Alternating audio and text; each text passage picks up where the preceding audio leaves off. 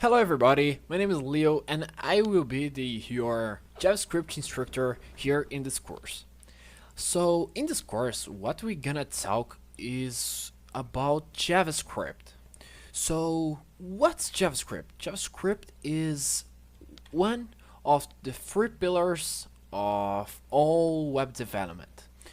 In web development, we have the HTML, CSS, and JavaScript. HTML for page structure, CSS to style sheet, and JavaScript for create functions or create new algorithms, for example. So, what's gonna learn in this course? In this course, we're gonna learn about variables, decision structure, repetition structure, functions. JavaScript done is so important that that's one the biggest benefit about JavaScript. JSON, JavaScript Object Notation, Asynchronous JavaScript, Promise, APIs, POO, Programming Object Orientation, and we gonna have a bonus content too. So stay at the end of our course, and for each lesson that I teach here, we're gonna have one Prezi project. So I hope that you do this Prezi project because it's so important that you learn all of this. So I hope that you like it, what this course will have. So let's go and what know more about JavaScript. Hello everybody. So in this lesson I will talk more about myself, and so let's go. So who is Leonardo? Leonardo is a Brazilian guy that lives in Brazil, and we're gonna do this course for you. So here is my social medias. If you do want to know more about me or connect with me in the LinkedIn, know about my projects in GitHub, so it's here. So let's go. I'm software engineering student. I'm student at FIAP. That is the biggest technology college in Brazil. I was the best student in first year of my class with 63 peoples. To the current, I was no, I'm third position in my class, and I have 2 years of software development, and my biggest quality is be front-end developer. Today I work with React.js.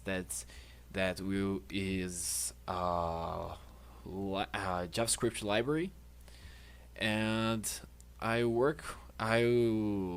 have knowledge about the backend too with Next.js, with Nest.js, Node.js, and a little knowledge about TypeScript too. So if you want know more about me, I recommend so much that you connect with me. We'll go meet myself in LinkedIn or other social medias, and it's gonna be a pleasure be your JavaScript instructor here. So let's go and start with all this course. Thank you and see you soon. Hello everybody, my name is Leo and I will be your JavaScript instructor here in this course. To understand JavaScript, I expected you already knows about HTML and CSS.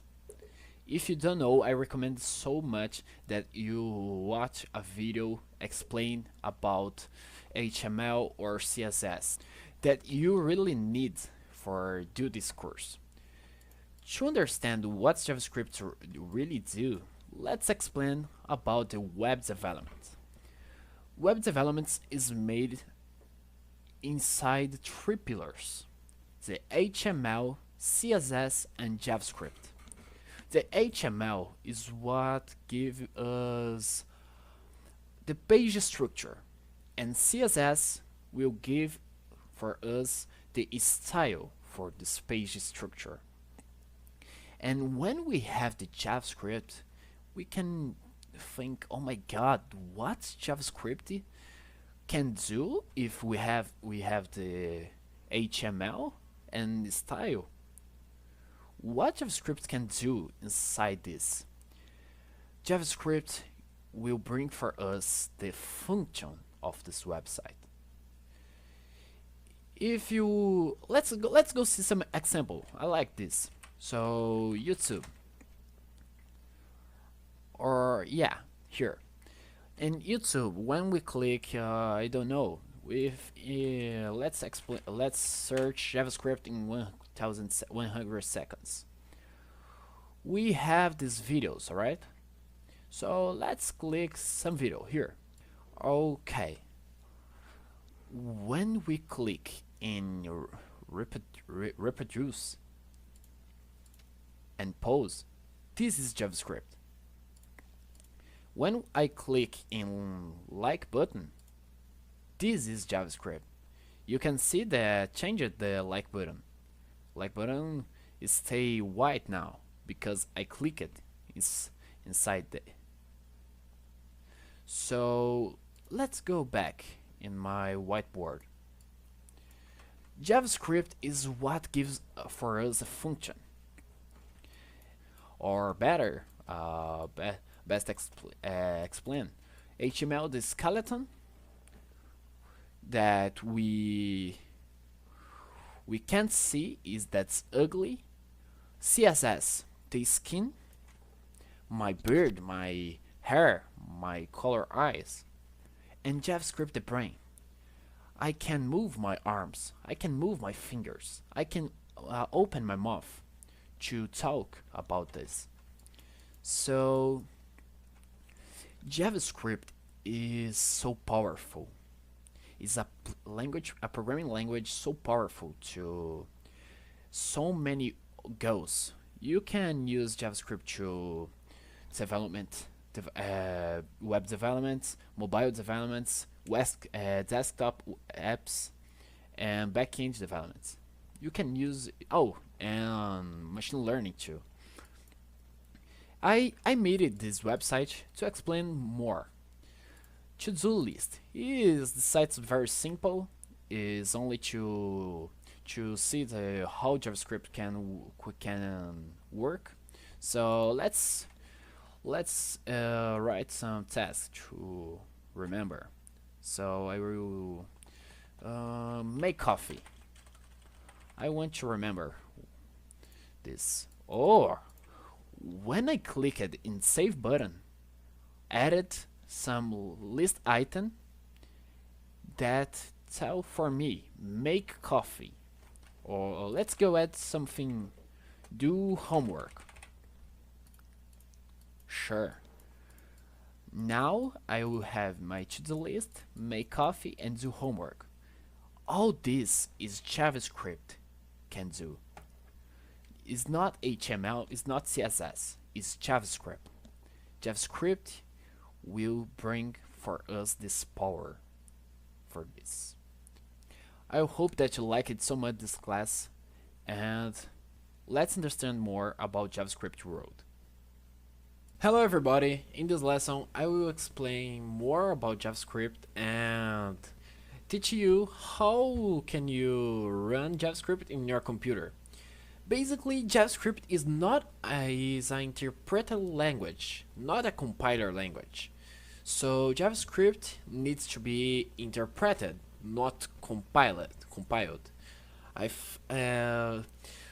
Other languages that some example is C++, C#, Java needs a compiler because I take the code and needs translate this to machine language.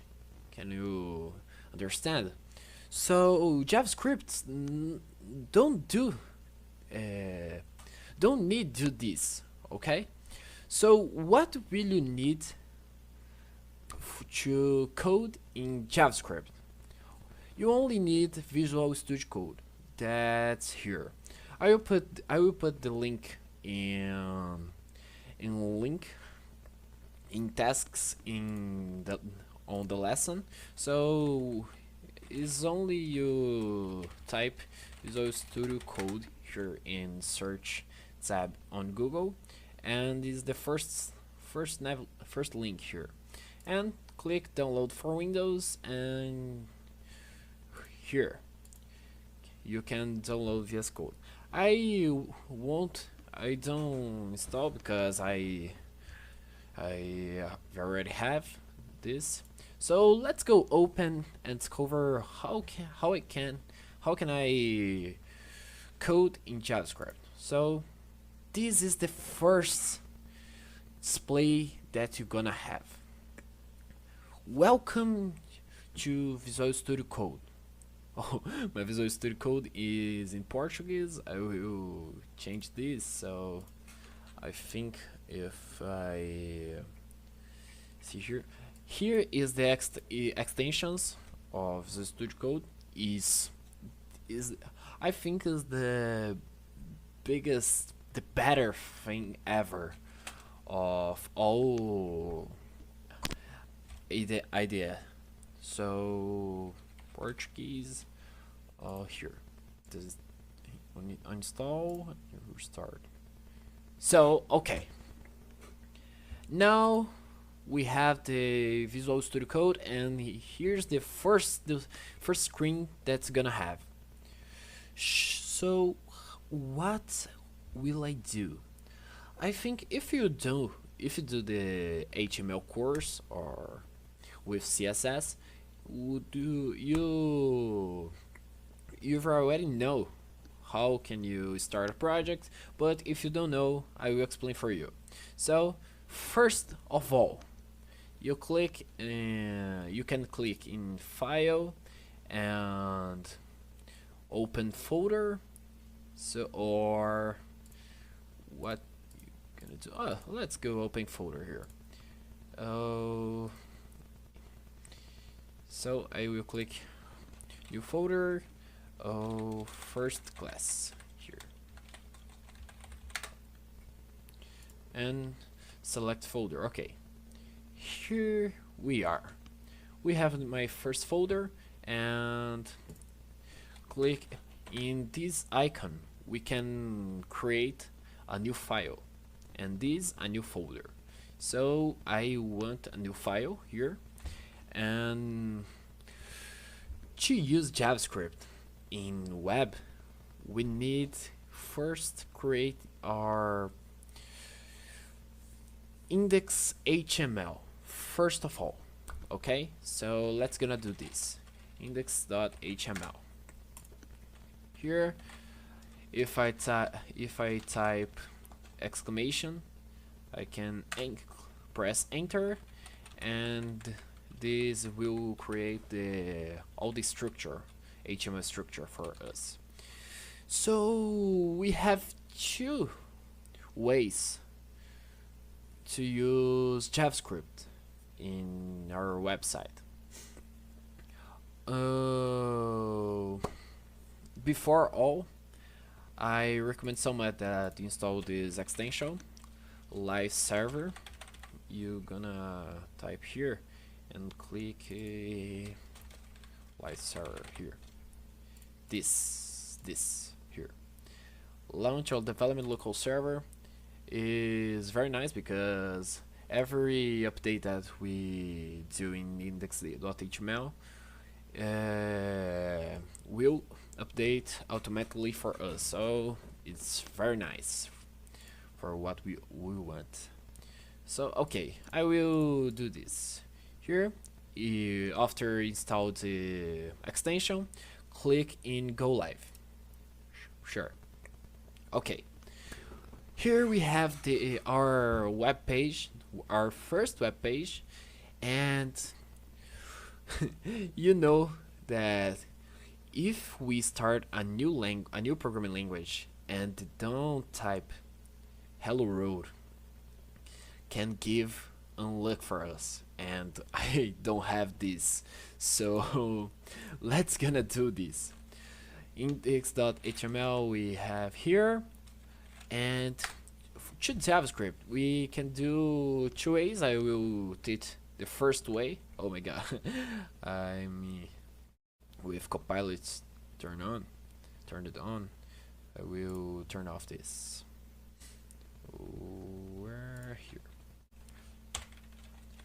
Copilot, add item, JavaScript.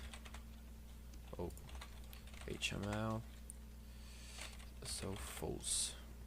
Okay. Okay. We can type here in last of body part. Before close the tag of body, we can type here script, or we can do here too script. What's the difference if I type script in head or in body? In head, JavaScript will load before the page load, and in body, JavaScript will load after all the body content load. Okay, so here I will go type console.log and hello world. Okay, here we have our console log. I will explain this. So here we are, our first hello world in JavaScript. Console.log is this that appears in DevTools.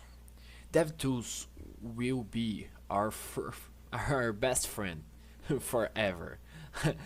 I swear for you. So okay, we typed console log. Console has so many methods, but I won't learn now about methods. Is in intermediate topics. So, but here we have our console log, and and I remember that we're gonna learn the other method of write JavaScript. Sure. So we can do of this form too. Script source, and we're gonna create new file, and we're gonna be index.js, or no, but hello world can be this hello world.js. Okay, source // and hello world.js. In source we type where is gonna find our JavaScript file, and if I type here, you see that's not a lie. We don't have nothing here, but when we type here console log hello world, here we are, our hello world, our second hello world now. So this class was this. I hope that you done all this, and if you have some question, you can do in part of feedbacks of this class, or I don't know if feedback tab, but you will find here in Udemy course. So thank you for this, and see you soon. Hello everybody. Now in this lesson I will explain more about comments. Comments is so important understand, because comments will be the dictionary for your code readers. Okay, so with the code that I wrote in last class, I will comment this line here above. So in JavaScript we can comment of two ways: slash, asterisk, asterisk, slash. Here we can type you anything here. I don't know, but let's see.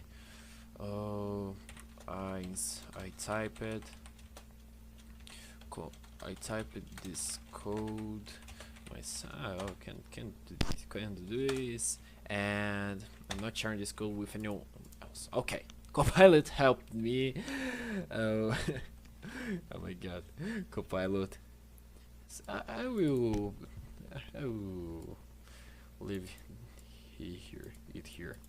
Okay, so I typed this code myself, and it's my own work. All comments that I wrote here, not will be visible in web. So my web browser can't read comments. Comments can't be reading of any way. Can't be read. So we have this way. I don't like comments is more depends. Okay, so I can comment this way too. Slash on this is fast, simple, and more teeny than the other way. But if I want to comment a big line of code line, I can use the other way. So in this class we learned about comments. I will give some homework for you, okay? I want that you use this, and we have already learned about the console.log, so I want that you use the console to type your name, your age, and your city that you live. Okay, and last of all, I hope that you comment all these lines that you typed. So I will give 10 seconds 10 seconds no I will give your time to write this code. If you want, pause this video and continue when you finish, you can. So I will wait.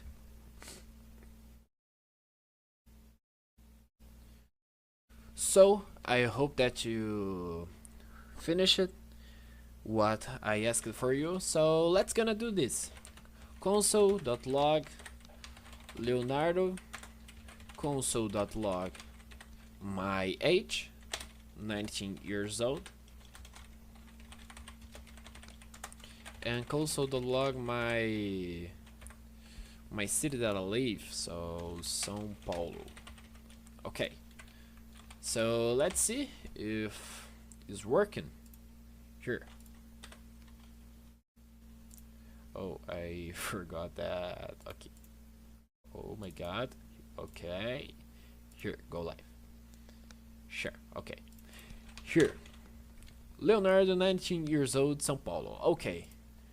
So let's comment this. In this console, I wrote my name. In this console, I wrote my age. And here I will gonna use the other way that I learned. In this console, I wrote my city. Here. Okay, in this lesson we've learned about the comments we understood how comments can be important for us. So I hope that you liked this lesson, and see you soon. Hello everybody, in this lesson I will explain more about variables. Variable is the heart of all the programming languages. It's essential you have variables for to program works correctly. So let's explain more about variables. What is this? So what's variables? Variables is what will store a value inside your desktop. Uh, I will I will take some example. I will take my photo. I took a photo in my camera, and I will store this in my desktop in my images folder. My variable here is my image. Sure, my image, and where I stored this was in my computer, my desktop. So variable means that look to JavaScript. Take this value and store in somewhere, because I will need this anytime. I understand. So for understand more, I will take an example better here. So you arrive in your bedroom, and you asked yourself, where are my clothes? And you know that your clothes in your wardrobe. So you will search there. Oh my god, where are my jeans? Where are my t-shirt? I need my shoes. Sure? Okay, so now you understand what variables means. And now we need to know how can I declare a variable in JavaScript. To declare a variable in JavaScript, we have the keyword var. Var comes of variable. So var, and the next thing that you will type is the variable name. Is the name of do you want to use in your variable. For example, if I want to store my name in my code, I will use var name. If I want to store my age, I will use var age. And to declare a value for this, we gonna use var variable name receive. This equal sign isn't be equals. In JavaScript we read this of receive.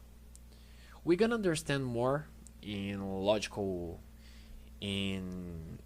comparison operators lesson this, but read the equal sign receive. Okay, so var name receive Leonardo. Sure. Okay, so let's type here. Oh my god, I take the wrong two. Okay, here var. Oh, yeah, this font family is better. Var name. Oh my god. Yeah. Now. Okay. Sure. Var name receive Leonardo. Oh, I want to store my age. Let's store var 8 equal receive 19. Are you understand? So to declare a variable in JavaScript, we're gonna use var. But in all programming languages we have the patterns, the pattern for name for variables names. Okay, we have these trees: snake case, Pascal case, and camel case. Snake case, we're gonna write the variable name of this way. So var full name receive Leonardo Schunke Rainha. Okay? Or in Pascal case, we're gonna type var full name receive.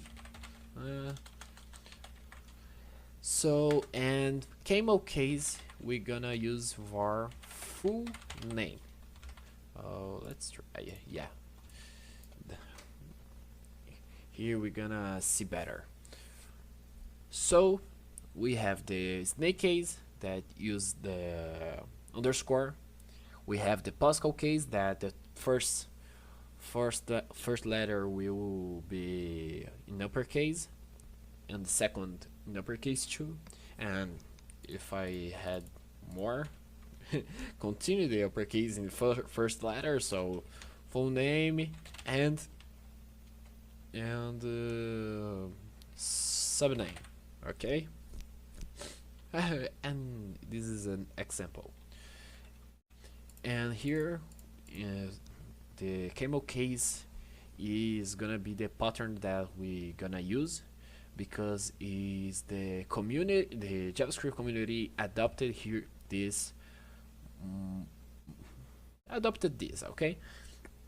In Python we use somewhat the snake case.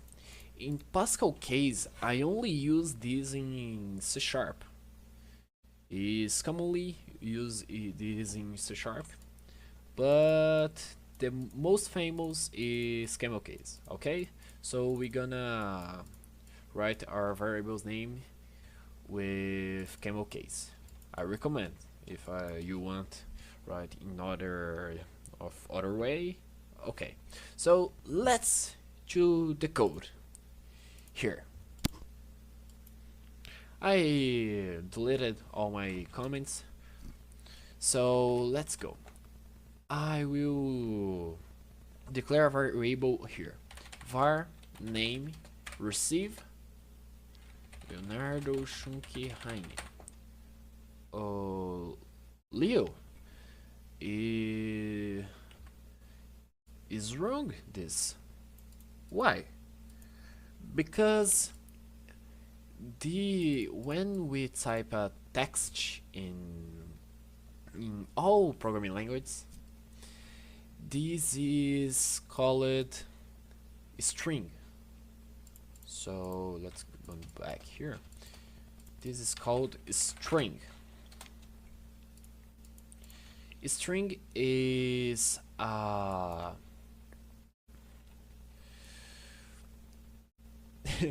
is each character receive is the word, is a word, is a phrase, and to declare this like it's a string, because JavaScript is interpreting here like code, JavaScript code, but I need tell for JavaScript that this is a string, so I will put all this inside.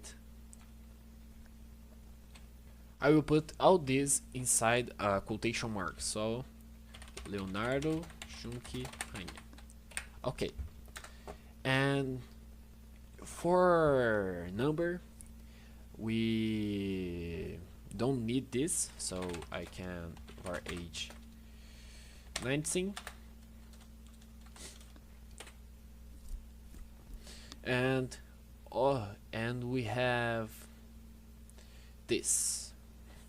This lesson was more theory, because variables is a complex term for understand, but I hope that you learn it. I will tell more about variables in part 2. So what this, and if you stay with any doubt, write in the part of feedbacks so that I will help you. So thank you for watching and see you soon. Hello everybody. So in this lesson I will take more about variables. So I hope that you watched the last part because it's so important to understand this part. So let's go. Now in variables we have so many types for this. We have strings, we have integers. Let's increase this because it's so teeny, right? So okay, we have booleans. I will explain more about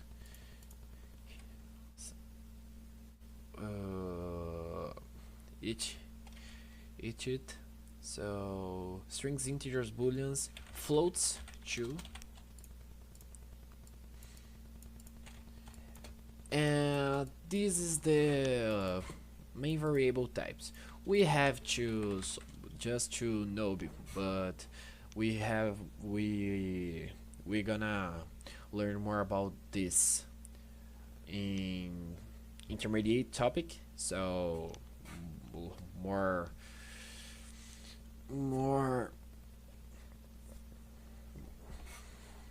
continuing course you will arrive in this part. So let's go. Array and objects, and heavy others too. Map and set. This that I quoted here is the more used variables, the variables type that are more used more commonly. Alright, so let's explain. In this lesson we're gonna explain strings, floats, integers, and booleans. This is for intermediate topics, so I don't explain here, but go. Okay, go. Strings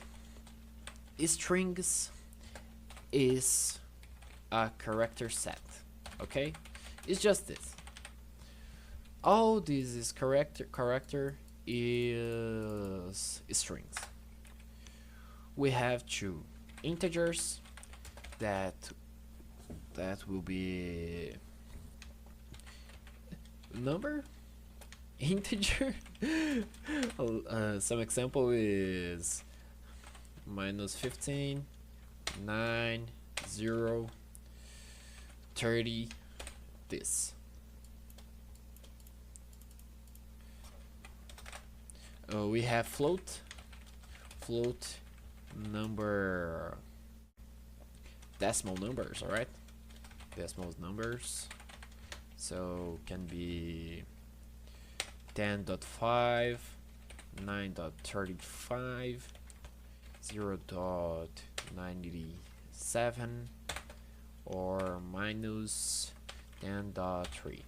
This is float. Okay, and we have boolean. Boolean is true or false. It's just this. Or better, using computer science to explain this, is 0 or true, 0 or 1, where 0 means false and 1 means true. Okay, so okay, we have all this, and we're gonna use this for our variables values. How I explained in last class, we have var. Oh my god, I tried to draw here, but my draw is horrible. Okay, so okay, we have var, and okay, so the keyword var is to declare a variable. Sure. So var variable name, receive, and a value. Okay, let's go do this in Visual Studio Code. Oh my god, here, okay. Visual Studio Code. First is string var name receive Leonardo. Okay, I have my name here. Integer var age receive 19 years old. Float var wave, oh my god, wave receive 70.5. okay, and boolean var is male receive true, a male. Okay, so we have these four types, the four main types in JavaScript. So now I want to challenge you. I want to do I want that you store your name, your age, your weight, and if you is male or is female, something like that, okay? And show this in your console. I want that you try this. I don't teach yet, but I hope that you will read this, okay? So let's go.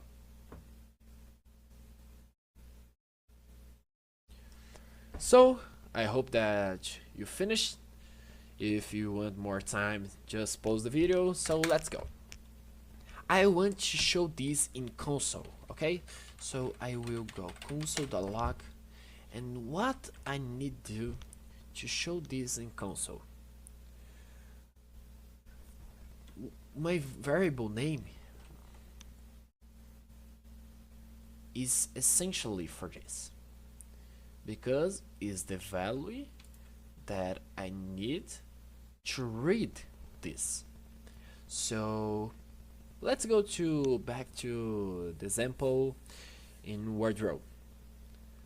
I want to find my t-shirt. So I know what I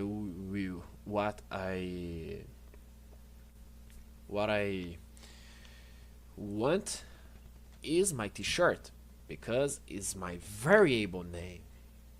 Did you take this? So okay, what I want is my name here, so I will type name, console.log name. Let's back here and oh my god, close it again. I need to start again this. Okay, here we are. Oh my god, my variable value was showed here in my console. What I wanna do now is show my age. Okay, I will type here age. My age is here. My weight now, weight, and is male. But do you agree with me if it's hard to read this, alright? So let's improve this. I will teach you a technique that is somewhat used. It's called interpolate strings. I will use the crazes for this. So I type it craze here, and I can type like a character set. Okay, name. Okay, but the difference about this is I can type name, and here I will put a $sign and open keys and type my variable name. all that you type inside the dollar sign and inside the keys will be a code JavaScript code, and I can do this. If I type to inverted slash n, I can do h. I will wave. So here, but I don't know if work with JavaScript. We're gonna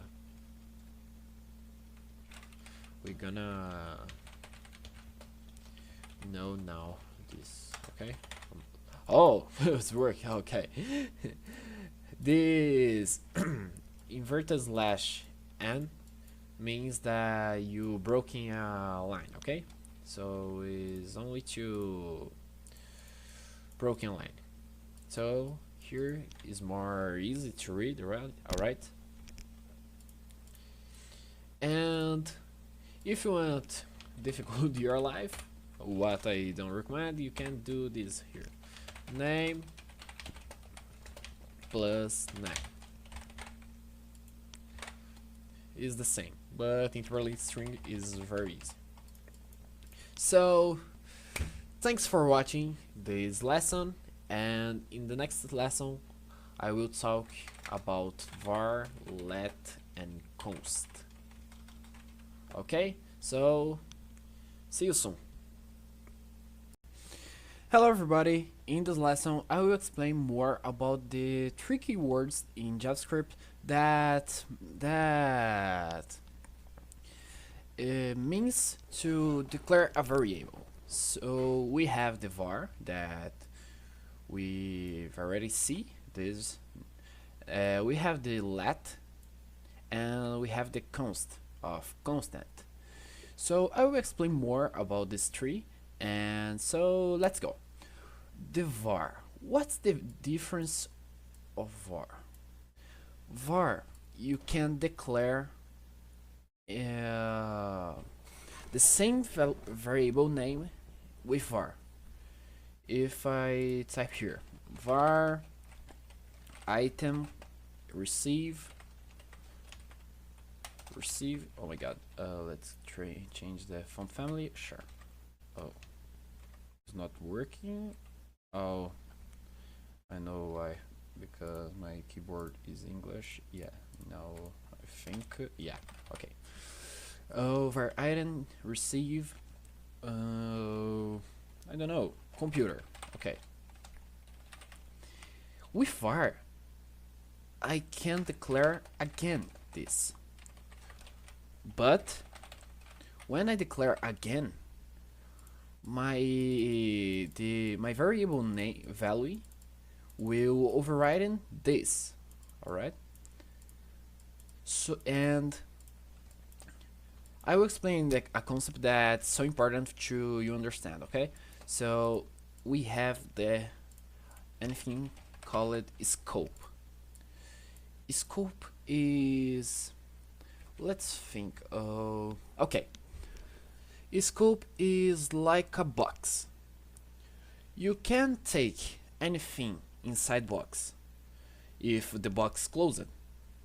No, you need open this box and take anything inside. Sure? So it's something like this. We have this, and let's create more one. This. Okay. Perfect. Are you agree with me? I have my okay. Let's separate this, split this. Okay, sure. I have my var item here, and I can access my item here. I can't do this because my variable is declared outside my box, and I can call it inside the box because it was declared outside. Sure. So, but if I try to do of this way, if I declare var item receive computer and call my computer outside the box. I can't do this because my var item is declared inside the box, not outside. I only can do this. I can call my item inside where my var item was declared. Alright? So scope work of this way.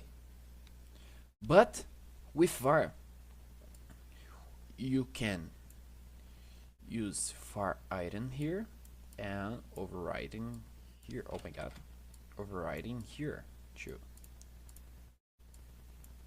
Okay, you can declare same variable name for buff, but the value is gonna be overriding. Okay, so let's try with let now. If with let is the same thing. Let item receive computer. Let item receive computer. Sure. But I can't do this. Receive iPhone. I can't do this. If I do this, will throw an error for me, because I've already declared my variable name with this name. Sure. So I can't declare again. So what I can do to overwrite in this variable value? Just do this. Item receive iPhone will overwrite this value. Okay. But we have the tree keyword that I already called. That is the const. Const means constant. Anything constant is not changed. So const item receive computer. If I throw here, oh, I can't do this. I didn't receive computer. I can't do, because anything constant is not changed. All right. So now we understand what means var, let, and const. So let's go use inside the code. Sure. I recommend so much that you use let, because let was released in ECMAScript 2016, if I guess, because var is have this problem. I will do let all var item receive computer. I can do var item receive iPhone. I can do this, but with let I can't do. Var item receive computer. Let item receive iPhone. Oh my god, throw an error for me. Let's read. Cannot redeclare block scope variable item. Here is our scope, okay? So I can do this. Let iPhone receive computer. And I can console.log iPhone. I can do this. But if I do here, let iPhone, oh here not. Yeah, it's here. Let iPhone phone. Console.log iPhone. Oh, I changed it here already. So okay, no problem. In this scope, Oh, I will close this. Okay, it's more easily to read. In this scope, I can call my iPhone and call it. In this scope, I will declare the computer, and I call it in next. Now, what are you think that this console log will have what? Oh, no, it's easy because the color changed for gray. If changed to gray, this means that variable value is not used. So okay, but let's go do this. Oh, let's computer receive and no answer. So console.log computer, and let's open this. Go live. Here, okay. Control Shift I here. Acer. I can change my value, like I said, to I don't know Apple. Change it for Apple. But if I change this word to const computer will receive Acer, is throw an error for me. Assignment to constant variable, and can't do this. Okay. So what we're gonna use so much here is let and const. Var is not used because is deprecated. We can talk that is not so much updated, so use more var and const for this. Okay, so thank you and see you soon. Hello everybody, in this lesson we're gonna learn about not a number, new and undefined. That's be three types of JavaScript that's so important to us. So let's go understand more about that. None means not a number, whereas I will explain with a console log. If I declare let I don't know name receive, let name receive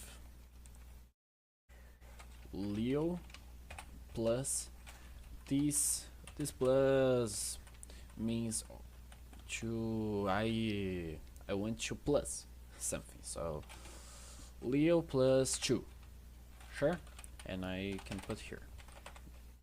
Let's go, let's see, I will convert this first float name here. This parse float is only to convert this name to a number, but we're gonna see more about this in intermediate topics. Just to explain, okay? So we have this, not a number. This is why, because what I'm doing, I take my string Leo and I want to add 2. Is not do is not make sense, alright? If I do this, I want to divide 2 name, not a number 2. Okay, let's gonna see undefined now. Age, I won't declare a variable value for age, so I can take this and undefine it because my variable wasn't initiated. Alright, and we have the new. New is to know, new is, for us, means that the variable is new, is empty, right? But if this work more in objects, but in objects we're gonna learn in 3D topics. So let's do something here. I will declare address. Oh my god, address, and call new. Oh my god, I type it wrong. Yeah, here. Okay, address here and new. Okay, so this lesson just was for explain about not a number, undefined and null. Was so fast, but because it's simple topics to explain this, don't need broken head for this. It's just you know about these three types of variables that we can have. Alright, so see you soon in the next lesson. Hello everybody, in this lesson we're gonna talk more about comparison operators, because in next lesson we're gonna learn more about if and else, or oh my we're gonna learn about the decision structure. Alright, so now it's so important that we learn all the concept that involves decision structure. Alright, so let's talk more about comparison operators. Comparison operators means that we're gonna compare something with something like that. For example, this glass ice is equal my water bottle. No, it's different, right? So but let's take here. This pen is equal this pen. Yeah, the same. The both is a pen, right? So comparison operators is what will compare something with something. In JavaScript we have the equals. Now we're gonna read this with equal when you have two equals. Okay, the other just serve about to receive value, and now to compare. Okay, we have the equal to compare. 8 is equal 5. Comparison operators will return for us false or true. Alright, so 8 is equal 5. No, it's false. Alright, okay. Now we have the greater than. 8 is greater than 5. Yeah, 8 is greater than 5. True. 5 is less than 5. No, 5 is equal 5, alright? So here is false. We have the greater than or equal. 5 is greater than or equal 5. Yes, true. And 7 is less or equal than 5. No, it's greater. And here we have the exclamation and equal. That means different. So 10 is different 0. Yeah, it's different. So true. And this is comparison operators. Let's see inside the code, alright? Inside the code, let's declare let is equal receive, and here we're gonna put 10 equal 10 console log is equal. Let's see. F11. Oh, sure. True. Okay. So is equal 10 equal 10. If I type 3 equals, this will compare the value and the type. If I change this, oh, true, okay. So, but if I change this for a string, we're gonna have false. But if I remove one equal, it's true again, okay? So two equals will compare the value, don't import the type, but with three equals we're gonna compare the type and the value. Sure. So okay, let is greater I think it's that 10 greater than 15. Oh, is greater. False. Okay, sure. Let is less. Receive 10 is less than 15. Yeah, true. Okay. Let, and here we have the is greater than or equal to. Let is greater or equal, and let is less or equal. Hope I helped it so much.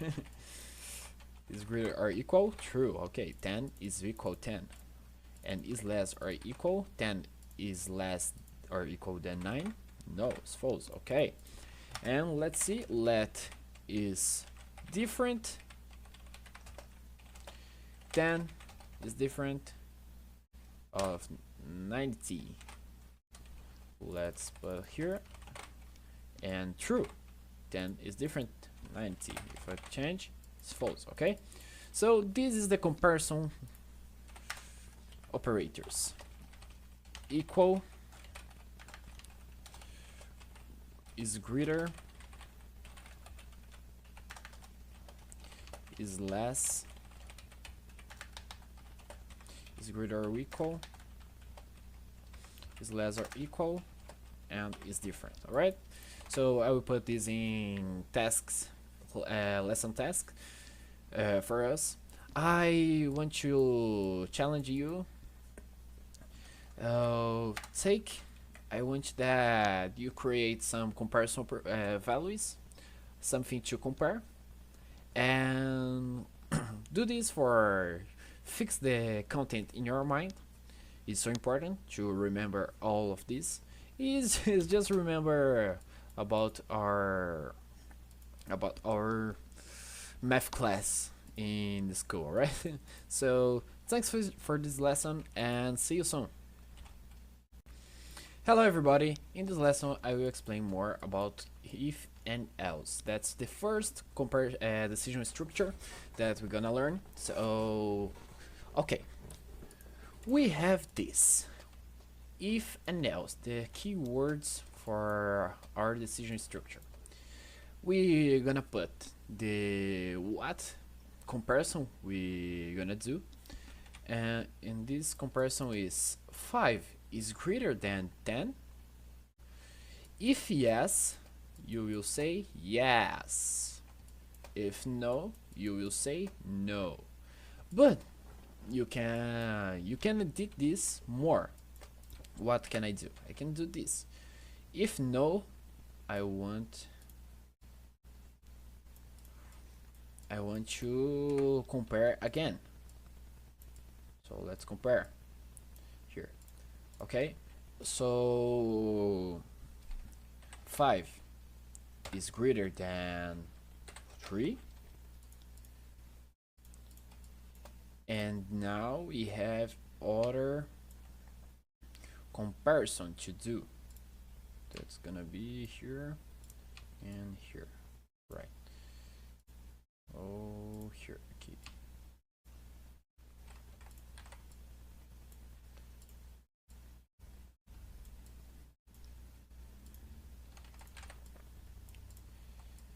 If yes or no. Okay, so we can edit this and do something more more comparated, alright? So let's gonna see this in code. We have all the comparison operators here, so I will delete all, and okay, I have my age, let age receive 19, and what I will do now is compare.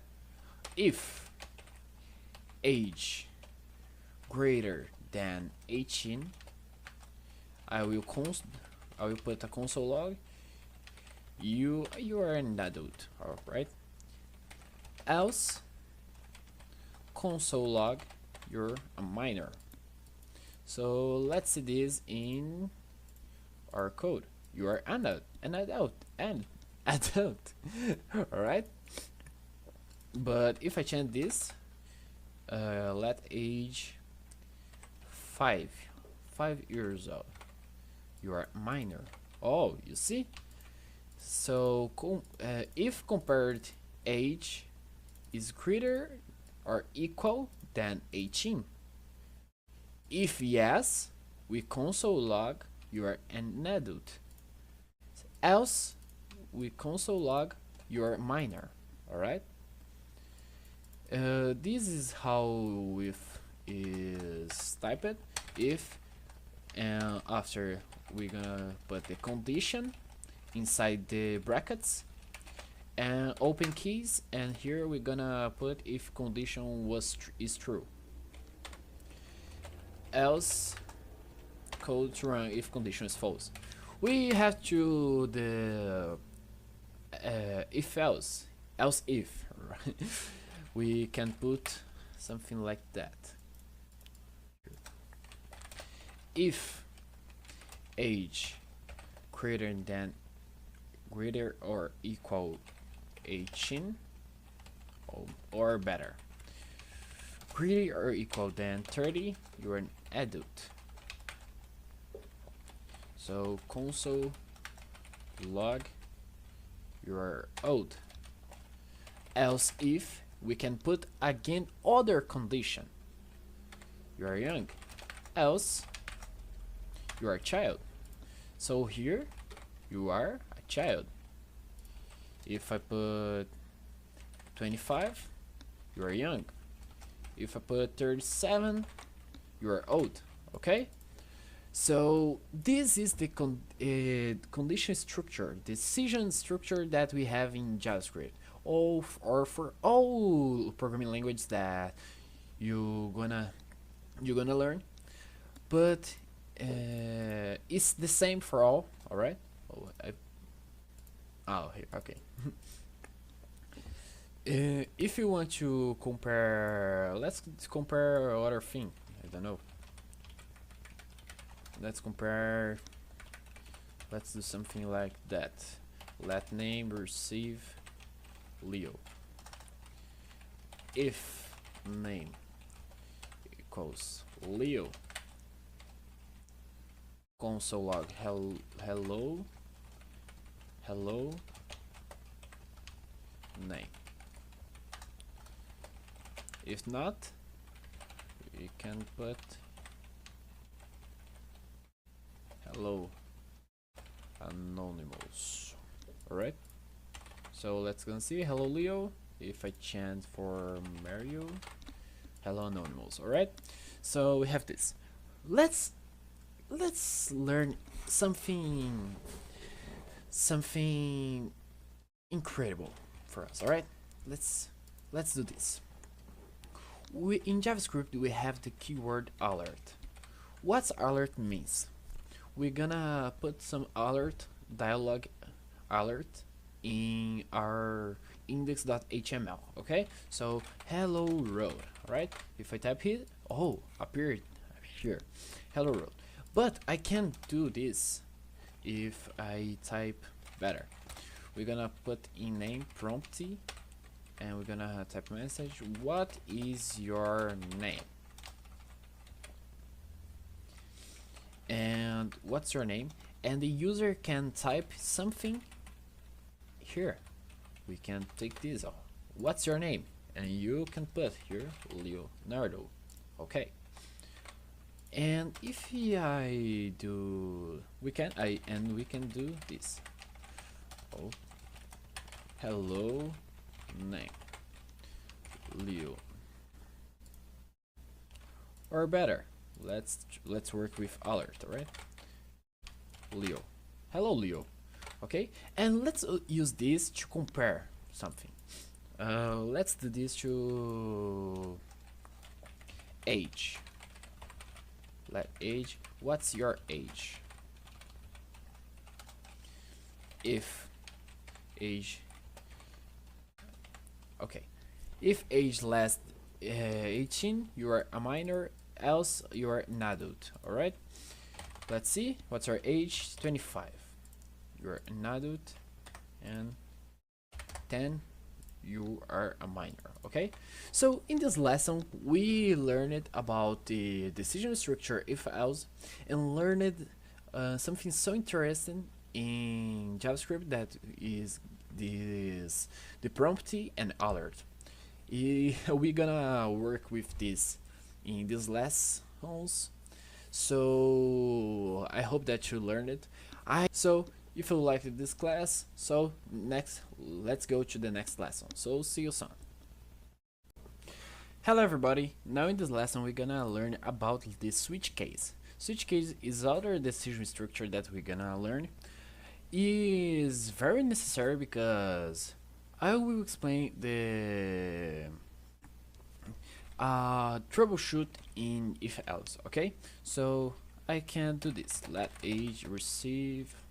No, let's gonna let weekday receive Monday.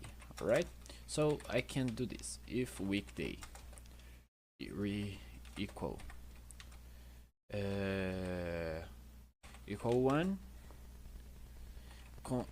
console log today is Monday. Else if weekday Tuesday, let's gonna do this. All right, let's go copilot work. Let's work.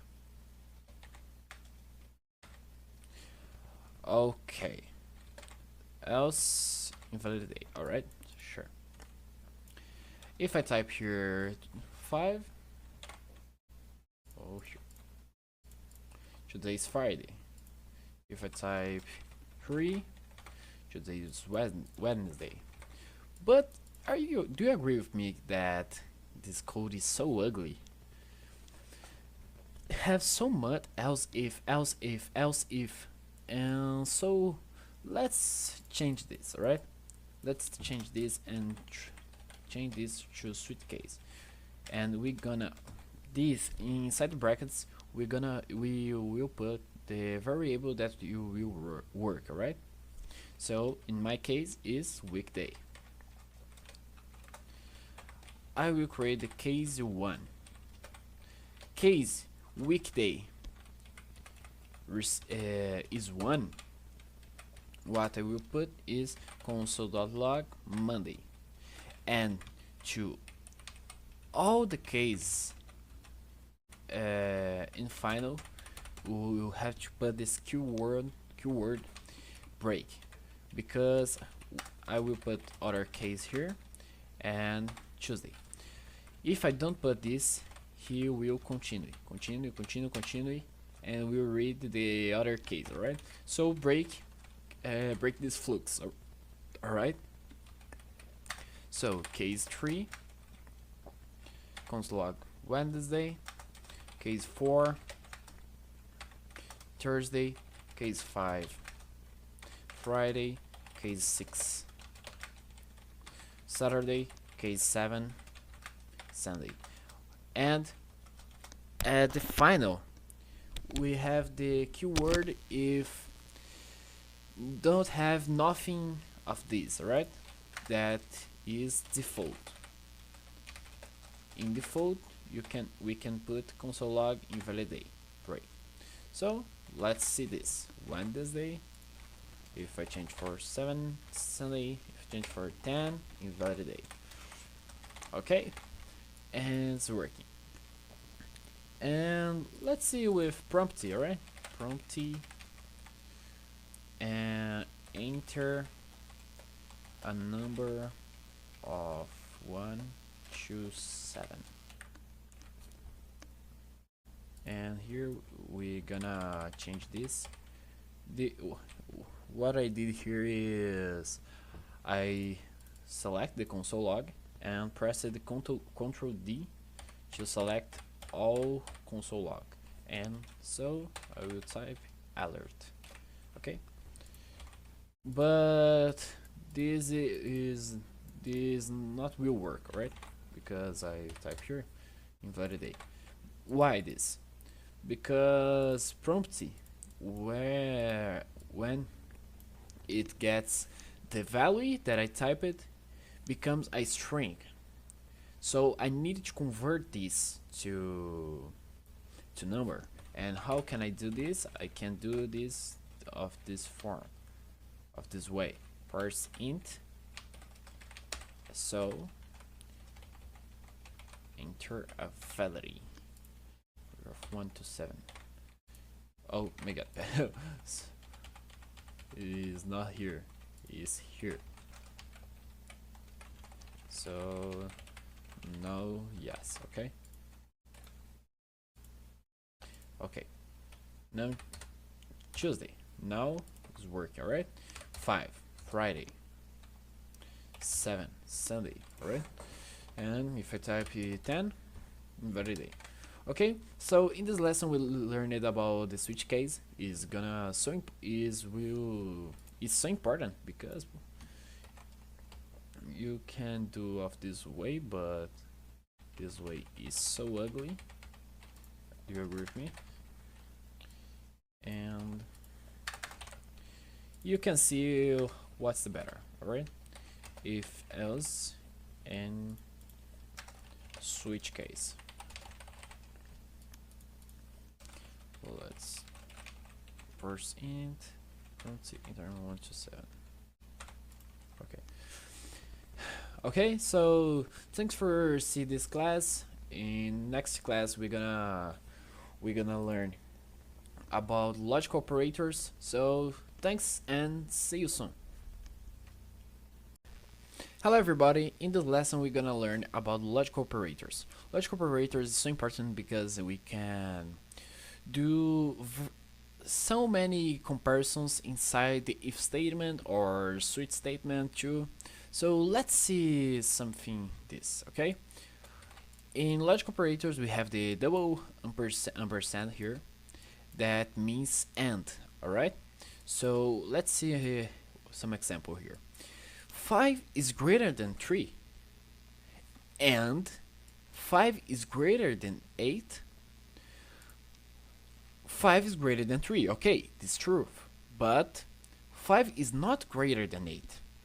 So for the double percent, we need that all conditions have to be true, alright?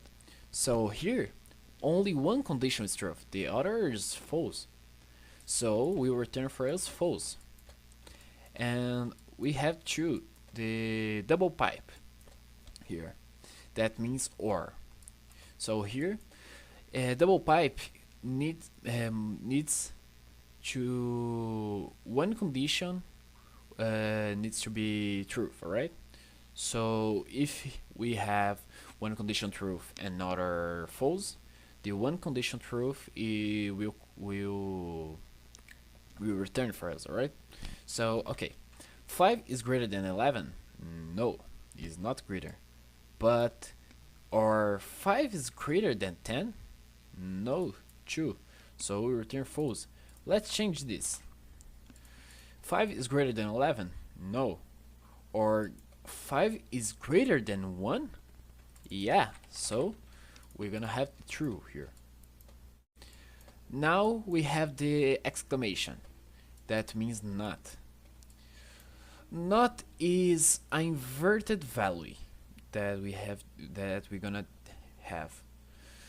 If I type in condition exclamation true, not true, we return false for us. But if I type exclamation false will return true for us because it's the inverse. All right. So what's the inverse of true? False. What's the inverse of false? True. So if we with here, so just to understand better, if not true, console log true, else console log false. So false. If I remove the exclamation, true. Okay, so let's see here. If 5 is greater than 10 and 10 is greater than 8, console log true, else console log false. 5 is greater than 10, no, and 10 is greater for 8, yeah, but remember that and needs the all conditions must be true. All right, so we have this, right? Let's change this. 50 is greater than 10 and 10 is greater than 8, so we return true, all conditions true. Let's see other example. This is and. Let's see here, or okay, if 50 is greater than 10 or 10 is less than 8, console log true, else console log false. True, because 50 is greater than 10, but if I change this, 50 is less than 10, we return false for us because no one condition is true here. And we have the not that I talked.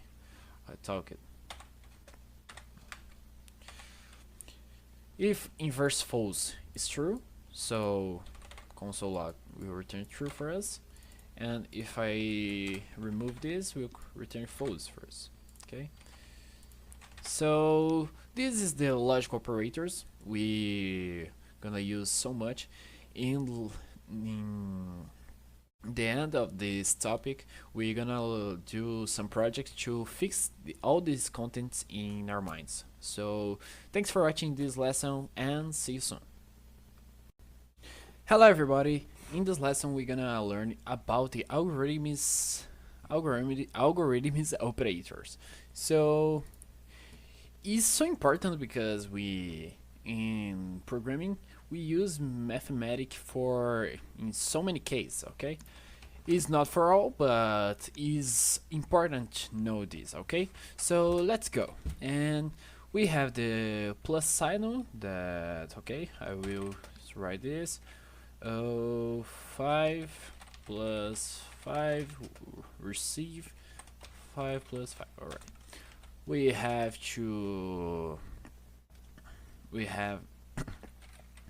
5 minus 5 receive this. We have what else? 5 times 5, 2. That asterisk let 5 divided by 5, 5 divided by 5. We have the operator rest 2, that the rest of the division, so 5 mod 5, that the module, right? So it's this, and we have the exponential. I think that JavaScript have the exponential. Let's verify here. So let 5 exponential 5. I think have. I don't know. Oh my god. Here. Exponential. Here. Okay. So let's go see this in console log. 5 plus 5.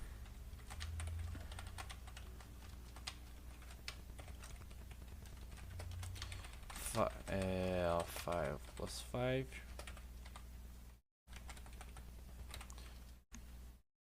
Okay, this will show for me. Okay, let's go see this in Okay, so yeah, we have the exponential sign node at two asterisk. Okay, so we have the results here, and I have a challenge for you. It's a simple lesson today, but I have a challenge for you. I want that you verify if a number is odd or even. Alright? It's very simple to do this, but I want that you do in your computer, and we gonna verify this together after this. Okay, so let's go.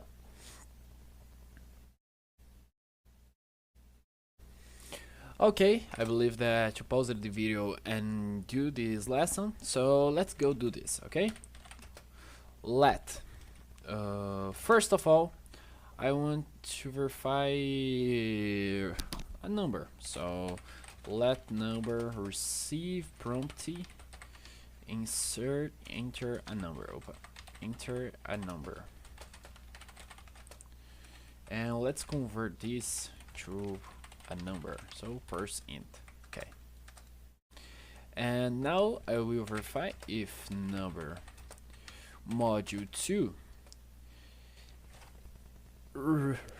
equals 0, the number is even. Okay, so number is even. Else rest was different of 2 of 0, 1, 3, 5, the number is odd. Okay, so let's go see this. Enter number 5. Number is odd, right? 2 is even. 15, number is odd. Okay, so it is very simple. I hope that you do this homework. So is this. Thank you for watching this lesson, and see you soon. Hello everybody. Now in this lesson we're gonna learn about the do while. Do while is same is equals than while, but the difference is the while gonna do the how can it is gonna do the what the code must will do before the condition. Alright, so let's explain with code that will better. So what I can do this. Oh, I have my salary here, and that would be, I don't know, 1,500. Okay, 500. So I have my salary, and what I'm gonna do is increase my salary plus equal. I can is the same that I do this. Okay, so plus equal 300 while my salary is less than 5,000. Okay, so and after all, and let's go console log all this, my salary. Okay, let's go see. Okay, oh my god, sure. So I is increase 300 to 300 here, and if how I write this with the while is execute the action before the condition. Okay, I will be honest with you. With my 2 years of development, I never used the while in my career. I use so much more the while and for, is what I most use. For we're gonna learn in next class. We everybody will love for, because for is is easily to read and easily to type too. It is not ugly. Okay, so do I always this? Don't have so much to learn with this, but okay. So see you soon in next lesson. Hello everybody, now in this lesson we're gonna learn about repetition structure. And the first repetition structure that we're gonna learn is the while. Okay, so what is our repetition structure? Repetition structure is what gives for us a loop, or I want that loop print on the screen the 10, the 9, the 8, the 7, the 6. I don't have to write this code console log 10, console log 9, console log 8. No, I want to write a loop to do this for me. And what I don't learn in last class, I will learn now. So if you want to increase this, I will put the number, let increment can be this, and 5. Okay, and let decrement receive 5 too. Okay, so it's so important we understand this concept because increment and decrement is so present in repetition structure. Okay, so console log 5 plus plus. Okay, let's see this 5 plus plus. Oh, I didn't save. No, where? Oh, okay.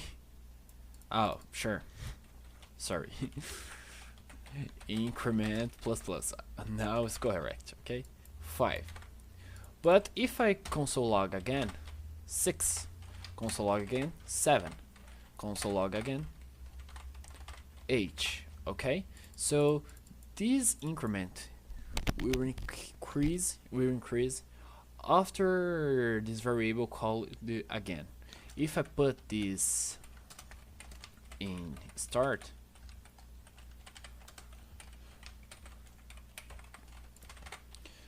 you're gonna see that increment directly. Okay, so 6, 7, 8, 9, and we have the decrement too. Decrement, the same thing.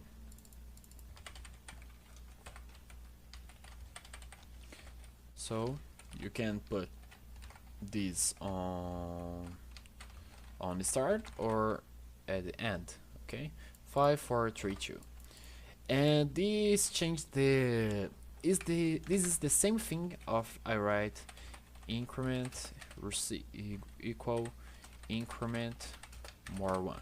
Is the same thing. Okay, it's just a way to write this of a beautiful method. Okay, so okay, learn this. Let's learn about while.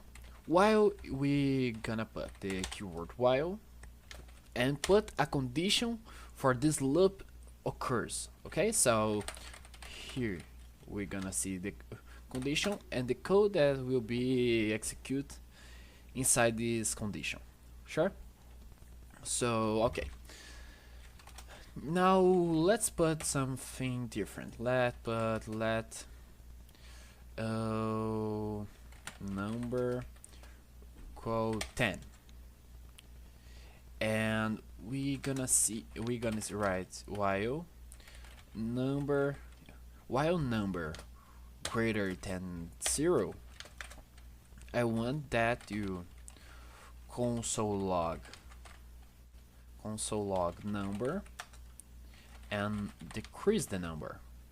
Okay, so let's gonna see this 10, 9, 8, 7, 6. Oh, I don't have to write console log 10, console log 9, console log 8 every time again. So I can this increment 2, but if I write this, the loop will be infinite.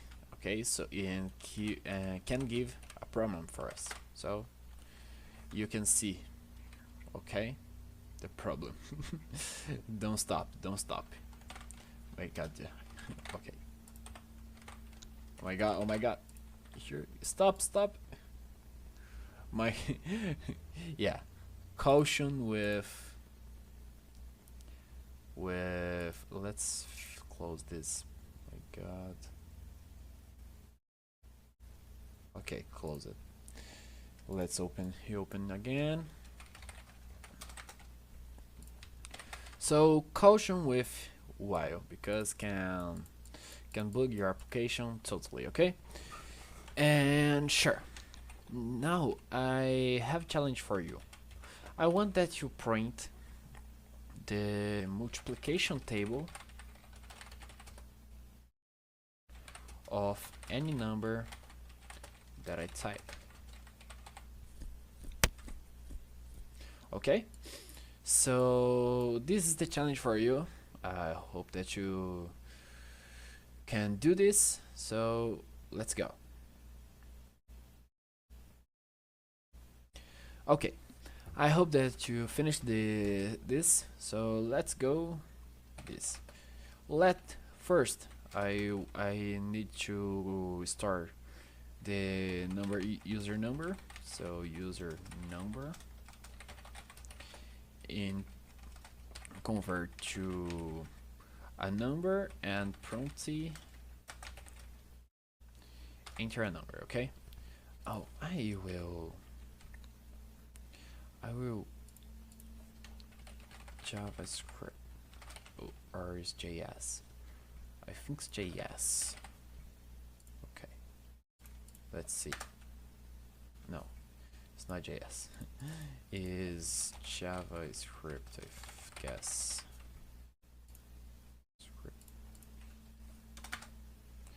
Oh my God, it's not working. Let's reload this. So now is working. Yeah, sure, no problem. Okay, while user number. Oh, user number no. While. Oh my God. Okay. Let multiplication receive 10. Multiplication will greater than 0. I want the console log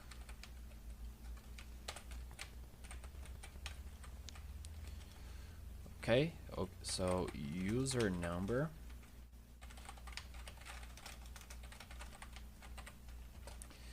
times multiplication receive user number times multiplication. Okay, and multiplication minus decrement. Okay, so let's verify if this is working. Okay. Oh, I need to reload my application. Sure.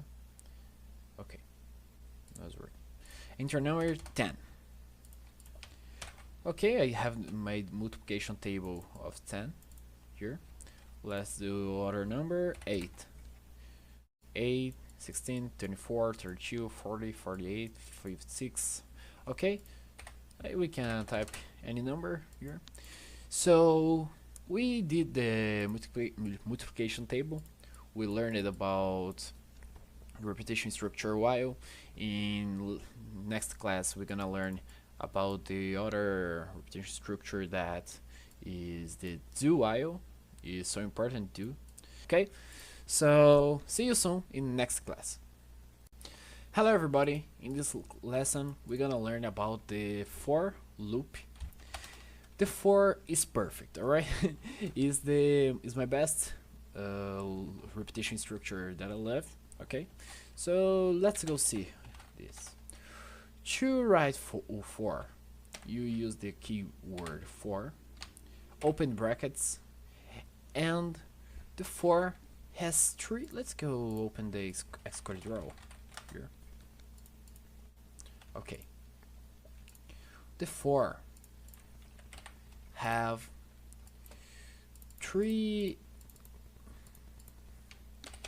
parts inside the brackets. Let's change this. Okay.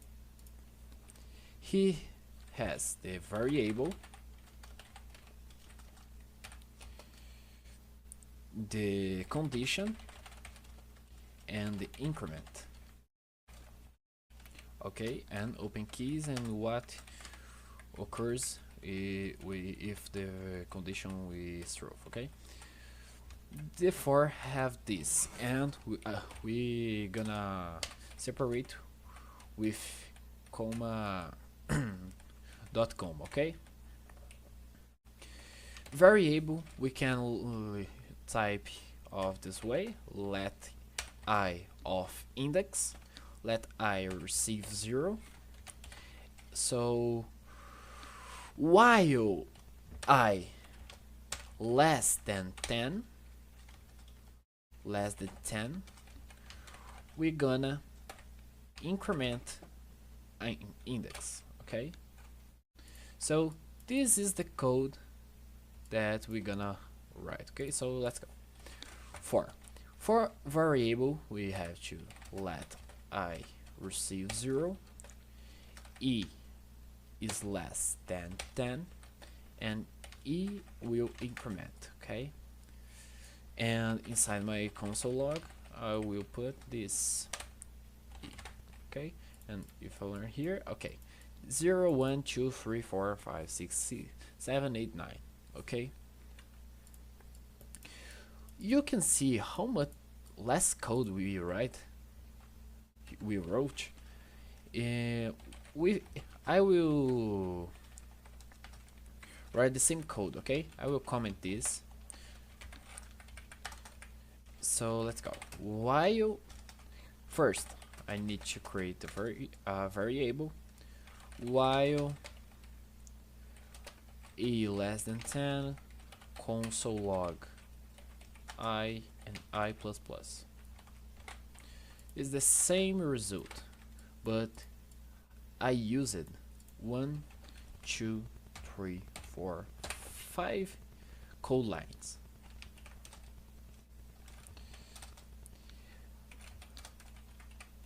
With the for I wrote 3 lines, and is easily to read. Alright, I like so much use while when the logical is simply to implement, but when it's not simply, I like to use the for. Okay, so I want to challenge you with the for. I want that you write the mathematical table, multiplication table in the same way that you write with while. I want that you write this code with the for. Okay, so I will wait for you. Okay, I hope that you finished the challenge, so let's go see. First of all, I will let user number again, convert this for integer, and type a number here. Open here and prompt now is correctly. Okay, so for will start in 10, and while I is greater than 0, we will decrement this. Okay, and console log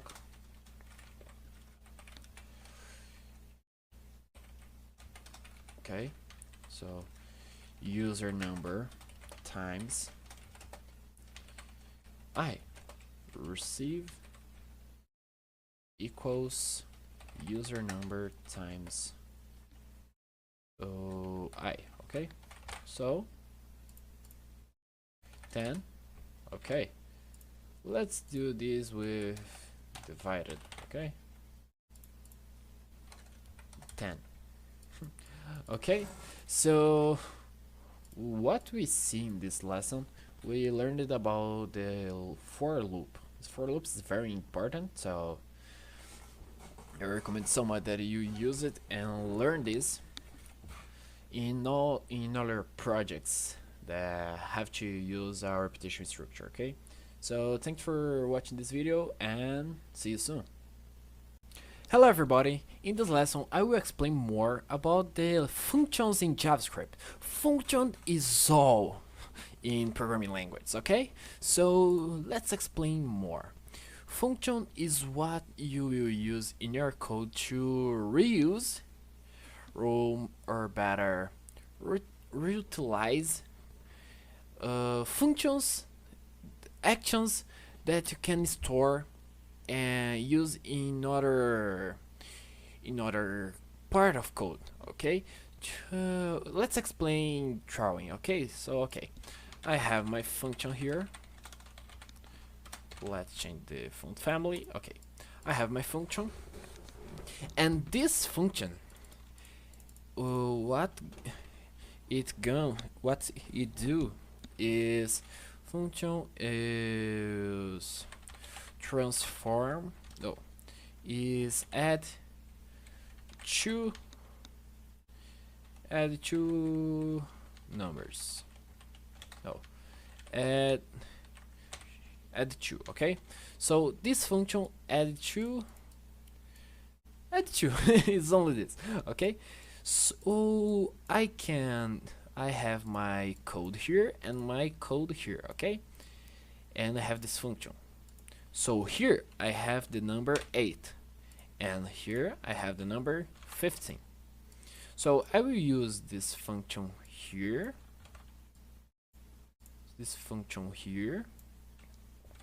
and the functions here.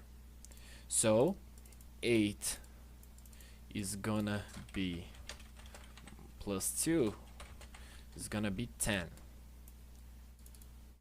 and this 15 is gonna be 17.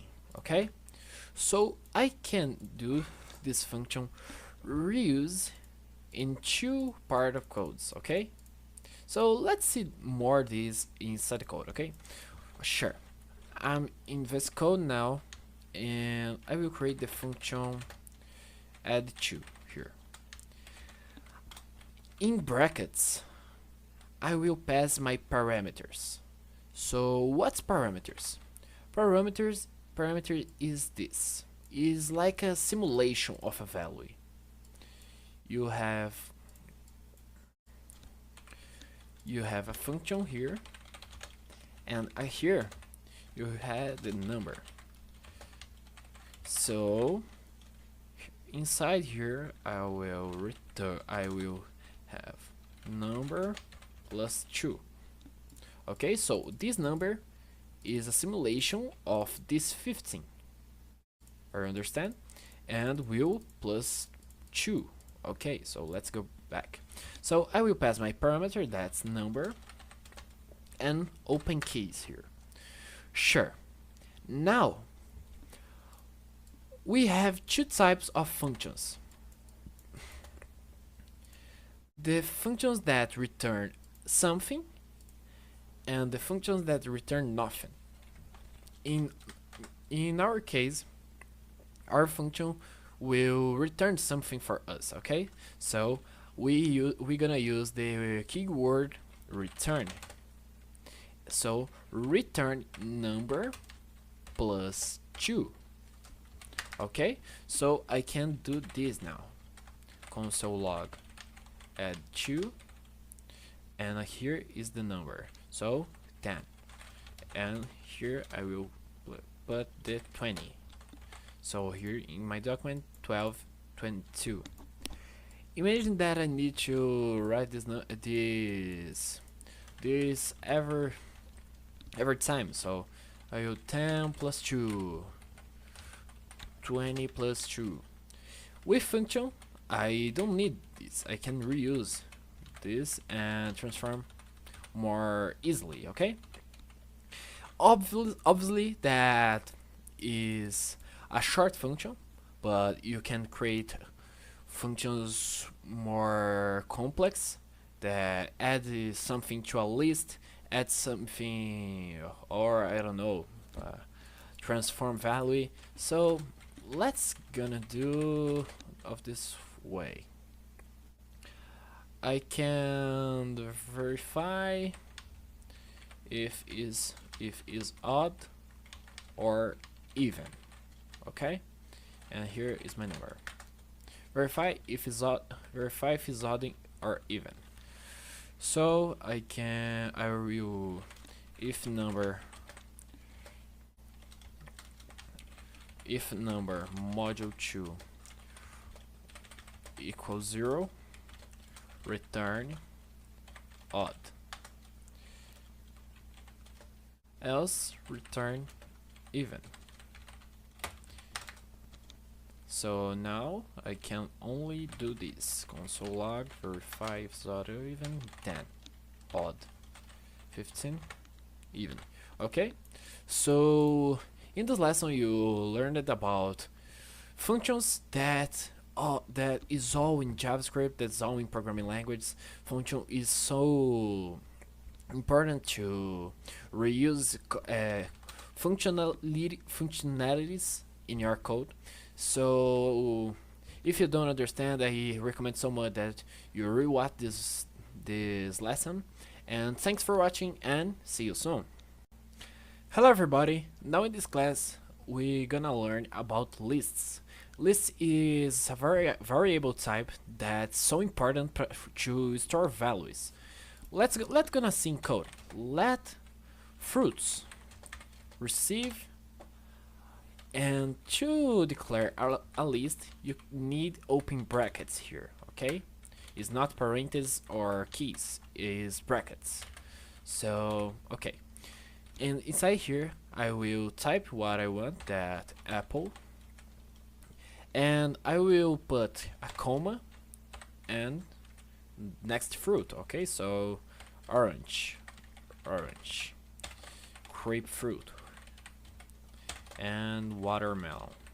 Okay, I have 4 fruits here, and I want to insert in console log all of this. So I can do this. Sure, but you can see that the value was 0, 1, 2, 3, but I have 4 values. Why it started in 0? Because 0 it means where it started the index. Okay, so 0 is the first of all values inside the list. And but I don't want of this way. I want to console log every fruit in my console. So we can use our repetition structure for, and we can do this. Let I receive 0. I needs to be less than, and other, this is a fruits, this is a list method that dot length. You can take the length of our list, so, and e++, and now we can do this console log. If I type only I here, it gives me the index only, but I want the value inside this index. So we need to do is take the fruits, open brackets here, and put the I here. When you put the I, you can see apple, orange, grapefruit, watermelon here. Okay, so list is very simple to understand. I hope so much that you learn it about list. We're gonna use so much to develop a quiz game in our practice project. So thank you so much for watching this video and see you soon. Hello everybody, now in this lesson we're gonna learn about the objects. Objects is other so important variable type in JavaScript. So let's see how objects works. We're gonna have here person, okay? Receive. To declare an object, you need to put the keys here. Lists is brackets, and person and object is keys. You can't do the value here. You can't do this. Why? Because to declare an object, you declare key and value. Okay? So key and value here. So what we have to do here is put the key, name,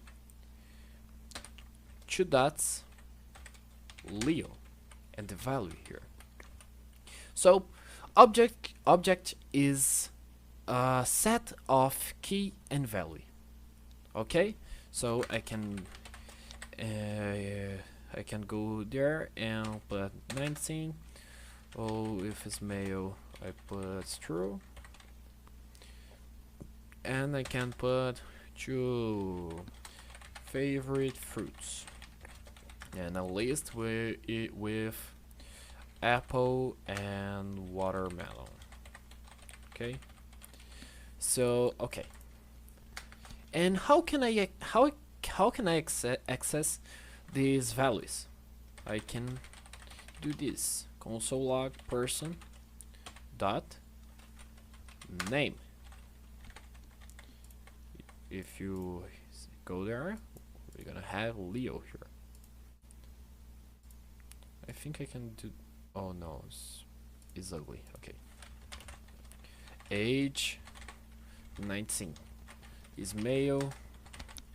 True. I can take the favorite fruits and apple and watermelon, and I can take the first value here, apple. Okay, so objects is so important, and what we do so much in development, software development, is a list of objects. Okay, so this means we can have this let person, can be this let person, and I will open brackets for a list and open object for object. I don't need name this object. Okay, I only need to pass the key and the value. So person name Leo, age 19, and let's take other here, name Peter, age 23,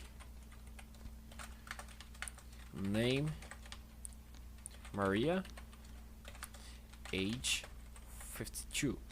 Okay, so I have 3 objects inside my list, and I can access all of them. So I can do this for let I receive 0, I less person, then person dot length, and I plus plus here, and I do this with person I.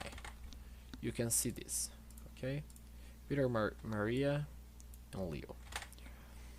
And what I can do too is this here, console log name person. Oh my god, here person I dot name, and age person open brackets I dot age. Name Leo, age 19. Name Peter, age 23. Name Maria, age 52. So you can see how powerful is this. Objects and lists is the best couple. I can talk this. It's the best couple of you gonna have inside the development web development. Okay, so in the next class we're gonna do the first project of this course, that will be a quiz game. So first I will show how quiz game works. I hope that you make this game alone, and after this you can see how I did my quiz game. Okay, so but first of all, try to get this. Okay, thanks for watching this lesson and see you soon. Hello everybody, in this lesson I will pass for you the challenge of our course, JavaScript course. That's very simple. Is only a simple quiz game, okay? Where in console will show for us the question and the answers, okay? So what's the capital of France? Paris, London, Berlin, or Madrid? I can type a value, but isn't work. Okay, we'll repeat the action.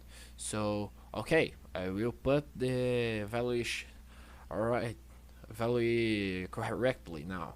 So what's the capital of France? I think is London. No, let's accept this. It's Paris. Okay, okay. We'll show for us correctly. Which language is used for web development? Python, JavaScript, C# or Java? Okay. In this case, I will put the Java here, but is wrong. Okay. Java can be used for web development too with Spring Boot, but some example. Okay. So in this case, show for us wrong. The correct answer was 2, JavaScript. And now we'll put for us what is 2 plus 2? 3, 4, 5, or 6? Everybody knows that is 4. Okay, correct. Game over, your score is 2. So with this, I hope that you know how will you do this challenge. So good luck and see you soon for show how we're gonna implement this game here. So let's go. I hope that you already do this challenge, that you done this. Is we use all of we learned inside this project, inside this course. So let's go and do this challenge here. First of all, I need to declare the variables here. So let's declare the questions of this challenge. Okay, let questions.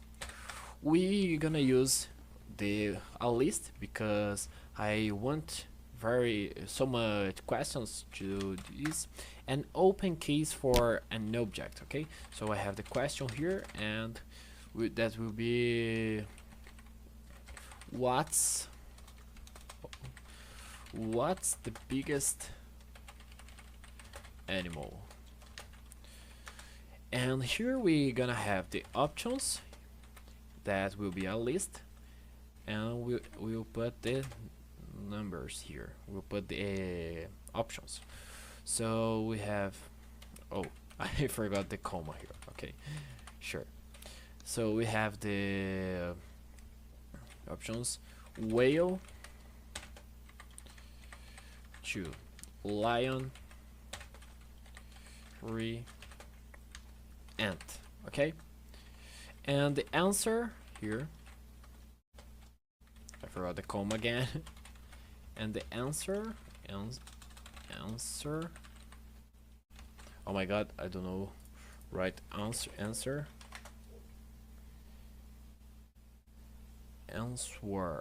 Okay. Answer. Here. Now it's correctly. Okay. And the answer is 1. Sure. Let's do next. I will select all of these and duplicate this just to speed the class. So what we're gonna do now is what is 50 plus 25 or 106 65 or 75, and the correct answer is 2. 3. Oh my god. And now, what programming language is used in web development?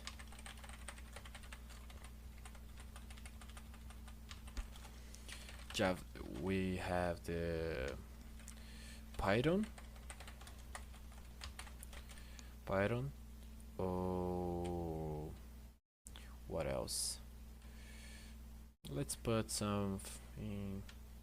Okay, Ruby and JavaScript. The correct answer is 3. Oh, let's change so. Okay. Now I have my questions here, and I need to create other variable that the score of the user. Let's score 0. Okay, every user will start with 0 score here. Okay, so now I need to verify the user input. So let's create a function for this. Okay, get user input, and I will create this let input received promptly enter your answer. Answer. Now I learned it. That gonna be a number here. Okay, so and let's do a condition if input equal null or input equal empty or is not a non-input. This function is to verify if something is not a number. Okay, so we will return undefined here, and we're gonna return the converted parse int input. Okay, so we create the first function here. So let's create the next function that will be the ask question here. Okay, ask question will receive a question object because we're gonna iterate in the list to ask the question. Okay, so what we're gonna do now is showing console question object dot question. We're gonna show this, and let's do a loop for I0 I less question object dot question dot length I plus plus. Oh my god, I put something wrong here. Okay, and showing console log this. Okay, so question object question options here and I here. Okay, now we have the question, we have the options, and we need to save the user user input now. We don't declare any value for it. So, and we're gonna use an if. All right, we're gonna use if to verify if user input equal undefined. We will return this, but better. Let's do something better. Let's do this with do while. Okay, while user input equal undefined, do user input receive get user input. Okay, we have these now. And other verify that I will do is if user input is less than 1 or user input is greater than 3. Okay, so okay, we have our function to ask question and get the user input. And what we're gonna do now is only return the user input here. User inputs. Okay, now I need to create other function that will be the check answer. Check if the user input is correctly or not. Okay, so check answer. Now I understand. That's gonna two parameters, question object and user answer. And now we're gonna verify if user answer equals question object dot answer. Okay, if yes, we only console log correctly. If not, or better else, we're gonna oh, I forgot, we need to increment score now correctly. Okay, if not, we're gonna show for user this. So let's do this. Wrong, the correct answer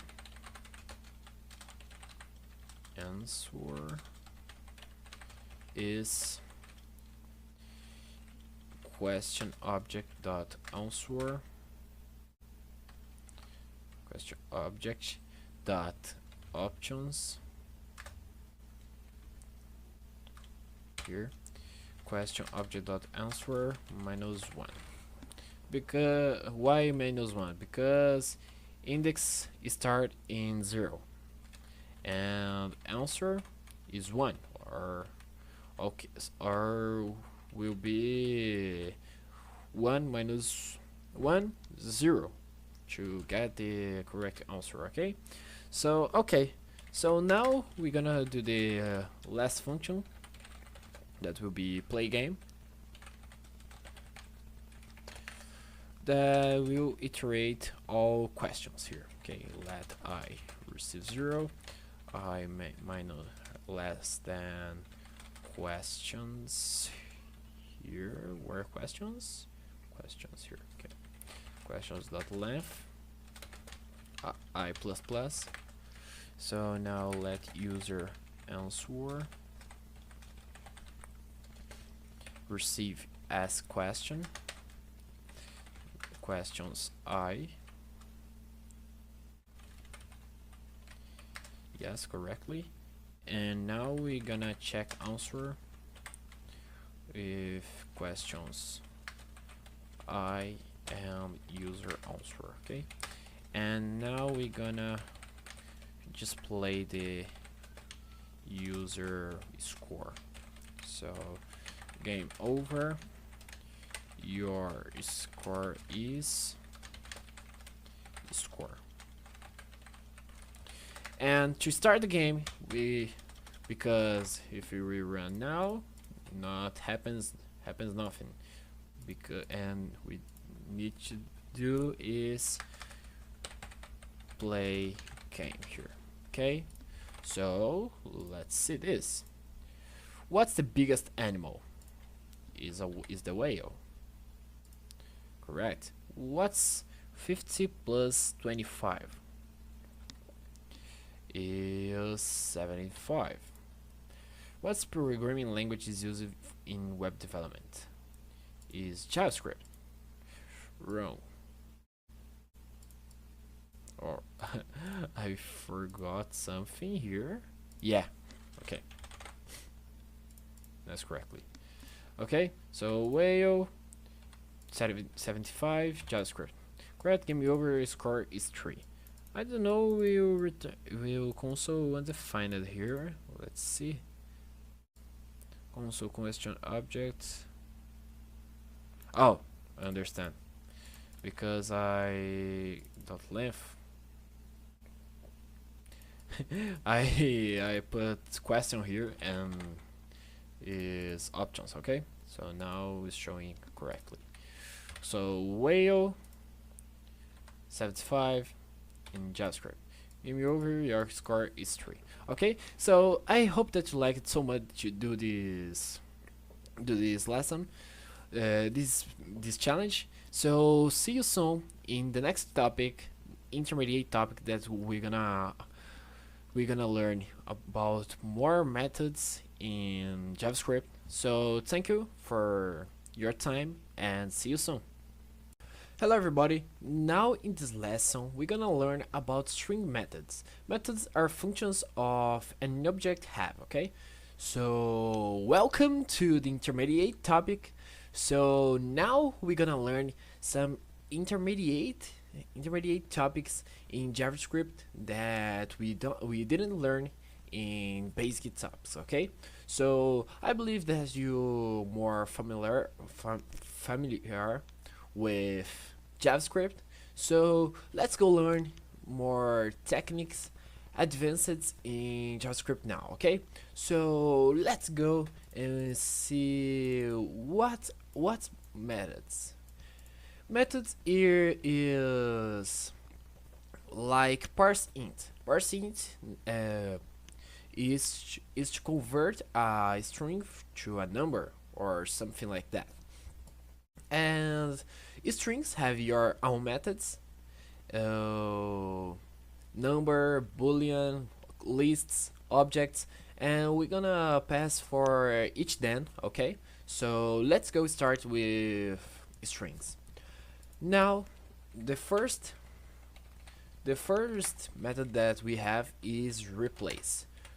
String dot replace is the same that I did this, okay? But I put this in a variable, so full name dot replace. Replace is autodidact, alright? Is serves to replace something. The first parameter that we have here is, oh my god, let's go open the parentheses. The first parameter is the search value that we're gonna replace. So I want to replace Leonardo, and we type comma here, and we're gonna type the replace value now. So I want to replace Leonardo for Peter. So we're gonna see this in console. Peter Schunkhain. Okay. If I comment this line, you only see this, okay? So replace is to replace, okay? Don't have so much to understand with this, okay? Now we have the split. Split will split all your string in a list, passing a value to split, okay? So here we are. We type split here and open parentheses. So we have the splitter. We're gonna pass inside the apostrophe. Yeah.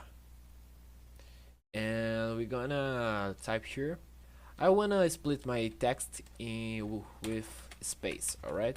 So I type in space here. Let's go and see.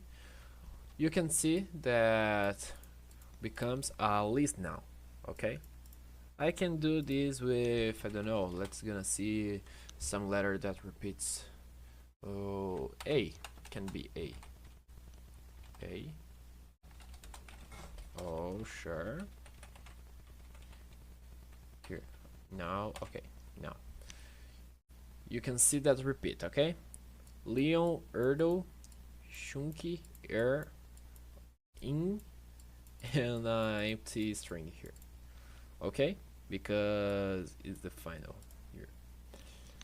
And you can see that it didn't take the what you passed here, okay? So if I type space, the most commonly here is the space, alright? I think I never use, no, yeah, I've ever used it for CPF, okay, for ID identification, alright? So okay, let's go see the dot length. Length, we've already seen this in list.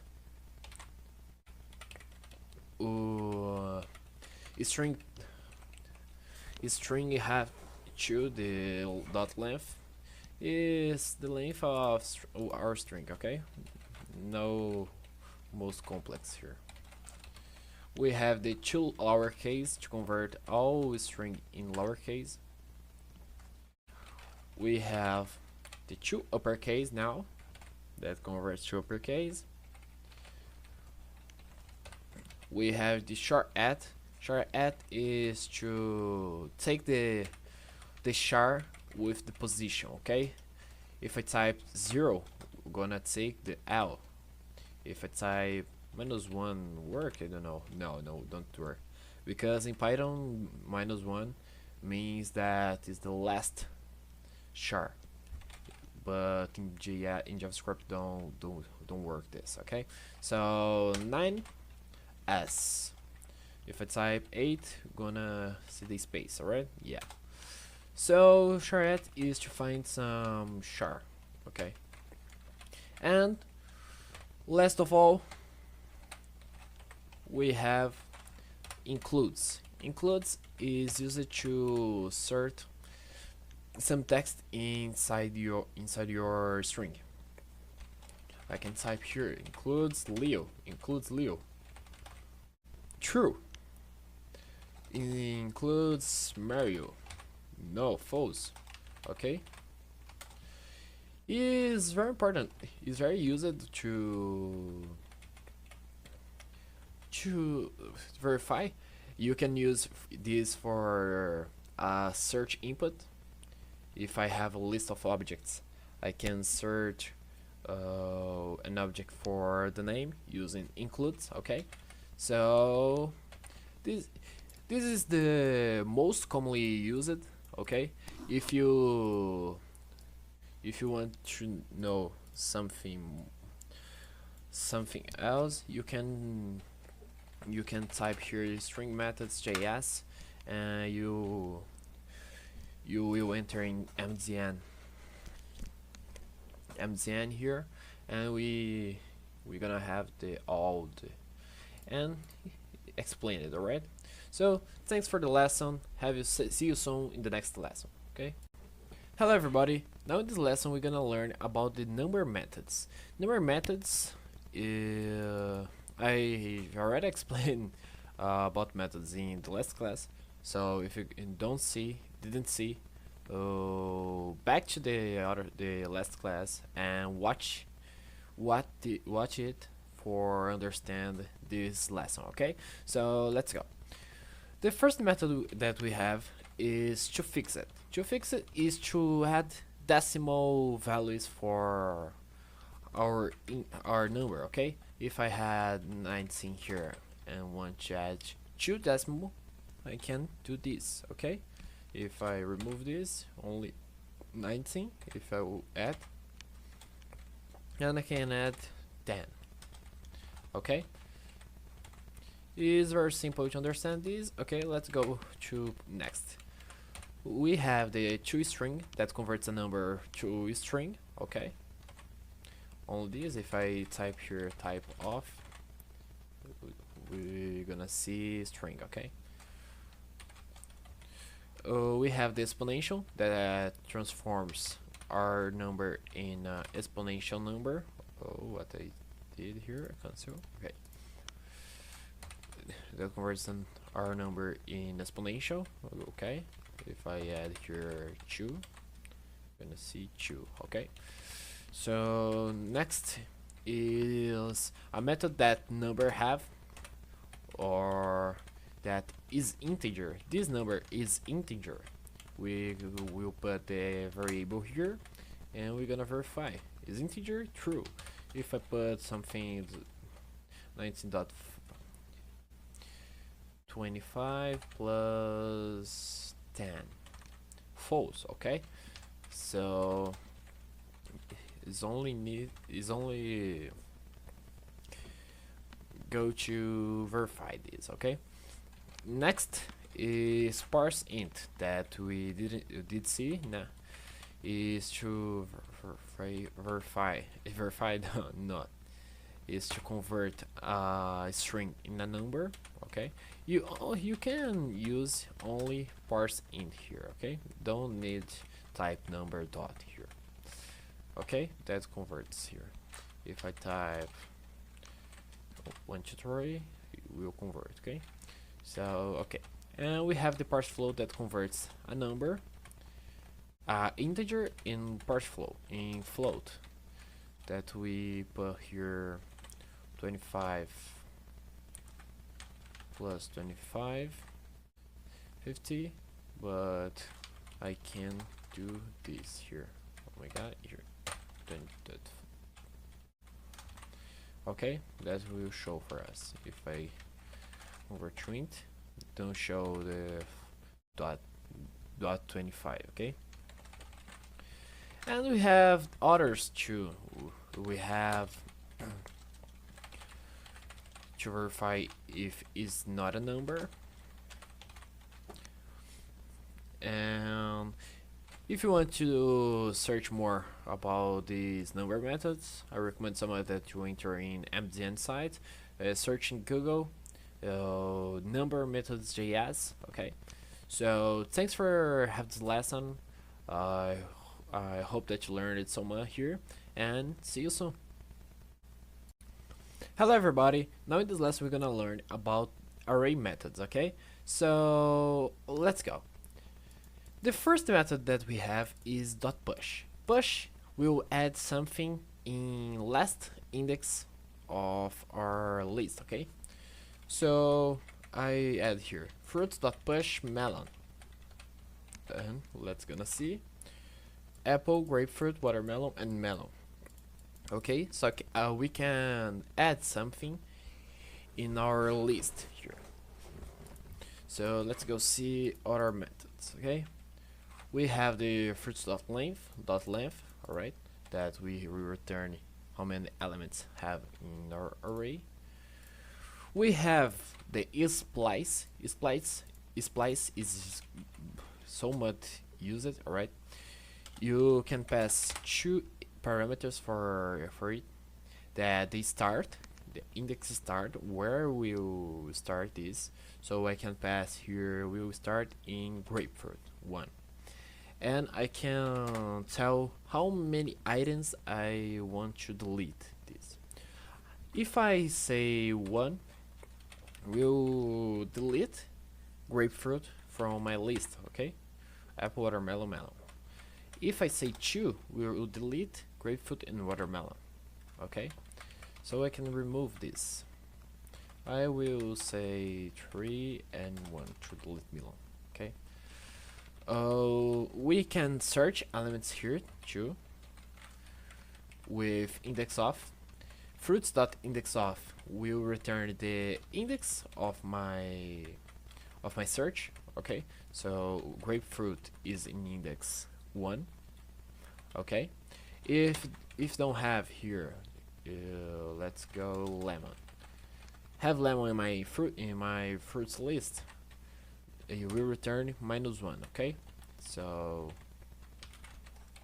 okay, and to group list in other list, we can use fruits.concat other and pass the other list that we we want. Okay, apple, grapefruit, watermelon, lemon, banana. I can do of this way too.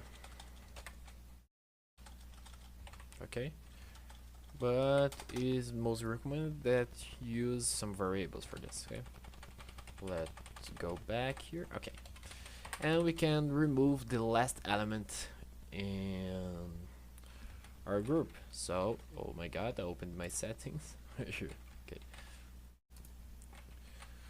Oh, fruits.pop, I remove the last element. Okay, so apple, grapefruit. This is my. Oh, and you can think now, but you didn't concat this. And why not working? Fruits.pop don't remove banana, for example, because this concat is not a constant. Okay, it's not affirmative. Fruits will group with other fruits. To fix this, I need to store this in a variable. If I store this in a variable, const market fruits. Now, yes, we're gonna delete this. Okay, so market fruits as pop. Okay, because no, okay, because when we use concat, we're gonna concat something and reuse this in a variable. Okay, is not this is not permanent. All right, so this is the array methods.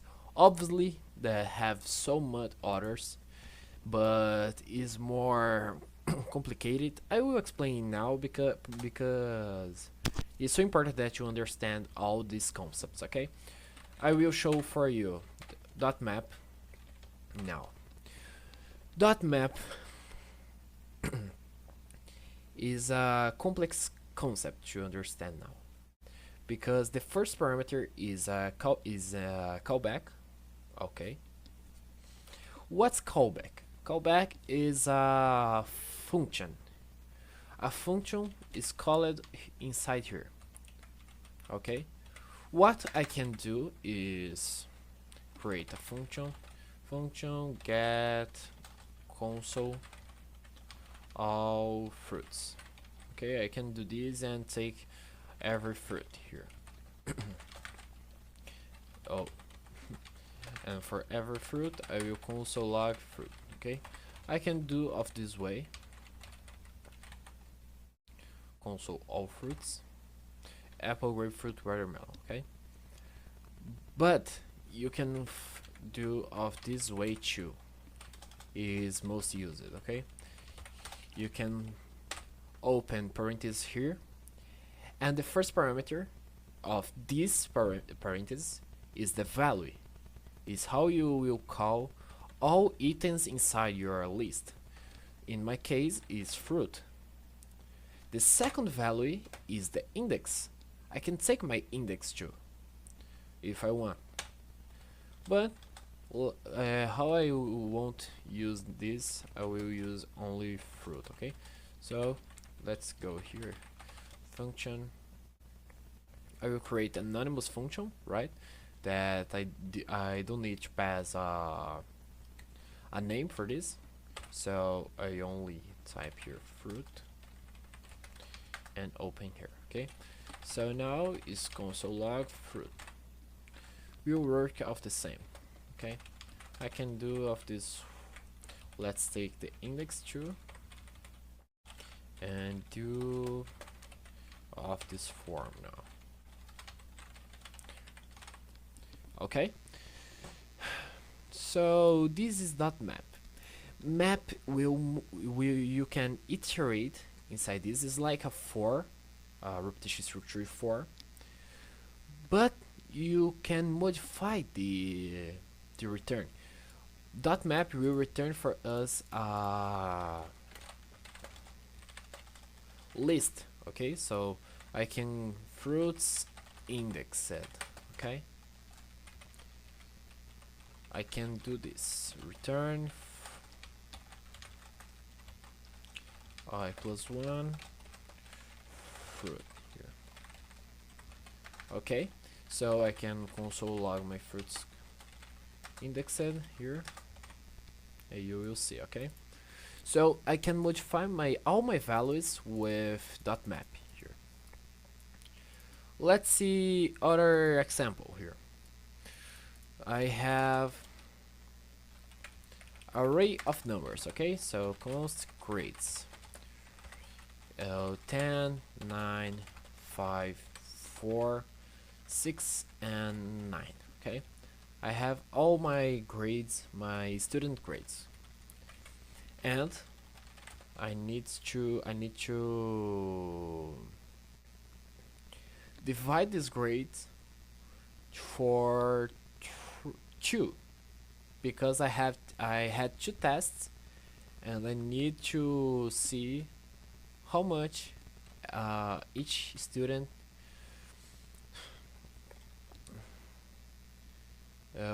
take in my test. Okay, so let's gonna see grade student grades average. Okay, so I will take my grades dot map all grade here function. I will call this my grade here, and we will return grade divided by 2, and I will take this students grades average, and here we are 5, 4.5, 2.5. Okay, so you can modify this very simple. Have other methods too. Don't map is the most stronger that you have, but you have the reduce. Reduce is most commonly used too. Let's gonna see the we're gonna have in first parameter the previous value, so we're gonna call this, I don't know, can be, oh, let's gonna be prev. Okay, we're gonna have the current too, and here and the second parameter inside the reduce is the initial value, so we can use 0 here.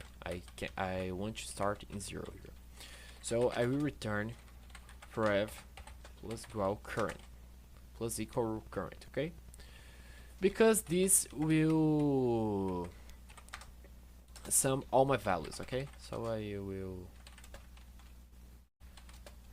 will take this all grades. So let's go show console here. 43. Okay, it's very powerful, this tool, so I recommend so much that you use. Have the others, filter, search, fill, sum. I recommend so much that you search the array methods. Okay, but we're gonna stay for here. Okay, thanks for this video, for staying this video. We're gonna see next lesson object methods, so thanks and see you soon. Hello everybody, now in this lesson we're gonna learn about the object methods, so let's start. The first method that we have is object.keys. Okay, so let's see what it did. Okay, object.keys will return the keys of our object. Okay, so we're gonna see name, age, and is male. Okay, we return the keys of this. The object.values will return the values of this. Okay, so keys return the key, and the values return the value. Okay, And we have the object.freeze too. Object.freeze is commonly used because if we don't need to modify our object, we can use object.freeze to freeze, and so we can't update the person. Okay, we can't change this. So I will freeze this and I will declare this person dot is female will receive false. Okay, so I will console log person again, and you can see that don't modify, but if I comment this line you can see that changes. Okay, so object freeze have this go, and what I can do too is object is frozen, verify if it's frozen, and you can see that true. If I comment this line, false. Okay, objects don't have so much methods that we use. Is most commonly used the array methods. I swear for you. Okay, so thanks for having this video and see you soon. Hello everybody, now in this lesson we're gonna learn about the repetition structure for in. Okay, for in has the goal to iterate inside a person. Okay, so iterate in keys of the person. Okay, of the object. better saying. Okay, so let's go see what it did. Okay, so now we're gonna learn. We're gonna put here for and declare a variable here, let prop in person. Okay, so you can see that changed all. We don't have the condition, we don't have the increment. Okay, because these interpret that will iterate here. Okay, so let's gonna see what we get if I type here prop. I get all my keys in my personal keys. Okay, so if I type here person and key and prop, you can see that I get the values here. So what we can do is prop, and here we are person prop here. Name Leonardo, age 19, is male, true. Okay, so we can iterate and get the keys and values. With array we can use two, but it's like for normal for. Okay, you will get all the index in your array. Okay, so this is the for in, is used for object and only this. Okay, so thanks for watching this video and see you soon.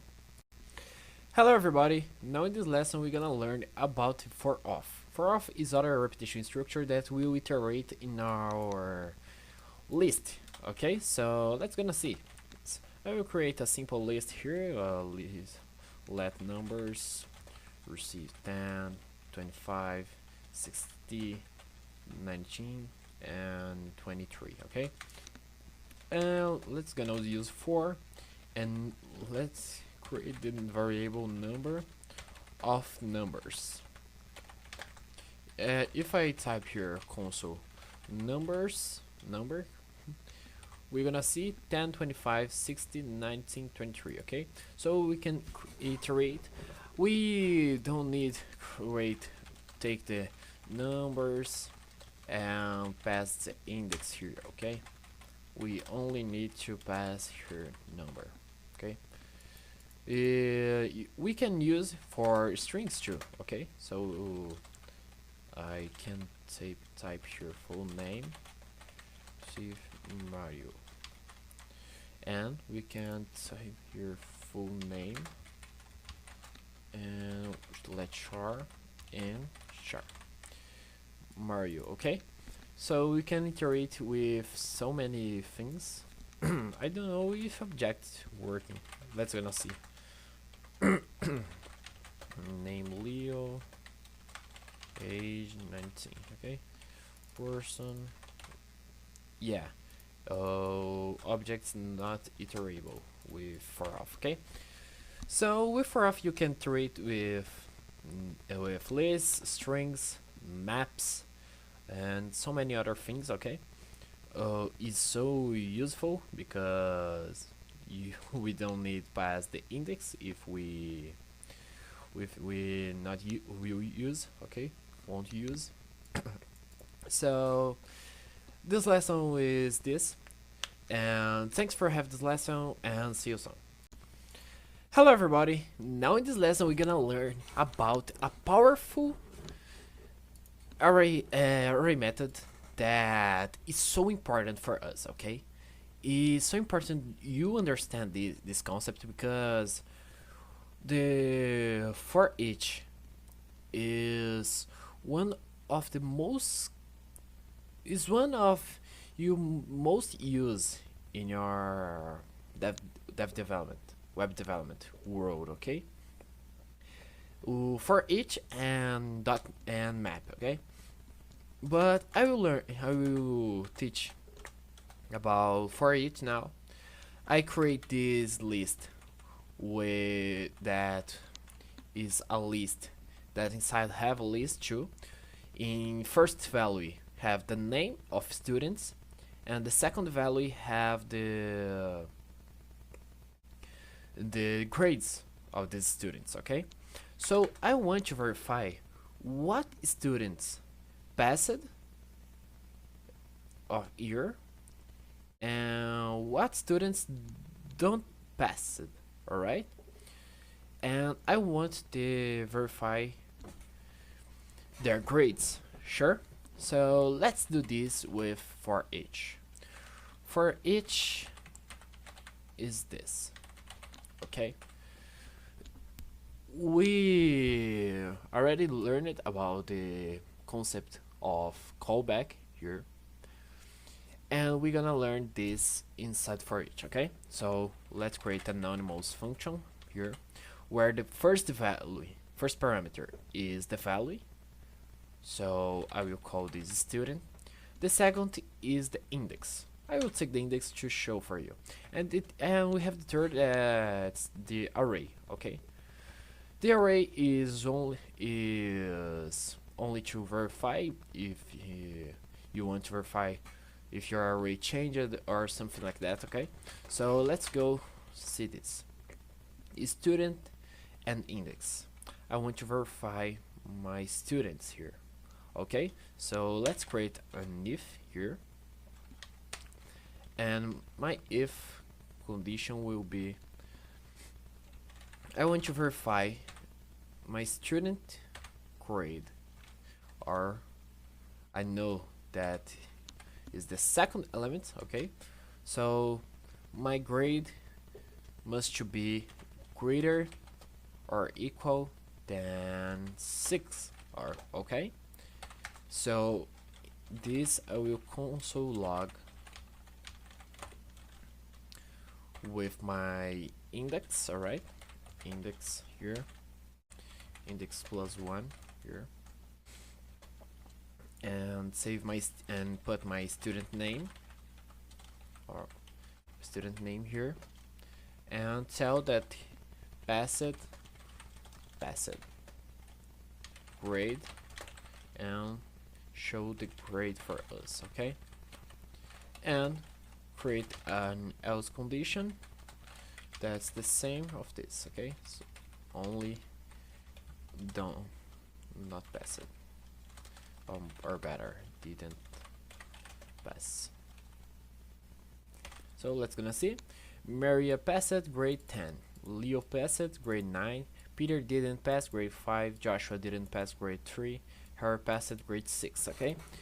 So with for each you can see that you can do so many things, so many stuff with this, okay? So I want a challenge for you. I want that you create a program like this, but I want to add the 3 parameter, okay, for each list. So I want the first index will be the name, the second will be the grade, and the 3 will be the second grade, okay? And I want that you show here all the grades and show me the average of those grades, okay? So I will wait for you complete this challenge. So okay, see you soon.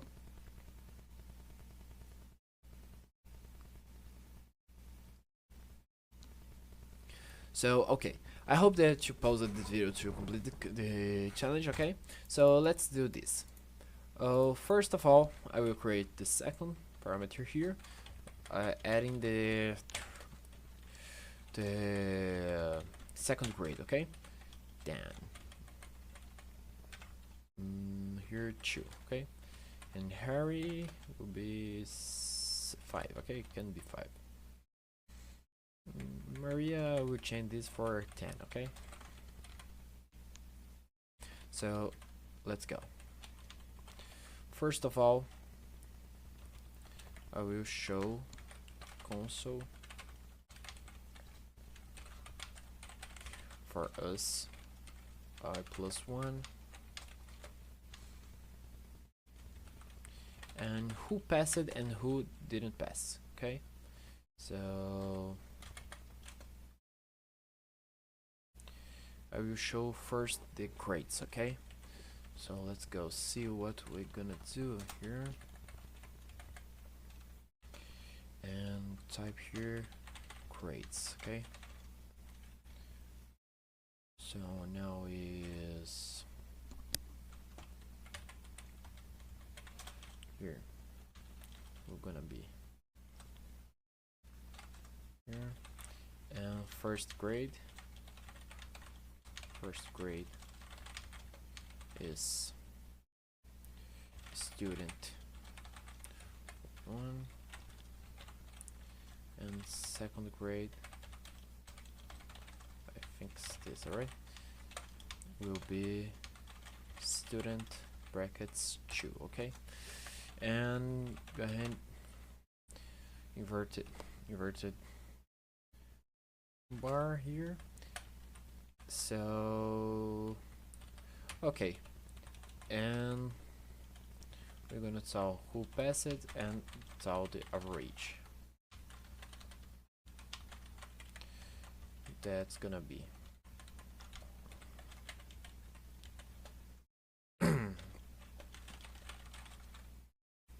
student 2 divided for 2 here.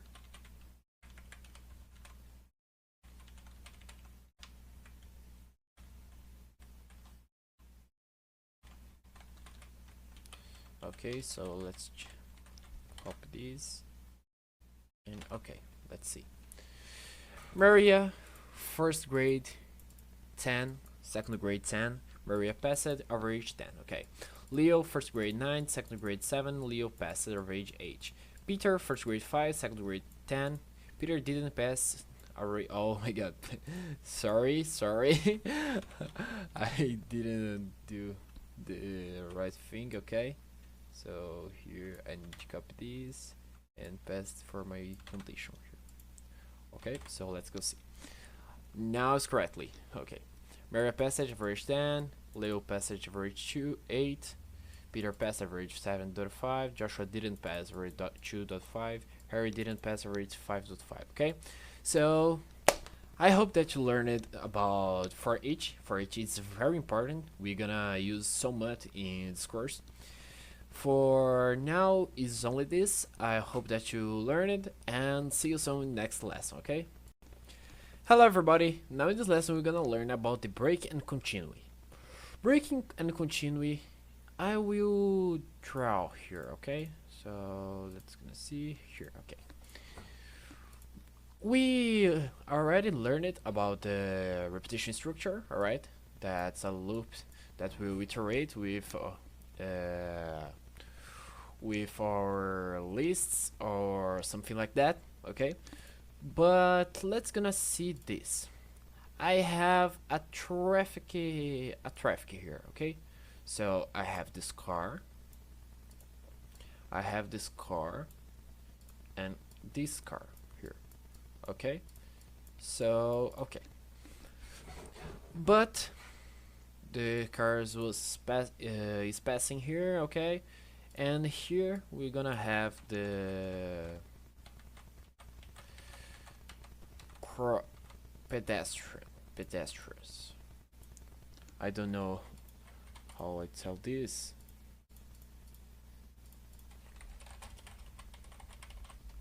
Crosswalk. Okay, we have the crosswalk here, and this car needs to stop because have persons here. Okay, have people here, so the car is passing here and he stopped here to the other people can pass. Okay, what we call it this is brake. Okay, the car is stopped here, don't move it up again, but if we change this for continue, the car after this will continue your way. Okay, so let's gonna see this inside the code. We have the number list here that I created, so I want to iterate inside this. Okay, so I will use the for off that we already learned. Okay, so let's change this. Okay, let number of numbers. Okay, so let's close this. Okay, let's see back here. Okay, and I have my console log number here. Number. What I wanna do is verify what number is odd here, or better, is even. Okay, what number is even? The odd, I want to, if my application found an odd number, I want the stop application. Okay, so let's gonna see how I will do this. If number module 2 equals 0, I want to console log this. Else I will break my application. Only show 10. Why? Because after 10 we have 251 here, and this number is odd. Okay, so my application break here and didn't continue. If I change this break and put a continue here, you can see that only show 10, 12, 2, because the other numbers is all odd. Okay, and my application skipped all odd numbers here. If I change this, I want to inverse. Okay, so let's gonna see. Oh my god, sorry for this. It's not this. Oh, now it's correctly. Okay.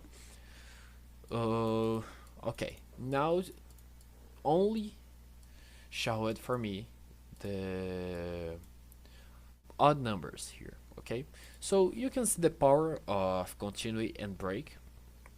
You can use so much in your applications, because if it happens something, I don't know, if user is not logged anymore, I want to break my application, I want to stop this. Okay, so we can do this of anyways. Okay, so thank you for having this video. I hope that you learned about break and continue, and see you soon. Hello everybody. Now in this lesson we're gonna learn finally the JavaScript done. Done in JavaScript is all, okay? So we finally use the HTML in our applications. we we're gonna stop use the console. Finally, I know that you already busy, you if you are already lazy using console, alright, but now we're gonna use finally the HTML for this. Okay, I create a simple structure here, to-do list, okay, with a form with input here and a button, and here we have the UL here, okay. And what we gonna do here, I will delete this. I want to type what I want here, or for example do homework, and click to save, and when save add a list item here. Okay, this is a simple application that we gonna learn about JavaScript done. Okay, so first what we need to do, what I've already tell it for you, is that for us variable is all right. So we need to store in variable our input and our UL, okay, because this is the most important thing that we gonna have, okay. So let's do this, okay. First I will create a const and we'll save my input. How I will do this? Input user, or better, user task receive. First, my HTML is in document dot. I have so many other methods to use here. I will use the query selector, okay.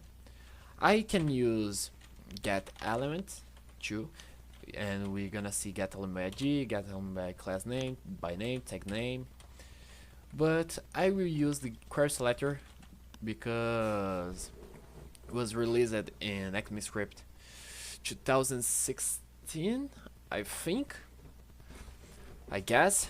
So let's use query selector, okay, and with this we're gonna select the with IG, or we're gonna use this square here and type the IG user task here. Okay, so is this IG inside my input? Okay, so with this I've already take my input. Let's go and see in console, okay, user task, you can see here, okay. If so now how will I take my value inside the input? Is very simple. We're gonna learn about event listener, okay, so let's do this, okay.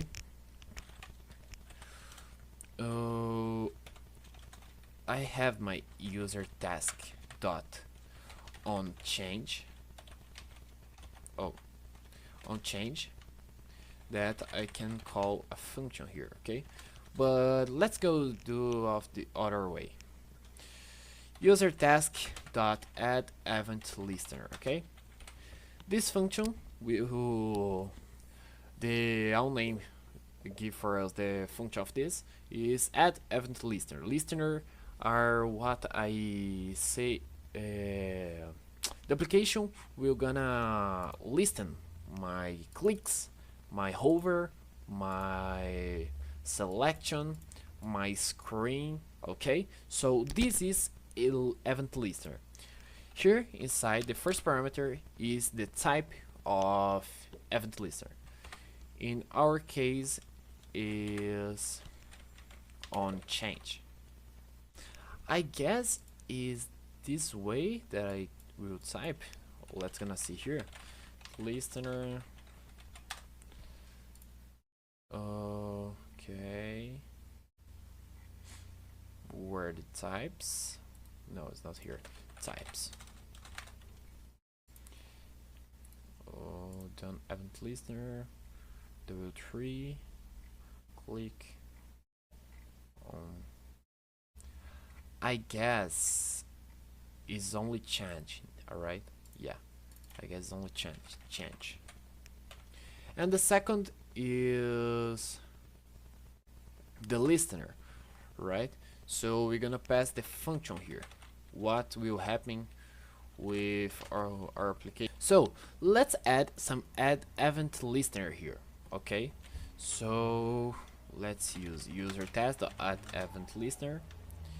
And what we're gonna put here in first parameter is what event will happens or the change, and the second will be the function. Okay, so function, and this will receive some event here in parameter, because this event is this. Okay, so what we're gonna do is showing this console. So event dot target dot value. Okay, event dot, oh my god, what happened here? Oh, I understand. Here, event is this, target is to talk, I want the HTML structure of this, and dot value is to take the value of the input. Okay, so I can type here Leo. Oh, I didn't save. Okay, Leo. Okay, you can see that I have now. So let's do this correctly. I will save to my list. Okay, so list, task list. All right, course selector and square list. Now what we're gonna do is create a function to my form, because I want to add something on submit. Okay, so on submit of my form, I want to add a list item in my list. So let's do this. I teach of one way. I will teach of this way now of create a listener. Okay, so save task, and what you're gonna have here is the event we're gonna put here, and event prevent default. Why this? Because this prevent default, for default the HTML form update the page when I click on submit. Okay, so for this don't happen, I will remove this. Okay, so let's go. Now I will take my value, user value here, user test.value,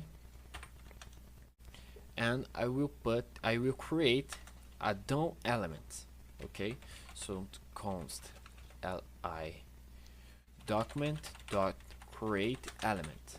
I will open parentheses and say what type of element we want, li. Okay, just this.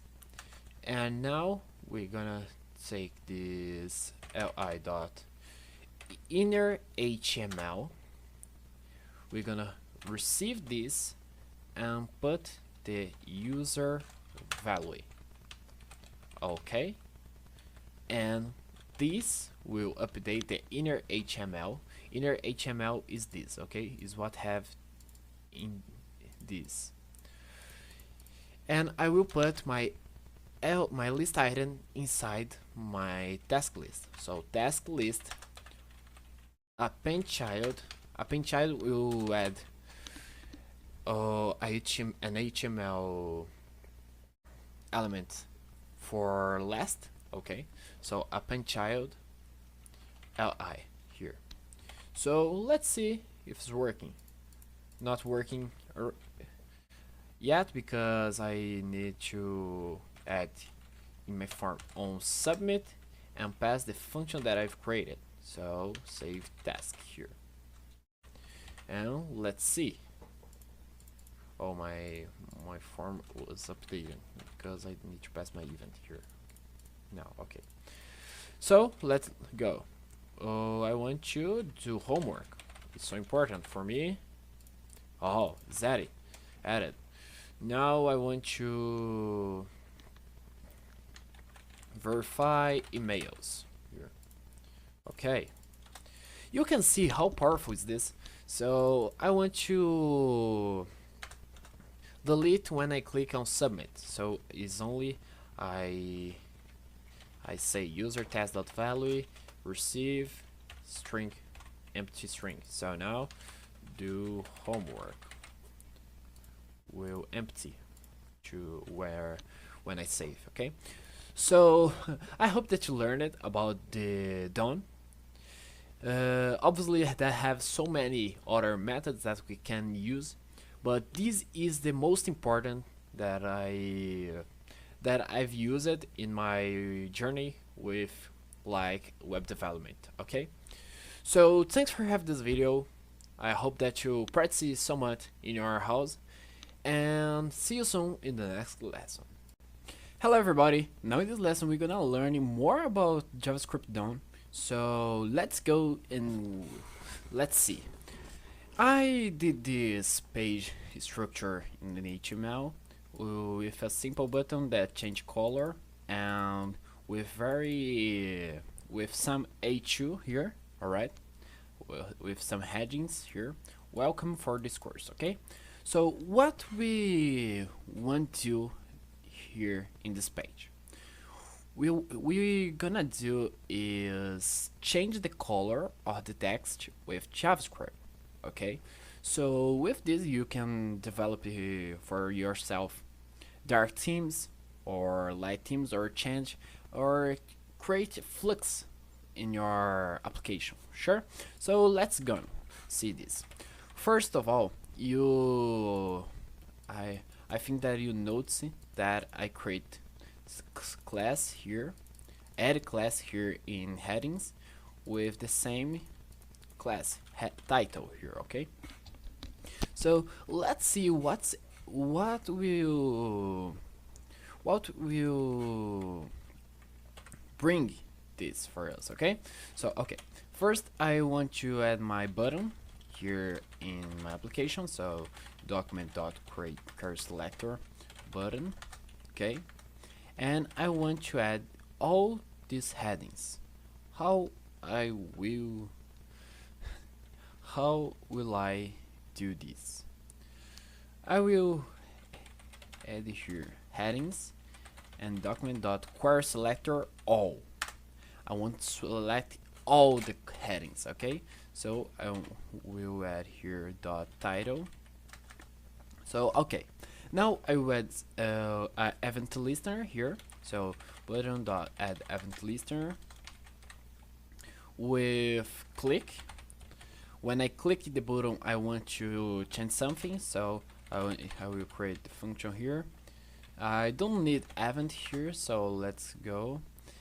And okay, first of all, you will see that I will show this in console for you. Okay, what is my headings now? My camera in front of the console, so let's change this. Okay, let's see this here. You can see that is a node list or an array. So what we need to do to modify something, this is iterate for in our array. Okay, so let's do this. Okay, so now I will take my headings here and add for each now. And okay, I will have other function here to iterate in my values. So I will take my heading, and for each heading that I have, I want to change the color. And how will I do this? I will take the heading dot. We have the keyword style for this. Heading dot style dot color. Okay, and this style is the CSS. Okay, and we can change the font family, the color, the background color too. Can change the position. Okay, so let's modify the color, and you will give any space equal receive the red color. Okay, let's see what. Oh, when I click it in the button, change the color of my application. Okay, let's modify more. Okay, this. So I want if heading dot text content. Text content is what is inside the heading. So is this welcome equal welcome. I want to heading dot style color red. Else if heading dot text content equal 4, I want to change this for yellow. The same thing for this. Heading dot text content equal this. I want to style this for green. Else I want to for blue. Let's see what's effective this will happen. Okay. You can see that changes all the colors with my decision structure here. Okay, so this is the most important that you can do. I can modify it too if I want. I can change this for, let's see, heading dot text content equal bye bye. Okay, bye bye. I can change my text content, my style. Okay, so this is the amount that I want to show for you. Okay, so thanks for seeing this video. In next lesson we're gonna learn more about the date. Okay, so thanks and see you soon. Hello everybody, now in this lesson we're gonna learn more about the date in JavaScript. How can we work with date? Okay, so let's go do this. First of all, to create a date element, we need to use the keyword new, and after this write date. Okay, new is instance, mean instance because we gonna instance an object date. Okay, we're gonna learn more about new, this, other things like that in POO, programming orientation, object orientation. Okay, so let's do. What methods do we can have with date? Console date. We have get date, get day, get hours, get milliseconds, get minutes, get month, get seconds, get full year, get time, choose a string, to UTC string, set full year. Okay, so we can work off so many ways. Okay, with date. Date in JavaScript is complicated to work. Okay, so I want to modify and change this. This is the current date today, and I want to modify this. Okay, and I want to add some hours now. Okay, so let's go. First thing that I will do here is set class here and time now. Okay, so what I will do now is add here const date heading receive document dot query selector dot time now. Okay, and okay, Now what I will do is date heading dot text content will be first date dot get month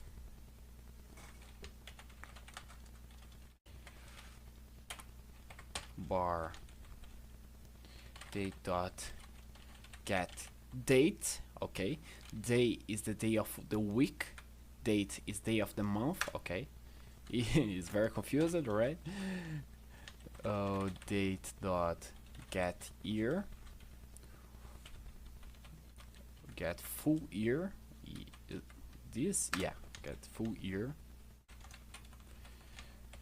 Don't remember of add parentheses final because it's a method. Okay, and here we're gonna take the get hours,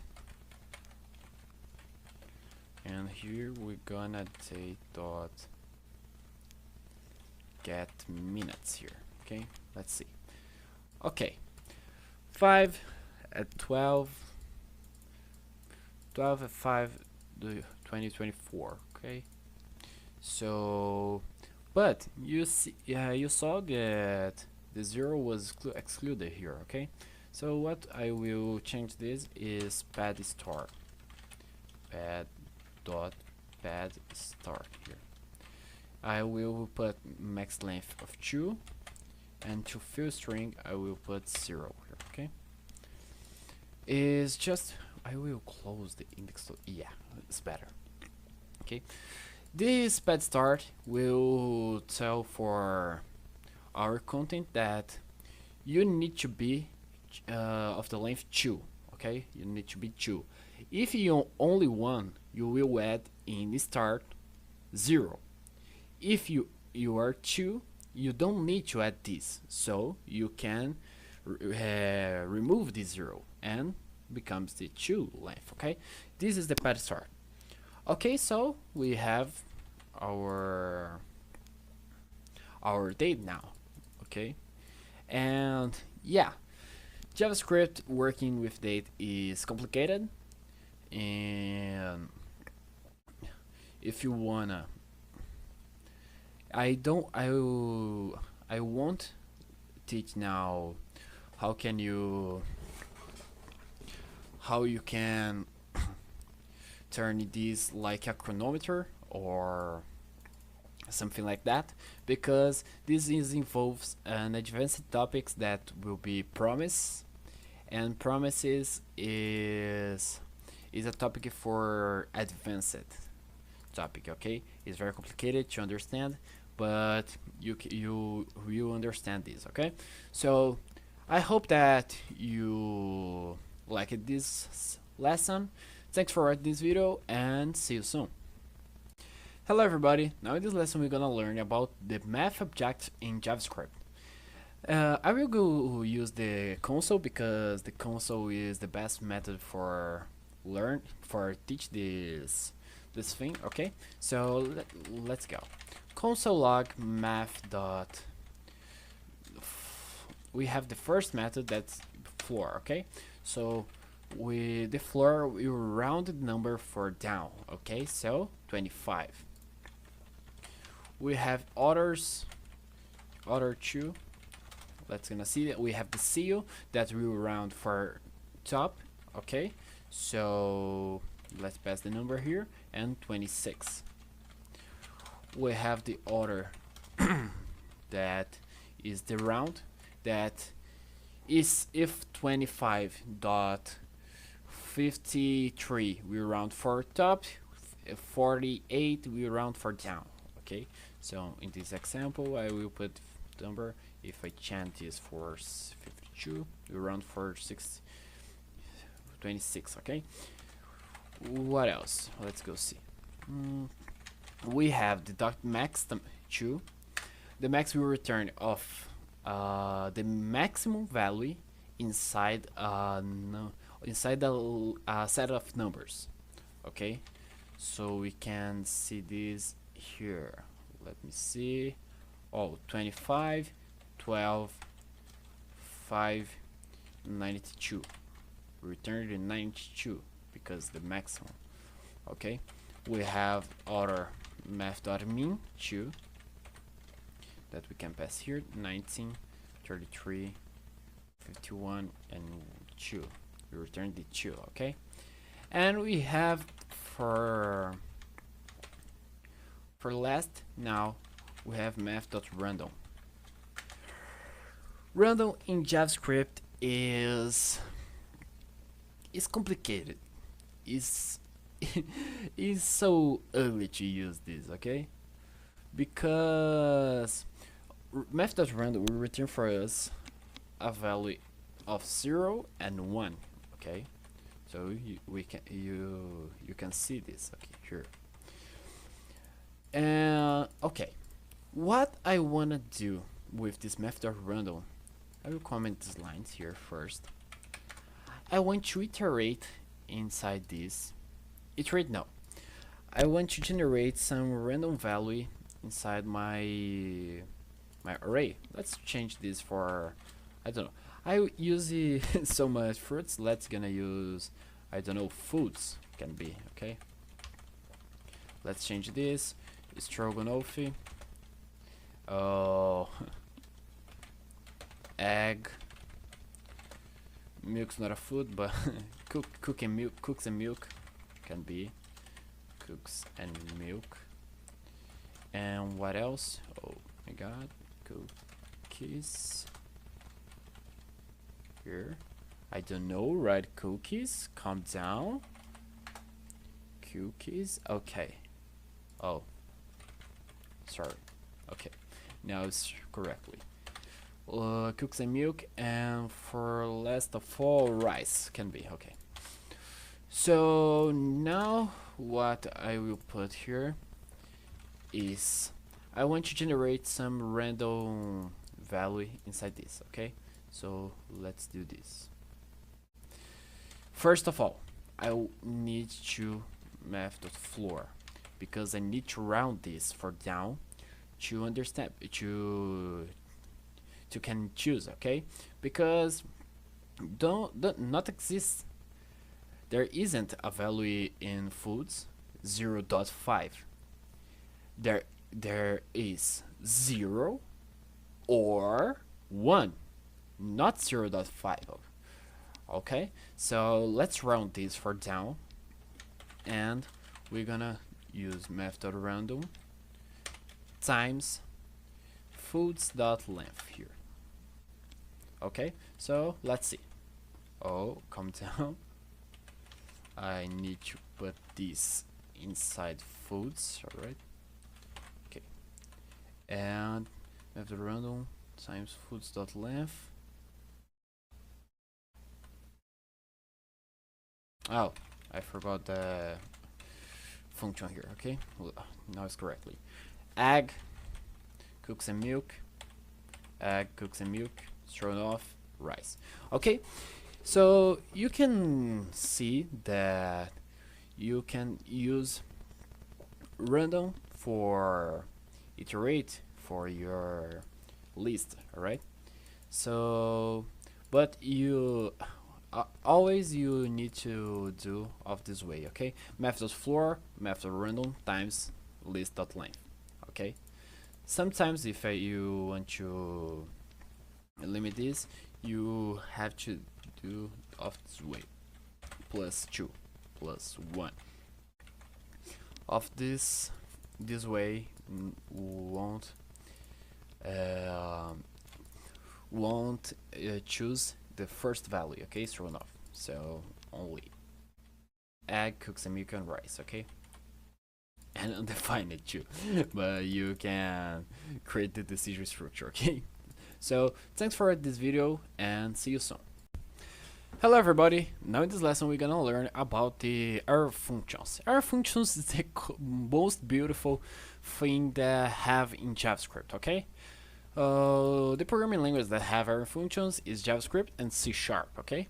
So, okay, what's error function? Error function is a resumed form to resumed way to write a function, okay? I think I can explain it of this way. Okay, so let's gonna use this foods and fruits. I have my list here, and we're gonna dot map.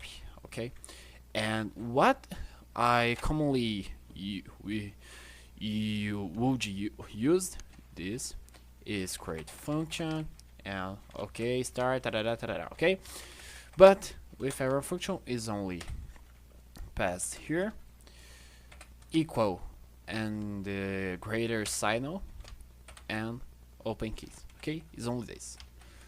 You can see how resumed is this. I don't need write function here.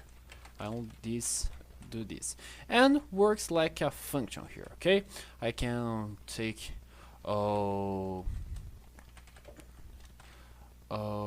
item and I can pass here console log item. Okay, is only this. Okay, item plus exclamation. Okay, our functions on this don't have so much to explain about this. Our function we're gonna explain more deep when we learn about POO, programming object orientation. Okay, so for a while is this our function I recommend so much that you use to create a constant. You can create constant let's see, remove last item. You can create of this way. Okay, and here we're gonna put my list and list.pop. Okay, so I can remove last item list. Open foods and fruits. Okay, and console log foods and fruits. Okay, so this is the error functions here. I hope that you learned about this and see you soon in the advanced topics that we're gonna learn so much things. Okay, see you soon. Hello everybody, now in this lesson we're gonna learn about all of concepts that we learned inside the intermediate topic. Okay, so what we're gonna do in this project is a to-do list where display the date here and the total tasks here. Okay, so add a new task. So I will make coffee here, add task, and we're gonna have make coffee, complete or delete. Let's add something else, do homework too. Add task. Okay, make off, do homework, and we can complete this and we'll sublime. All right, and we can delete this. Okay, so total task 1, sure, complete, and when click again remove this. Okay, this is the challenge that we're gonna do. Okay, so I hope that you fixed all the concepts that I teach it for you. So let's gonna do this. Sure. Okay, now I deliver for you the HTML completed with this so with script empty. Okay, so let's gonna do the project. Okay, so what we're gonna do first we need to initiate the to-do list. Yeah, our to-do list. Okay, so let's gonna let tasks, let's initiate this. Okay, so for now we need to create the function display date, only to display the date. Okay, so okay, let's go.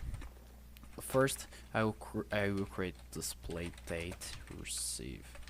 I will use our function here. Okay, so const now new date, and now I will show this in document.getElementById date I will show this here in this paragraph. Okay, show dot text content receive now to date string. Okay, so I don't show because I don't start it. So okay, it started this, and okay, let's to we did the first task that we need to do. So let's do the next. Okay, update task count.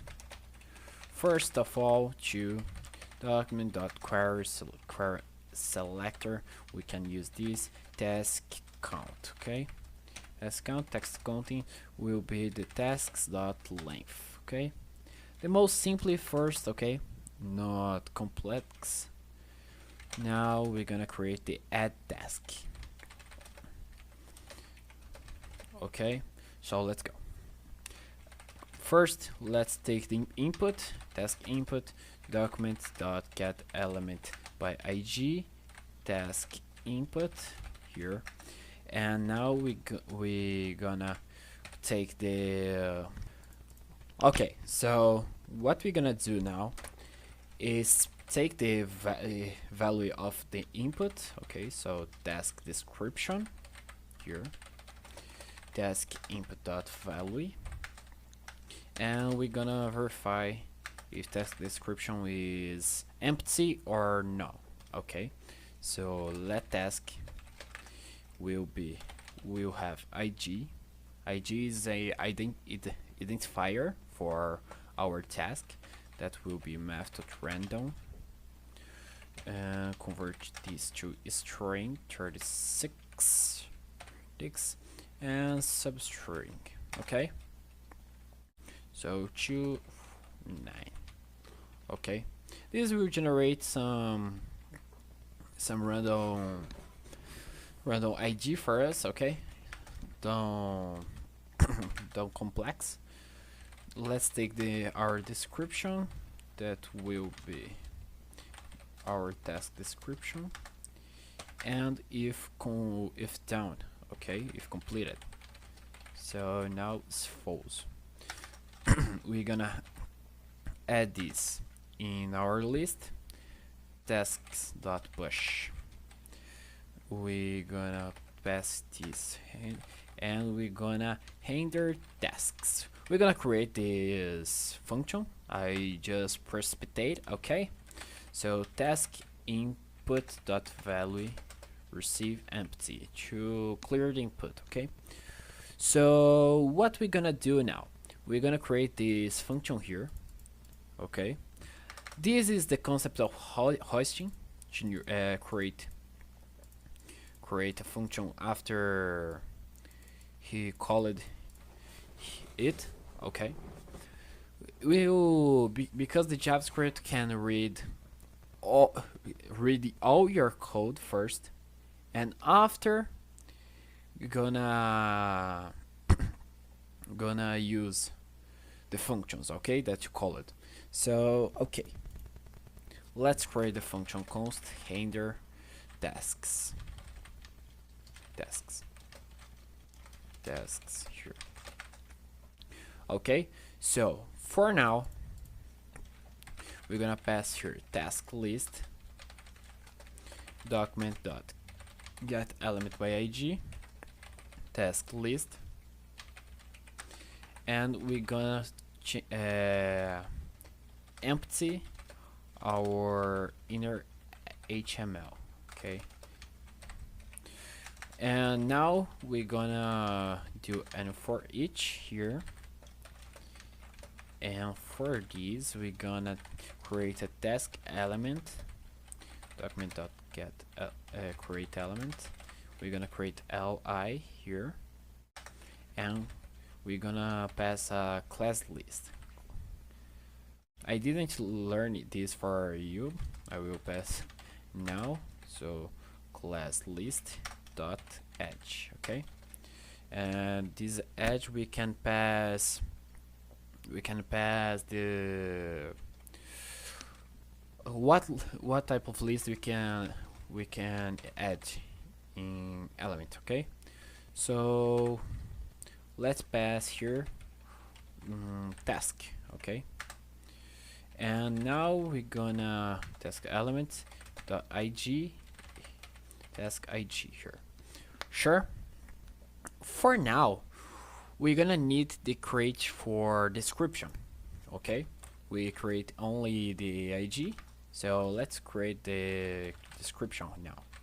Task description receive document dot create element span, and task description dot text context receive task description.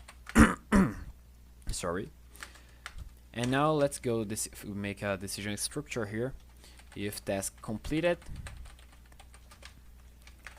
let's do text description class name. We can pass off this completed, okay? I will do same here because class name equal task, okay? And for now, we're gonna create the complete button here, okay? So document.create element button here, complete button dot text context equal complete, and complete button dot on click we can pass directly, okay? Toggle task completion. We're gonna create this function, okay? So task.ig, and we're gonna create the other button for this, that create element button delete button dot text complete content delete, and delete button dot on click receive a function delete task, okay? Passing task.ig here, okay? And after this we're gonna add on our append child, okay? So let's add this task element dot append child task description, and we're gonna add this for first complete button here, delete button, and here task element. We're gonna add this in task list, okay? And what else? And we're gonna render task here. No, is update task count here, okay? We're gonna call this every time that create, okay? So now we're gonna create the toggle task completion, passing our task ig. Oh, now is correctly, okay? And we're gonna take tasks equal tasks dot map,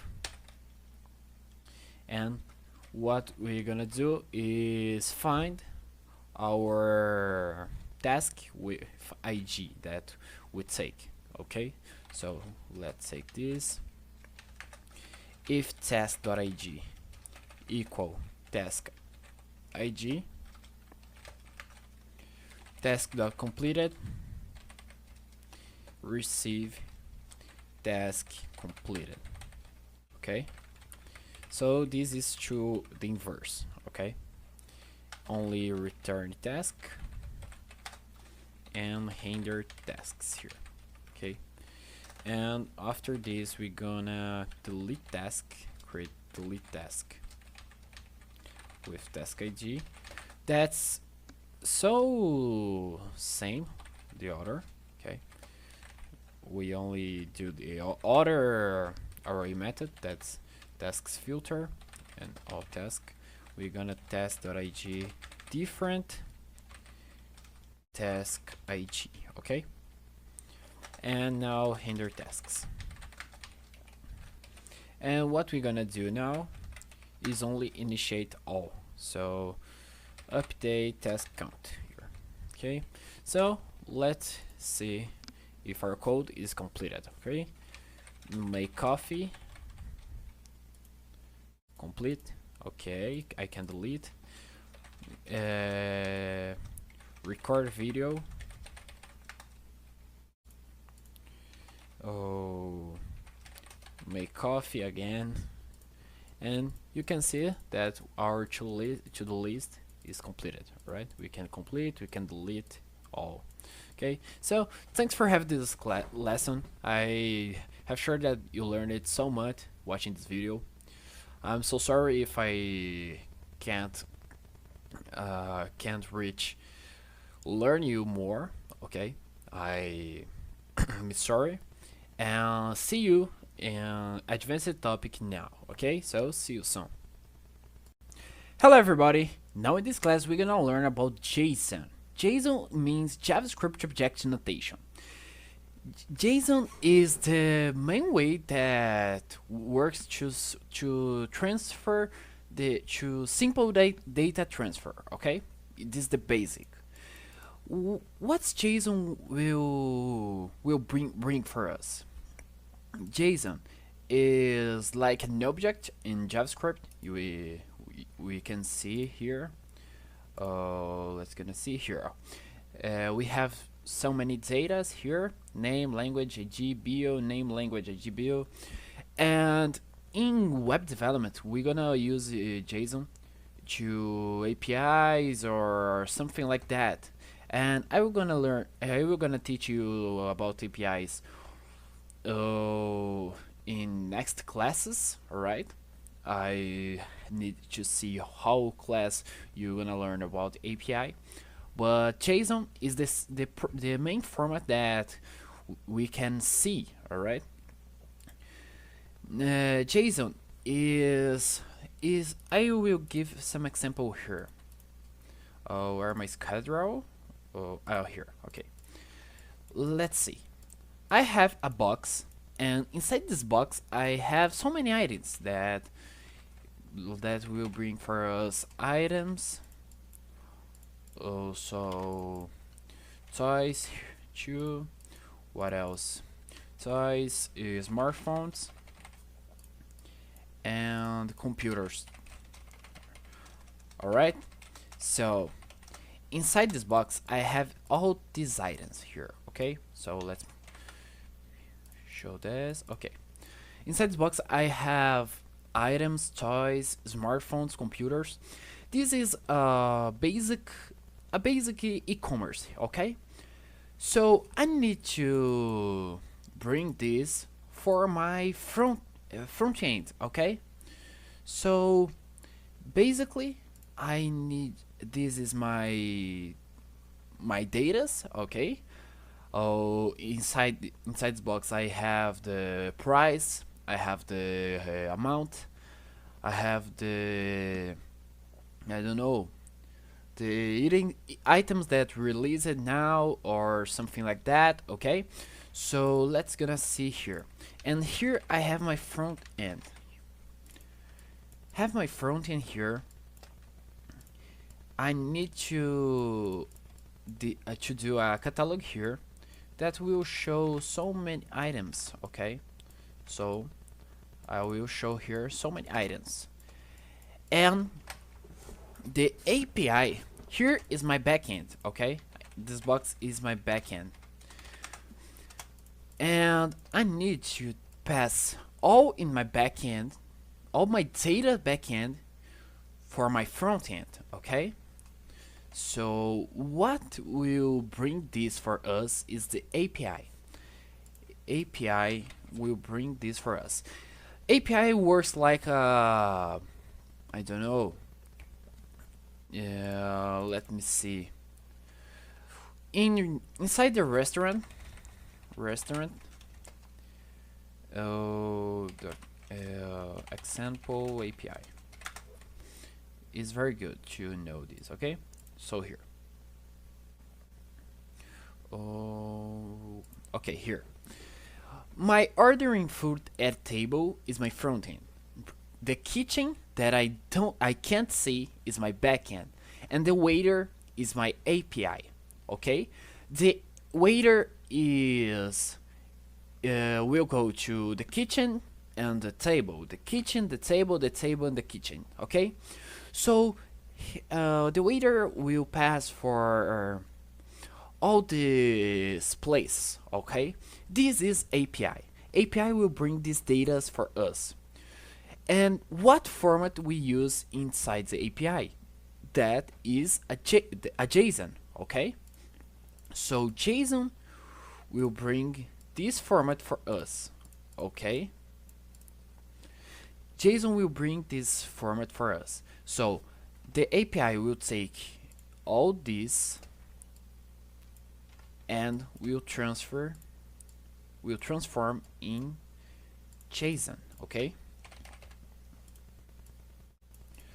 and this JSON we can use this inside the front end. Okay, so this is JSON that theory class now, because it's very important that you know about JSON, what this means, what important is this.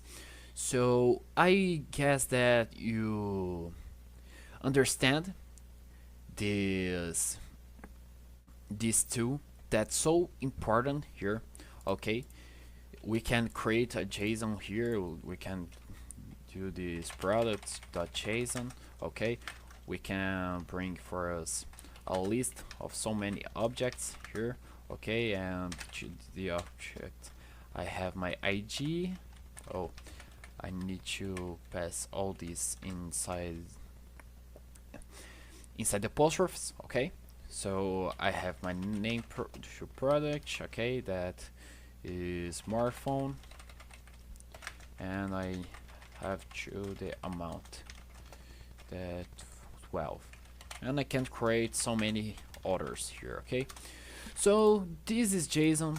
I hope so much that you understand this concept, because will be so important in next lessons. Okay, next lesson we're gonna learn about the asynchronous JavaScript. Asynchronous JavaScript is so important that you understand, because we will throw the concept of APIs now, concept APIs. So I hope that you understand this. If you don't understand, rewatch this. Okay, so thanks for this lesson. Now, let's go to the next lesson and see you soon. Hello everybody, now in this lesson we're gonna learn about asynchronous JavaScript. Asynchronous JavaScript will be the most important thing that we will learn inside the JavaScript, okay? Because this concept will bring for us all the other concepts, okay? So, to understand better. Asynchronous JavaScript will bring the constant API for us, will bring for us to how I can validate some some data that I will receive. Okay, so promise is very used to receive data, send data to, because to understand better. Okay, let's go to understand the synchronous JavaScript. The synchronous JavaScript is the default format. Okay, what is this? JavaScript will read the code line by line. Sure. So you want to add some time to execute the next line code line, and this time that you wanna put is the asynchronous JavaScript. Okay, so you will insert some counter. Okay, 3 seconds to execute the console log here. Okay, so what this means, let's gonna see is I have my name, and I want to transform this in other thing. Okay, whatever. And after transform all this, I want to print something in console log, like completed transform. okay? So we will put this inside a promise. We're gonna learn about the promise concept, okay? So calm down that you will learn more about these concepts. Oh, before of all, it's very important that you understand the concept of callbacks that we're gonna see in next lesson, okay? I will show for you the what is callback and what's the problem that JavaScript the troubleshoot that JavaScript found inside the callback, and what the JavaScript found a solution for this, okay? So this was most theory lesson, okay? You will understand more inside the next lessons, okay? So I hope so much that you rewatch some of your lessons that you don't don't know, okay? So thanks for this. I hope so much that you like this course, okay? So thanks for this and see you soon. Hello everybody, now in this lesson we're gonna learn about callbacks. What's callbacks? Callbacks is functions that was passed inside a arguments of functions. Okay, so let's have some example because maybe is very confused, I don't know, so let's go see here. Now I have my function greeting here that has one argument name, okay, and inside this I have a alert with hello and the name, okay. In the other function I have the process user input. Inside I have my callback, and here I will use my variable name. Inside I have a prompt that here in callback I pass my name. So what I would do, I will take my process user input and pass inside this my greeting, okay. What I can do here too, I can do this, okay. So pass, take my name and alert hello name, okay. I can do this, that will work of the same way, okay. So let's see, and here please insert your name, right? Please insert your name. Let's see, Leo. Hello, Leo. Okay, so callbacks is only functions that was passed inside the arguments of some function, okay. So watch out with this, okay. Why? Because this is used for asynchronous, is used inside your asynchronous JavaScript, but the other problem that we have is this. This is called callback hell. Callback hell is function passed to function, the passed to function, and this is horrible, okay. So look this, I have some function that get data, and this has a function that will pass it in like an argument, okay, with data here, and I will process my data here and call my other function to take the processed data and save data, okay. And these will will do for us loop, more loop, more loop, more loop, okay. This in now is not a problem, okay, but this your code will be so ugly, will be so, it will have a bad performance because this callback hell, okay. So don't use so much this, okay. because I will teach you in next lesson about the promise in JavaScript. Uh, that will bring for us another concept that will be so important.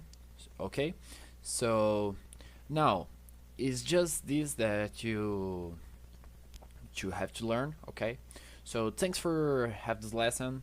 I will I will take you in next lesson that will talk about promise. Okay, so thank you and see you soon. Hello everybody, now in this lesson we're gonna learn about promise in JavaScript. Promise, let's do this in Scalidrow because Excalidrow I will explain better, okay? So okay, we stay here, right? And the first thing that we're gonna do is delete this. Alright, okay. What is promise? Promise is like a promise that you make for your friend. Some example.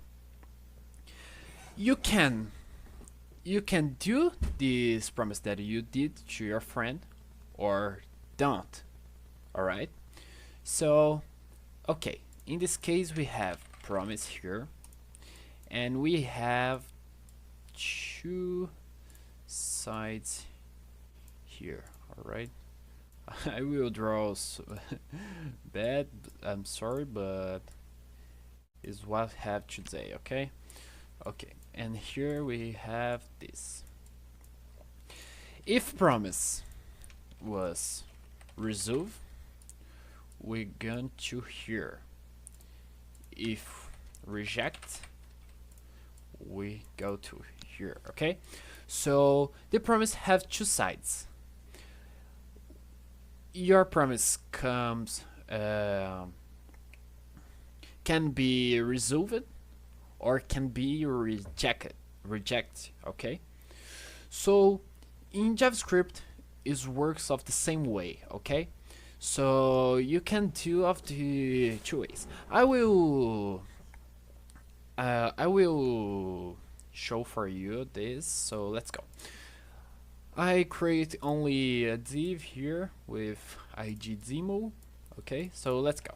I will create my first function that is display something with parameter sum, and I will get my document dot get element by id and demo, and I will go in, change my inner HTML and put my sum. Okay, sure, I create only a simple function here, only for demonstrate. Alright, so okay, now what we're gonna do is create other we're gonna create our first promise. Okay, so const my promise receive new.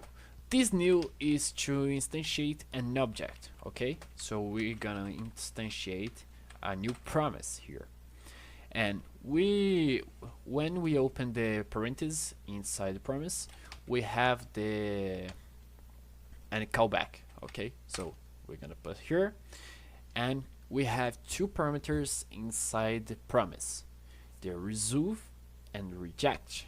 Okay, so let's put this here, resolve and reject. Okay, so with these two parameters that we have, we only need add some condition.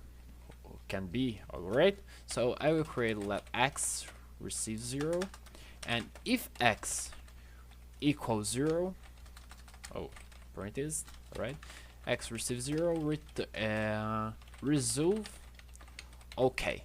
Alright, else reject error. Okay, so this is my promise, only this. Alright, so if x equals 0, only will display okay, else error. Okay, so let's do this. So I will put my promise here. When I put my promise, have a keyword that we can use. Alright, So is the then. Okay, so my promise dot then, sure, I will open parentheses here, and the here I am the value that I can take. And what's this value? This value is this, all right? So is this okay, and the error, something like this, all right? So I will take my value, and I will call the display something, and pass my value here. If resolved, all right? But if reject, we have other keyword. Other thing that I can do is this, all right? After you did this, I need that you do is console log transforming, all right? I can do this. So let's take this, and after when I open my console, transforming here and my OK here, okay? So I can do so many then here. Then, and passing this value, okay? I can, if I want, I can only return, I can pass my value dot, I don't know, dot replace, okay, for is good. And I can take my value here, and I can console this, right? So my console here, let's see, is good, all right? So I can manipulate this of so many other ways, okay? So let's back, because I can show you other thing, all right? So I will separate these, all right? So then I will console my log transforming. But if happens some error on my application, on my promise, I need to use the keyword dot catch, all right? So dot catch, I will take my error here, my error message, and I will put this on my display something. So put my error here, and I have the other keyword, but it's not commonly used, all right? That finally only after all the promise happens, we will execute the finally, okay? But not commonly used, all right? So okay, here I have my okay, but I can change this for, let's change my x and change this for 10 and display my error here, okay? Now you can think about the Leo. I can see a functionality for this. Now you don't go see, okay? But after some lessons, we're gonna learn about the APIs, and with APIs we're gonna learn so much this, all right? So thanks for having this lesson. I see you soon in next lesson, and bye bye. Hello everybody. Now in this lesson we're gonna learn about the async await. Async await comes to resolve a troubleshoot with promise, because when we call so many promise, we can use the then, infinite dance, alright? So it's not we want, right? Let's do other code here. Async await is we can transform all this promise without the then, alright? I will give some example inside the code. You will more understand, okay? So okay, now I will create a function here with call my display. And oh, my keyboard is English again. Okay. And now I will create a promise. So my promise here, and I will give my resolve and my reject, and I will put here resolve let x receive 0 if x, put inside parentheses, alright, resolve I love you, else reject I don't love you. I don't love you. Okay, so I have my promise here, but and if I want to display this on my HTML, I will put this here, embed demo inner HTML and pass here my promise. Isn't showing nothing because I didn't pass here, but okay. So now we will show for me object promise, and isn't showing nothing for me the value, and I need the value here. So what can I do to show this value? I can take type the keyword here called async to transform this function in a synchronous function, alright? And here inside I can use await my promise. So now we'll show my value, I love you. And if I change, showing my I love you here, alright? So this is the most important, right? And when we work with a synchronous function, we're gonna use the try and catch, because if happens some error, we'll throw this in catch. Okay, so now isn't work, but if I throw here, I don't love you. Alright, so this is the try and catch. Alright, try, this is the try code we'll try to. If the code can't do, we'll throw this in catch. Alright, so this is async await. In next lesson we're gonna learn about APIs, and with APIs we're gonna learn more, understand more about these concepts. Okay, so thanks very much for having this class. I hope so much that you understand this, and in the next lesson we're gonna learn about APIs. So see you soon.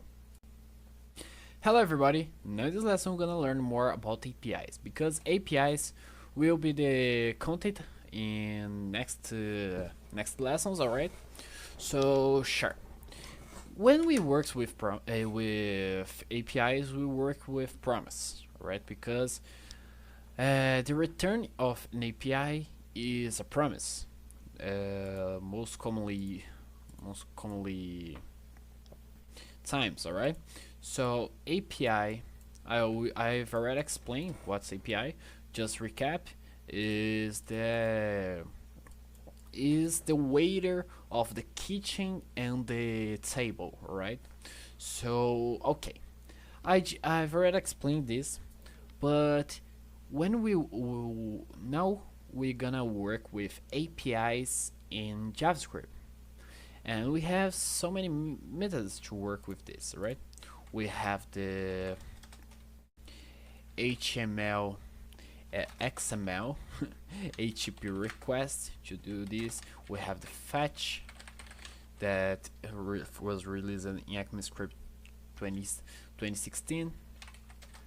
We have libraries like Axios, like this, and so many others. Alright, so to work with APIs, we're gonna use a website that I use so much in my projects that call free APIs. Okay, because APIs we can. There are so many APIs that have JWT that call JSON Web Token that needs some verification code to use this. Okay, but in our case we're gonna use only free APIs. Don't need this. Okay, I will show how an API works. Okay, just to you can see. All right, so let's take dogs, random facts and breed information about dogs. Dog pics. Perfect. All right. So dog pics it will generate randomly photo of random dog, right? So let's do this, right? I will take the URL here and take here, and here I will take my message. Oh, I can random this, and I will take other dog image. All right. So this is an API. This is JSON. All right. I've already showed it for you. That JSON have the message that will show for us the image and the status here. Okay, as success states. So to bring this for our JavaScript, we're gonna use fetch API. Before in next lesson I will show for you the XML.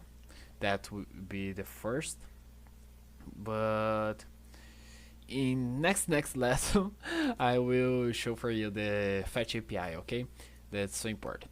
So we can use so many others. Oh, let's see what have this random ducks, random picture of ducks. URL here, where the endpoints here. Okay, so let's take here. Why this? Let's see. Oh, of course I need to type this random. Okay, so random deck. Oh my god, so cute, right?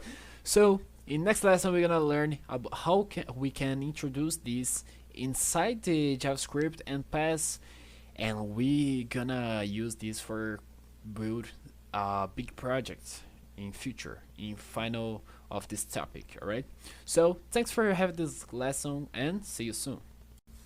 Hello everybody, next lesson we're gonna learn about the fetch API. Fetch works with requisition. All right, so requisition with APIs, and the most important that you need to know is there are so many methods when we work with requisition, but in this course we're talking about JavaScript, and JavaScript in front end we only use the get. Get is when you enter in website or something like this. You will bring your HTML or whatever. Okay, so let's work this. First I need to show you something. Okay, I need to show for you what comes when I tell fetch. Fetch is the keyword to do the requisition, and here I will pass my URL. Okay, so when I type this and type my console log here, I will take a promise here. Okay, so but this promise isn't resolved yet. All right, so to resolve this promise I need to work with async await. All right, so let's do this. Font take picture and async.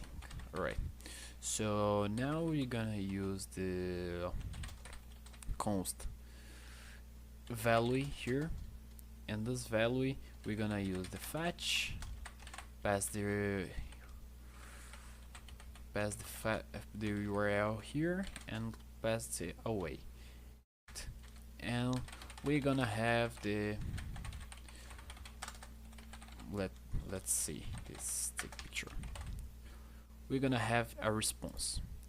For this response, we need to convert this to JSON. Okay, so only do this value.json, but we need use the await again. So we're gonna use the const data and await value.json. And now when we pass here, we can we're gonna have the message and the status. That is what the API bring for us, right?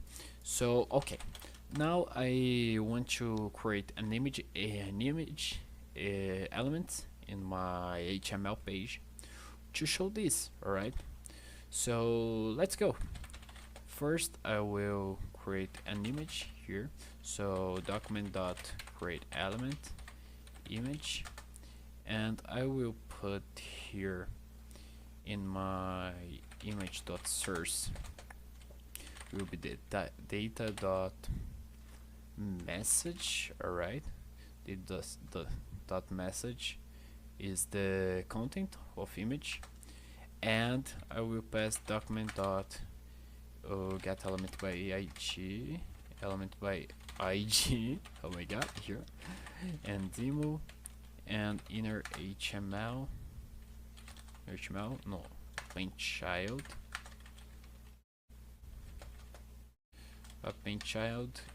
image. All right, so let's see, here is the image. If I refresh page, we'll turn on the tagged image. All right, so you can see that works with APIs is very simple. You can use all these of so many ways. All right, so thanks for having this video. In next lesson we're gonna learn about POO, so programming object orientation. All right, so thanks for having this lesson and see you soon. Hello everybody, now in this lesson we're gonna learn about programming object oriented. All right, so the famous POO. All right, so this is an advanced term or advanced concept in JavaScript, because we're gonna learn about the object orientation. All right, so and understand the 4 pillars of the POO. So pay attention so much, because it's so important that you have this knowledge in your mind, fix it on your mind. All right, so to understand programming object oriented, you need to understand what's class. Classes are the blueprint of an object. All right, so let's imagine that class is the concept and the object is the reality. All right, so the class, we're gonna imagine how our object will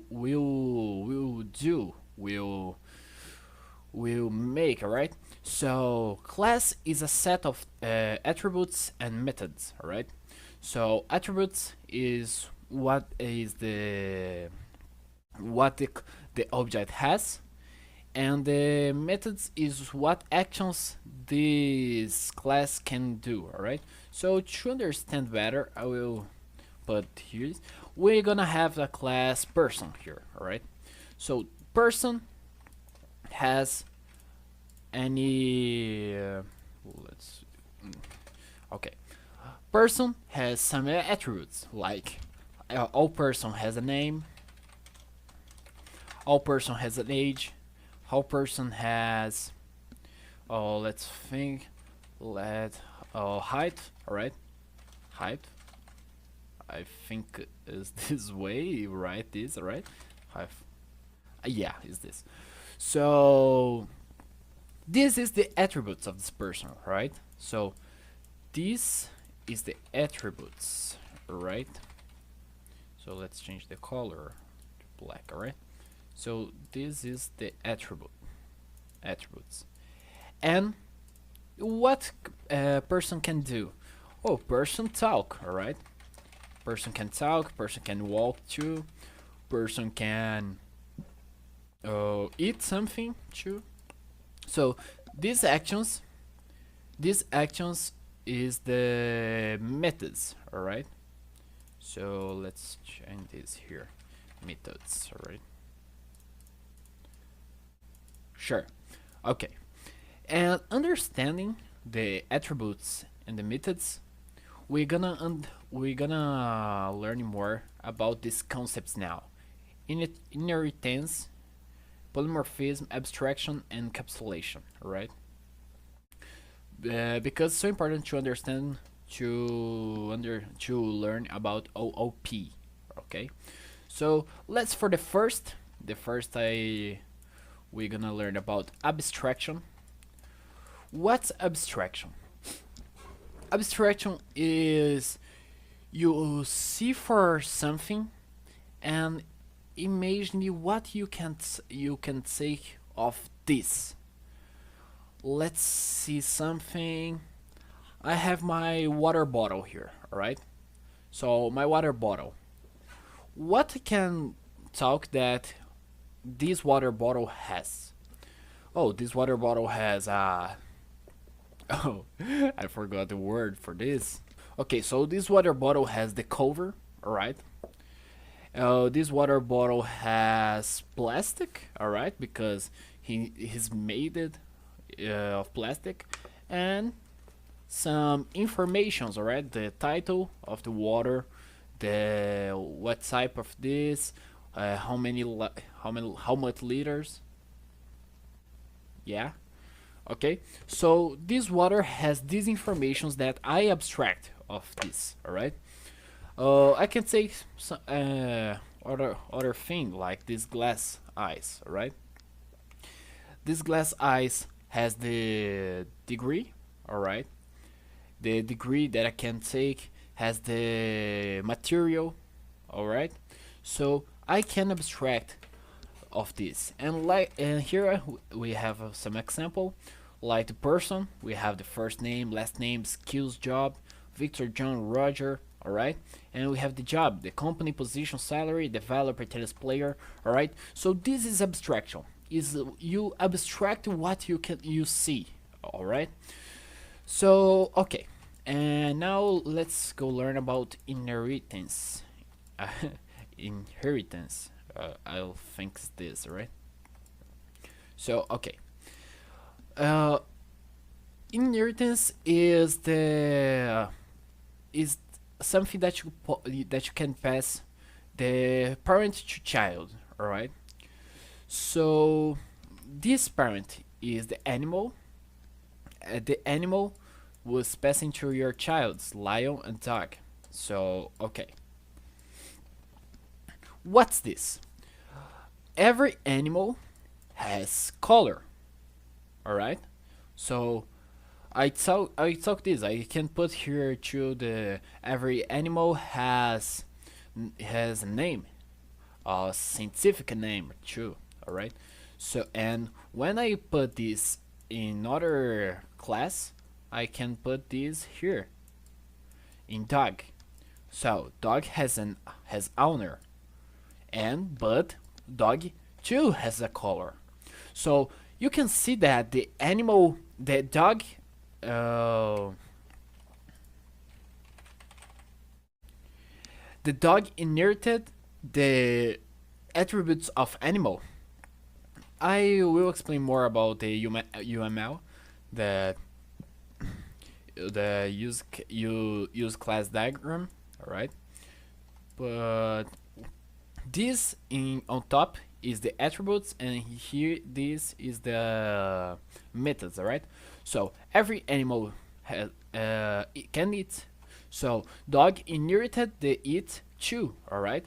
So dog, by the way, dog has the owner, dog has the color, dog can eat, all right? Lion too, lion has jungle name, lion can eat. You can see that lion inherited the eat too here, all right?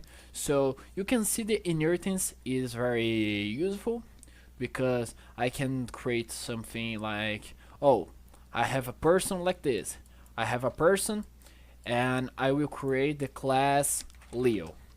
Leo extends person, alright? So I can put this here, extends person, and the Leo will extend all the person attributes and methods, alright? So Leo has a name, Leo has age, Leo has height. Leo can talk, Leo can walk, Leo can eat, alright? So this inheritance, alright? So let's do the next, that will go be the polymorphism. Polymorphism is so important too, because you can reuse the methods that you've already written, alright? So, okay. I created the method calculate, and calculate, human can use this, calculator can use this, and computer can use this. You can see that one method can be reused by other classes. So human can calculate on your mind. Calculator you can write the calculator forms here there. Computer do the calculate for binary or something like this, alright? So you can reuse these functions in other class, alright? So this is polymorphism, alright? So, and the last is this encapsulation. Encapsulation, don't worry so much, because JavaScript don't have encapsulation. Our encapsulation, you will need TypeScript for this. I will explain what's in TypeScript more next lessons, but for now, encapsulation you has three modifiers, alright? You have the private, the protected, and public. And he talk more here, alright? So public is accessible to outside the class. All your application, you can use your class. Protected, you only can use your class in the class and the class that inherited, right? And the private is not accessible outside the class, alright? So you can't use the attributes or something like this. And this is not for classes, is this for attributes or methods too, alright? So I can for here, when we write a UML use class diagram, this minus means that is private, and this plus means that is public, alright? So yeah, you can understand so much of this, okay? So thanks for having this lesson. Was a big theory lesson, but I think that you got it, all these concepts, because it's so important to understand when we go arrive. So thanks for having the lesson. See you soon, and bye bye. Hello everybody. Now in this lesson we're gonna learn about the classes in JavaScript, right? So let's start like how I said in last lesson. The classes are a blueprint of objects, okay? And the objects is the reality. So let's go and create the blueprint, right? So to create class, we're gonna use the keyword class, okay? So class, the first class that I will create is shape, alright? Why shape? Because I can show for you the how this will works, alright, inside the JavaScript world, right? So I will create the class shape, alright, first, and I will use the keyword constructor here.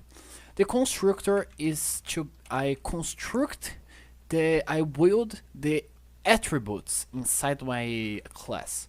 So I need to pass this, and here inside the parentheses I will put the values that I want to put on my shape. So I need the width and I need the height, alright? I need these two sides, alright? And what will I do now? I will take the width on my parameter and tell for shape that this parameter is your width. This height is your height, right? So I will use the keyword this to refer to shape. Okay, this is a reference the shape. Okay, so shape dot width receive width. Okay, so same thing here with this height receive height. Okay, so my shape has the two sides that I want. Okay, this is the basic of OOP, sorry. And I will create some method here. I will create the create method, don't need the keyword function, only you type the name, the open parentheses and open keys. Alright, so I will create area. Creating area, I will I will take this empty. Okay, you will understand why for this, but okay. Now I will introduce the concept of inheritance. Alright, and sorry, what we did here is abstract. Okay, we abstract the shape. Let's say here, so abstract shape is better. So let's take I don't know, this, right? What all these shapes have? The shape has a width, and the shape has the height. All right, the shape has the height, the width, right? The for the circle is the, oh, I don't know the name in English, but I guess is degree. Yeah, I don't know, but okay. So you can see that we abstract the shapes, and after this we gonna we use the inheritance for this. So I will create the class square extends shape. And now how we can pass these attributes for here? We use the constructor. All right, so here, and we're gonna take the width, the height, and just this. And what we're gonna do now is call a keyword called super. Super is to refer this constructor. All right, so this super refer this constructor, and I will pass here width and height. No minus, no plus, but let's go follow this, and I will create the method again here, and I will take the return here. I will tell that this dot width times this dot height. All right, and this is my area. Sure. So let's see this. To create an object with this class, I need to create some variables. So I will take my square here and receive a new. I need to use this keyword that we've already see. All right, new square, and I will pass my width 20 and 10 of height, right? And now when I type here console log square dot, I don't know, width, you can see that the width is the width that I typed here. All right, the height 2, and where we put square area, we have the area of the square. We can create other here, so let's create the circle. Oh, class circle extends shape, and I will pass the main constructor here, and let's take the area circle here form. Sure, what will I need here is just the width, right? So it's a width. That width will be the, oh my god, the radius. I found the word, and use the super here. So only passing width here.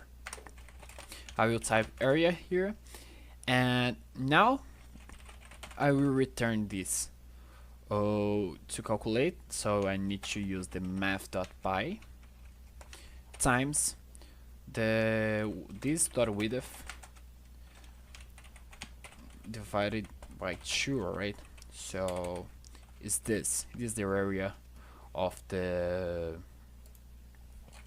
I will put to fix it here because I want 3.14, alright, don't mutt.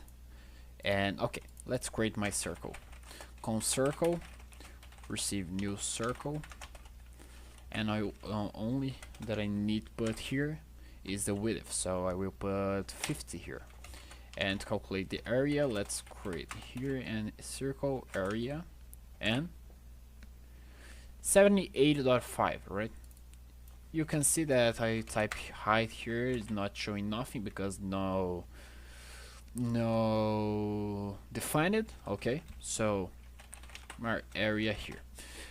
To understand the other concepts, in this lesson we learned about inheritance, polymorphism, abstraction, and the encapsulation. We don't go see because the JavaScript don't offer the keyword public for this, public, private, protected. So yeah, if I type here public, you can see that doesn't work. Alright, if it is in Java, works. C# too. Oh, what else? Oh, I don't know tell for you, but okay. So in JavaScript don't works very well. Has a pattern of community to works with encapsulation, but it's not a pattern in JavaScript. It's a pattern of community. All right.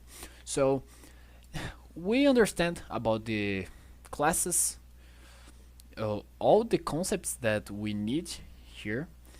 I hope so much that you learned about this. I need to yeah, is only this, alright? All the class. We're gonna do some project with this to understand, to fix the content on your on minds, alright? So thanks for having this lesson and see you soon. Hello everybody. Now in this lesson we're gonna learn about ternary operator, alright? This lesson and the next will be the more faster because our releases of the ECMAScript 2016, and is not very complex to understand these concepts. Okay, so let's see this. First, the ternary operator is just short if and else. To do this, alright. Let's take age 18. I need to do if age minus greater or equal than 18. Console log your, oh my god, you're an adult, else console log your child. Okay, so you're an adult and you're a child. So this is the simple, right? But we can short this, only do this way. All right, so we can do of this way.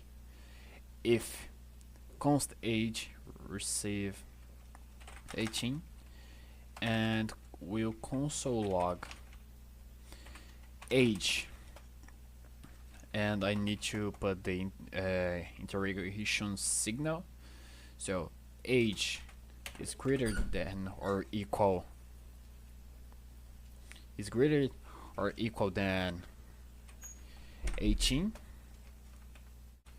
So I will verify this, and if truth, the first will put is the you are an adult. Else, with 2 dots, we're gonna use the you're a child. Sure. So this is the if and else. Okay, only interrogation signal and 2 dots to separate the infos. All right. So this is the truth. This is the else. Right. So let's see. And you're an adult, and I can change this. 10. You're a child. All right. This is the ternary operator. It is very simple to use. Not so much complex. All right. So thanks for having this lesson, and see you soon. Hello everybody, now in this lesson we're gonna learn about the spread operator that was released on ECMAScript 2016. It's very simple to use too, like the ternary operator. Okay, so let's see this. I have some array, the numbers, alright. I will, let's change the name and put the grades here. Okay, so I have the 10, 5, 7, 3, 4.6, 9, and 2. I have my grades here, and I need to put this on, I don't know. I need to show this on my console, right? But what will I need to do if I need to show this in console? I will put some 4. So let grade of grades and console log grade. Alright, we'll show all my grades, but don't need to do this, right? Only need to put console log here, 3 dots and grades. You can see that all your grades is here. Alright, you can see that spreaded. Alright, all this, and you can imagine your Leo for what this works with. What will I use this? Oh, you can use this for, I don't know, this is the A grades, or better, class A grades, right? And I have the class B grades here. That would be 90.5, 2, 1, 6, 3, and 7. And I will have the, I don't know, let me see, median, alright? Average. Oh, average, no. I have the all grades, yeah. I have the all grades. And I need the grades of A, the class A, and the class B. To do this, what I will need to do in this case? Oh, take my class A grade dot concat class B grades. Alright, I need to do this to show here console log all grades. You can see your arrays here, but you don't need to do this, alright? Because spread operator comes to this only 3 dots class A grades, 3 dots class B grades, right? So you can see that works too of the same way. Is so useful. You can see when you use this on practice projects, you can see that it's very useful to do this. So in the next lesson, we're gonna learn we're gonna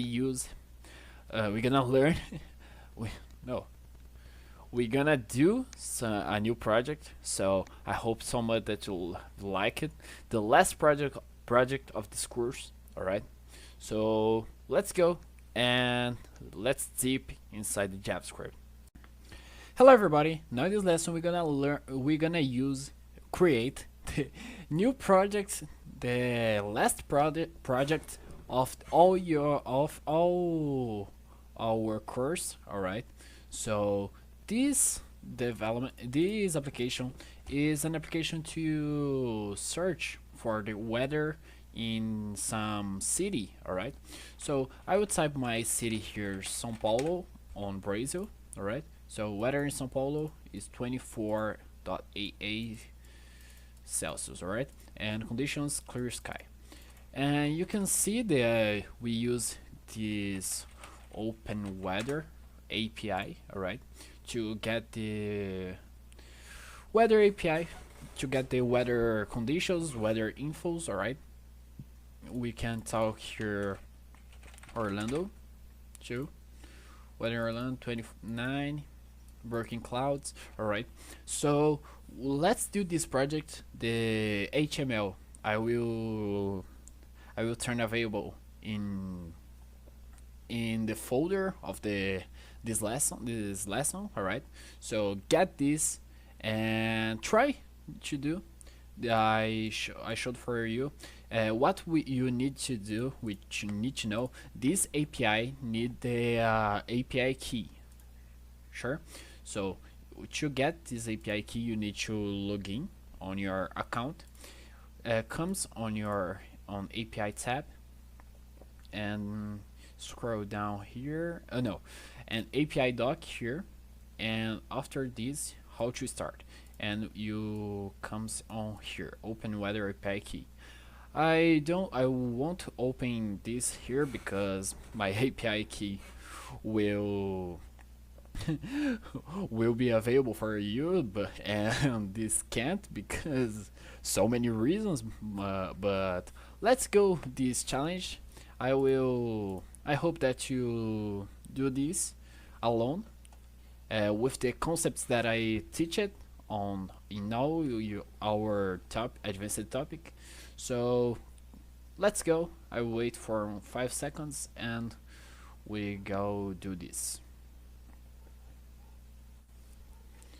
So okay, to start, the first thing that I will create is my class weather here. Okay, so my class weather, and I will pass on the constructor my API key. So constructor here, my API key, and I will pass this here, API key, receive API key. Okay, just for when I instantiate this class, I pass my API key and start all the application, right?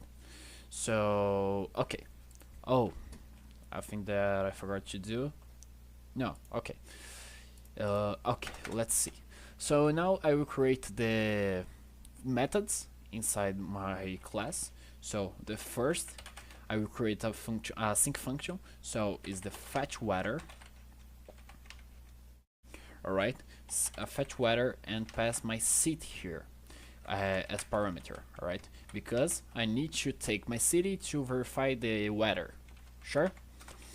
And I will pass my try catch here.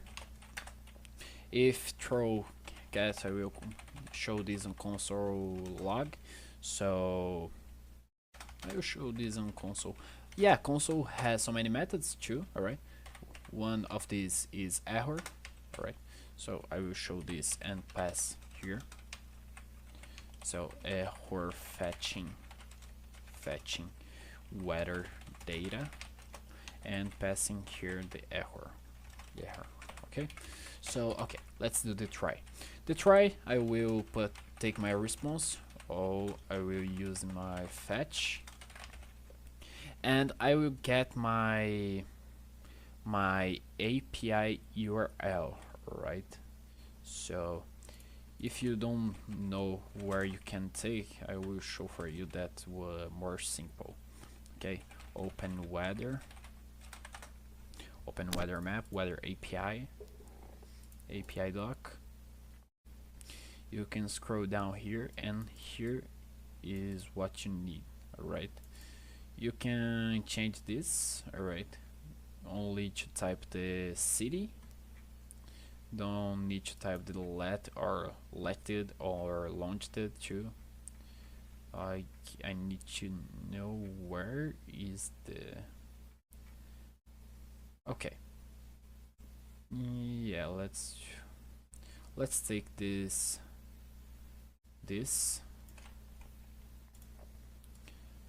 and okay, is this fetch this URL, right? Oh, I typed it wrong here. Oh, API open weather map.org weather, and pass a query here, and the query we're gonna pass the city and units metric app ID. We're gonna put our API key here. Alright, so this.api key. After this, we're gonna convert this for JSON. Alright, so JSON, and now we're gonna verify if all okay, else we're gonna throw some error. Okay, so we're gonna verify the code. So yes, data.code equal 200. We're gonna show this on display weather. We're gonna create this function. All right, only showing for you. Else we're gonna throw alert city not found. Okay, so we create our fetch weather here. Let's create the next is the display weather. Okay, that will receive some city here. Okay, and with this we're gonna use the pass create the weather gif. Alright, so document dot get element. I told create, alright, is get, because we have the weather here ig. Okay, let's here and take the weather, and we're gonna take all the infos that we need. City name dot text content receive weather in data dot name. Right, data city dot name. Okay, what we receive in this case. All right, what I will do now is const weather new weather. Right, I will pass my API key. Don't try use, because I will delete this after this course. All right, so yeah, is this I will put here, and I will try use this. Okay, so only to show what, delete this, and the city, oh, let's Orlando. Here we're gonna take the chord weather base. Okay, so we can take so many other things like the wind speed, clouds, okay, time zone, name. So okay, and what we take here is city.name Orlando here. Okay, and let's do the same thing for the others. So I will duplicate this and get element by ID. I will get temperature. Here I will get the conditions, and I will pass the temperature here. Temperature and the conditions. And I will take this. Let's see, the temperature is here. Temp. So we need to access city.main.temp, and here we're gonna where here city dot weather 0 because it is a list, all right. 0 and description, right? So okay, after I get this, I only will remove the weather div dot class list dot remove, all right. The class hiding because I put hiding here. You don't display this, all right. So okay, and after this I've already created the instantiate this object. So only thing that I will do now is linked for my button and my input, all right. So let's create this const get weather, and I will, oh my god, yeah, and I will take my city input, document dot get element by ig and city input, and I will take the value, and I will release this dot string remove all the space of the wrap, all right. So it's very important that you use this, okay. So city input, I will use my ternary operator here. So weather app, oh sorry, my weather dot fetch weather city input, or alert please enter a city name. Okay, so if yes, if true, will show this for us, else will only release an alert for us. Okay, and what we're gonna do now is add some event listener. Sure, let's take the ig, the city input here, dot add event listener, and key press. Key press is for the keyboard, okay. So this listing the keyboard, I would take my event, and if event.key will get the key that I pressed, okay, on keyboard, equal enter, all right. I want to get weather, sure. So this is all I need. Okay, so let's try. I will type here, I don't know, let's think some country. Oh,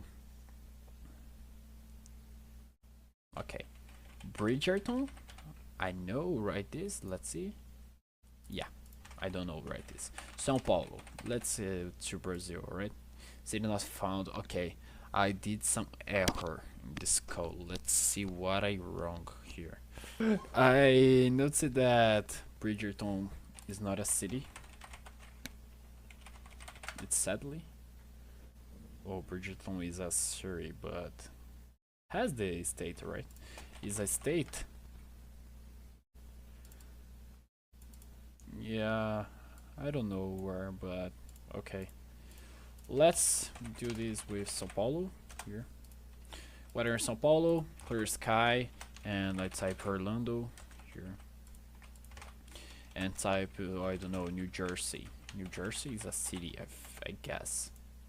Yeah, it's not a city. Isn't a city. But we did this application, okay? I hope so much that you did this, alright? You reached it do this challenge because was so challenged, alright.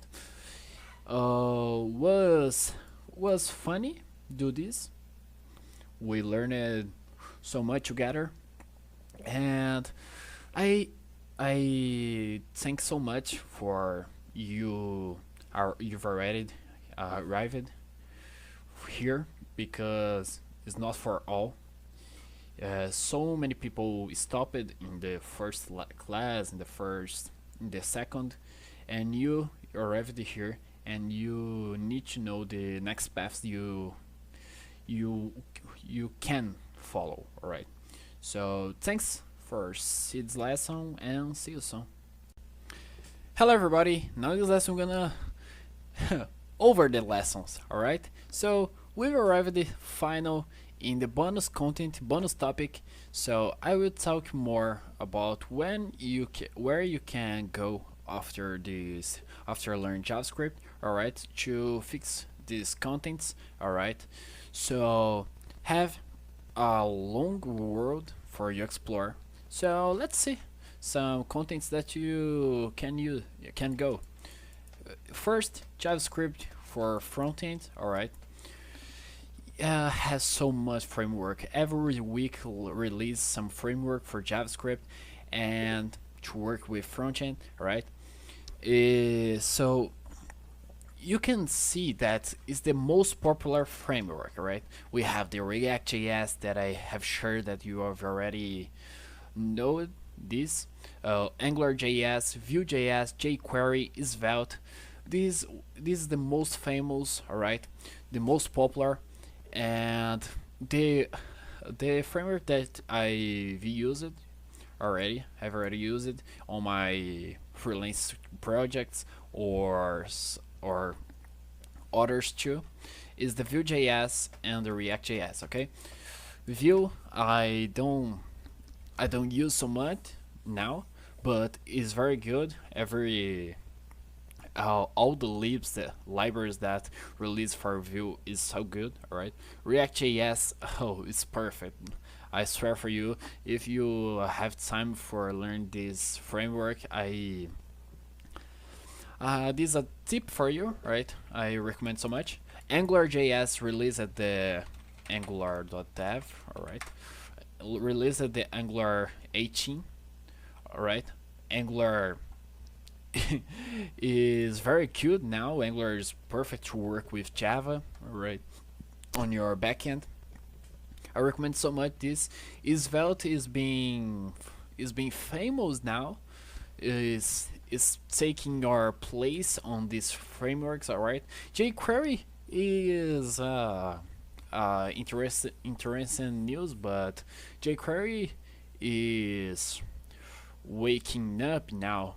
Okay, so jQuery, I believe that jQuery in after I don't know 2 months or something like this will take your place again in web development world.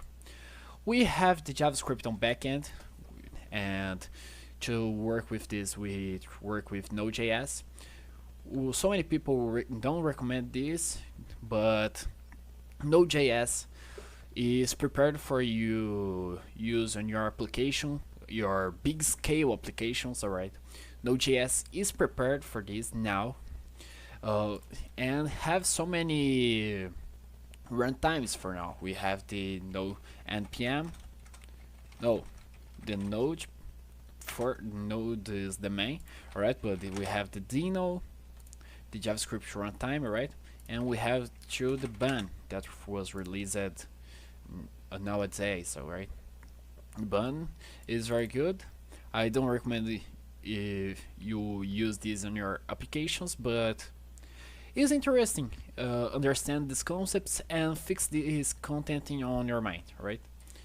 We have JavaScript on desktop apps, so we use the Electron for this. Desktop apps like Steam, Epic Games, or IDE, or the Visual Studio is to build these applications. Alright, we have the mobile apps too, the React Native. If you know React Native is the same thing. Alright, change a few stuffs, but all you know inside the React.js you will know inside the React Native. Is the same concepts, alright. And the last is machine learning. You can use machine learning with JavaScript with the library TensorFlow. Okay, TensorFlow is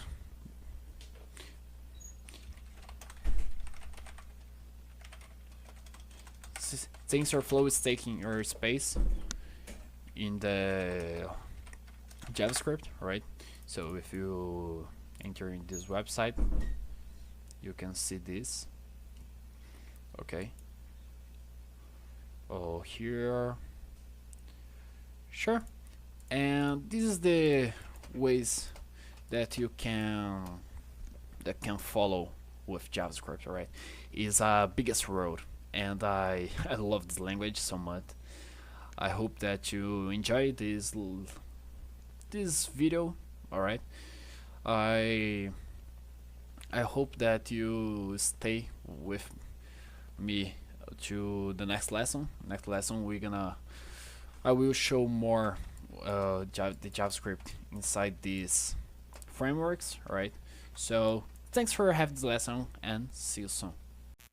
Hello, everybody. Now in this lesson, we're gonna learn more about the advantages of some framework or JavaScript frameworks, right, of the front end. So to start, I will start with React. Oh, React, I love this so much because it's so easy to learn his concepts, his you can React works with this SPA, single page application, okay?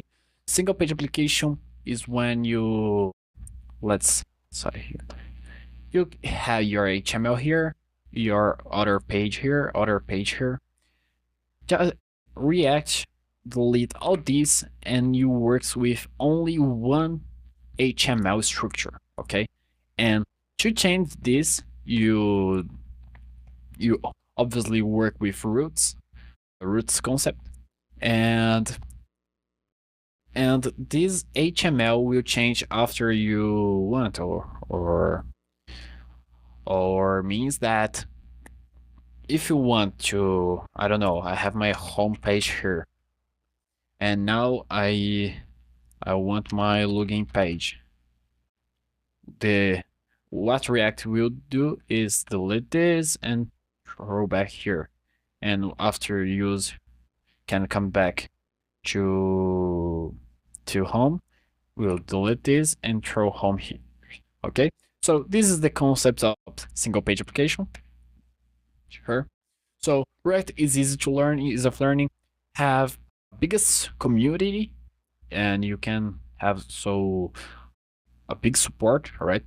SEO optimization. React was created by Facebook, so you can imagine this. And a faster development time, all right? Is so good. React. Vue is simplicity, component-based architecture, or what this means. What's component? I have a div here, and here I have a label, and I will put the, I don't know, type your name. And here I have my input here, okay? And I will put my type texts and just this. I want to become this in a component, or what this means. I will delete this, I will create a component, and I will call this input component.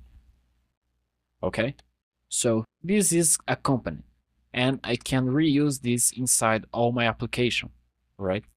So React 2 works with this, but the Vue.js has a component-based architecture with this, okay? So sure, let's come back. And reusability is some advantage of the Vue, and high performance, and has a perfect documentation. I love the documentation of the Vue, okay? You can see here. I love this. The documentation of the Vue is perfect, all right? So, okay. Let's do the Angular now. Angular, you have the MVC support. MVC is model view control, all right? So model view control is an architecture, I guess. I can't write the sentence, but you works too with the code reuse, plug and play feature, data bind feature, large community support, This is so true, right? The community of Angular is biggest than oh is bigger than Vue, but the reaction is the biggest, alright?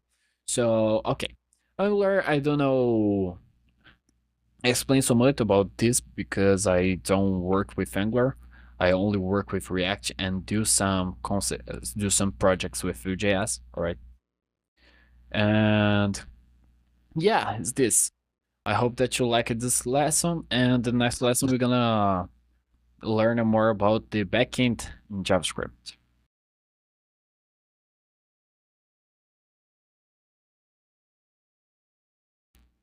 Hello everybody. Now in this lesson we're gonna learn about Node.js and understand what's are the advantages. Okay, so let's see. Node.js is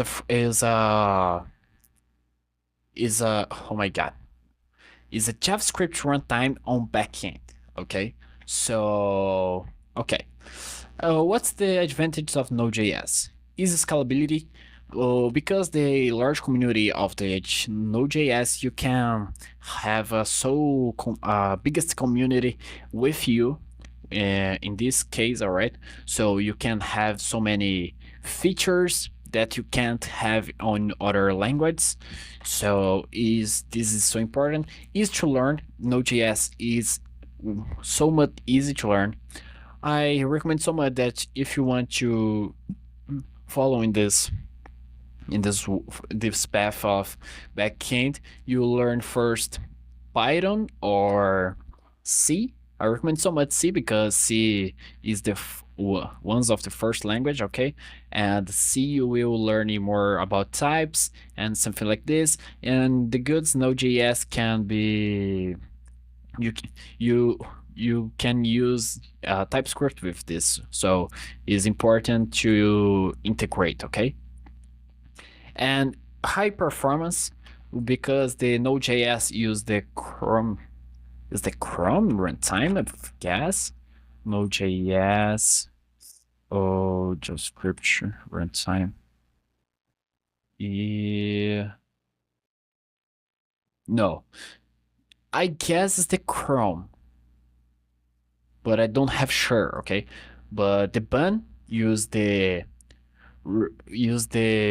search engine of Apple, and because this is more faster than Node.js, but yeah, Node.js has so many performance. Full stack JavaScript, yeah, don't have sure. You can use uh and AJS. AJS is embedded JavaScript templates, but have is a handler on JavaScript, and you can work with this. Yeah, you can work with the front end inside the back end, right? You can handle, all right? So okay, and you have the large community, like I said, extended support, extensible, and advantage of caching. The main advantage of Node.js is the caching and the streams, the concept of streams. Streams is like when you upload some file, the file in other programming language only be in your database when the file finish uploaded here, okay?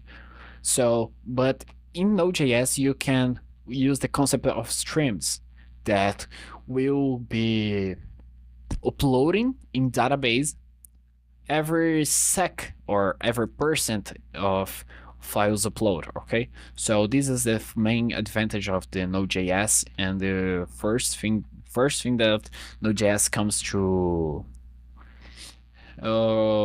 born, all right? So yeah, don't have no much to learn. Thanks for this lesson and see you soon. So congratulations for finishing up the JavaScript course. I hope so much that you liked this course. It's my first course that I record, so I'm sorry that you don't understand some concept. If you have some doubt, call me or send a message on my LinkedIn, because I love so much help the other people that is starting programming. So yeah, you finish it up the JavaScript course. I hope so much that you like it. And the words that I have for you: continue on programming. Programming is a rule, is an area, a field that when you walk or when you do more projects, you learn more. All right, so it's so important that you do some projects. I have sure that with the concepts that I teach it in this course, you will be able to create so many projects that I that I can't imagine now. So what we learned in this course was the variables. We learned about var, let, const, the types, arrays, objects, numbers, strings, floats, booleans. We learned about conditions. We learned if statement, the switch case, to ternary operator. We learned about loops too. Oh, the for off, for in. Oh, what else? While, for each, dot map too. We learned about functions in JavaScript, APIs, how it works with APIs, how can they fetch data with this. We learned about promise, async await too. What else? I guess is this callbacks too. We learned about DOM, inner HTML, text content, class list. How can we work with this with event listeners or something like this? All right. We learned about classes and OOP, object-oriented object programming. So you learned about the some concepts that inheritance, polymorphism, abstraction, and capsulement. So yeah, you learned all that you need to go for other language or explore more JavaScript. So I pass it in bonus content, in bonus topic, that some places that you can explore. All right. So I hope so much that you like it. Follow this way. I hope that JavaScript will bring for you your first job, your first experience in the real world. So thanks for having the lesson. My name is Leo, and I was your professor of JavaScript course. All right. So thanks, and see you soon.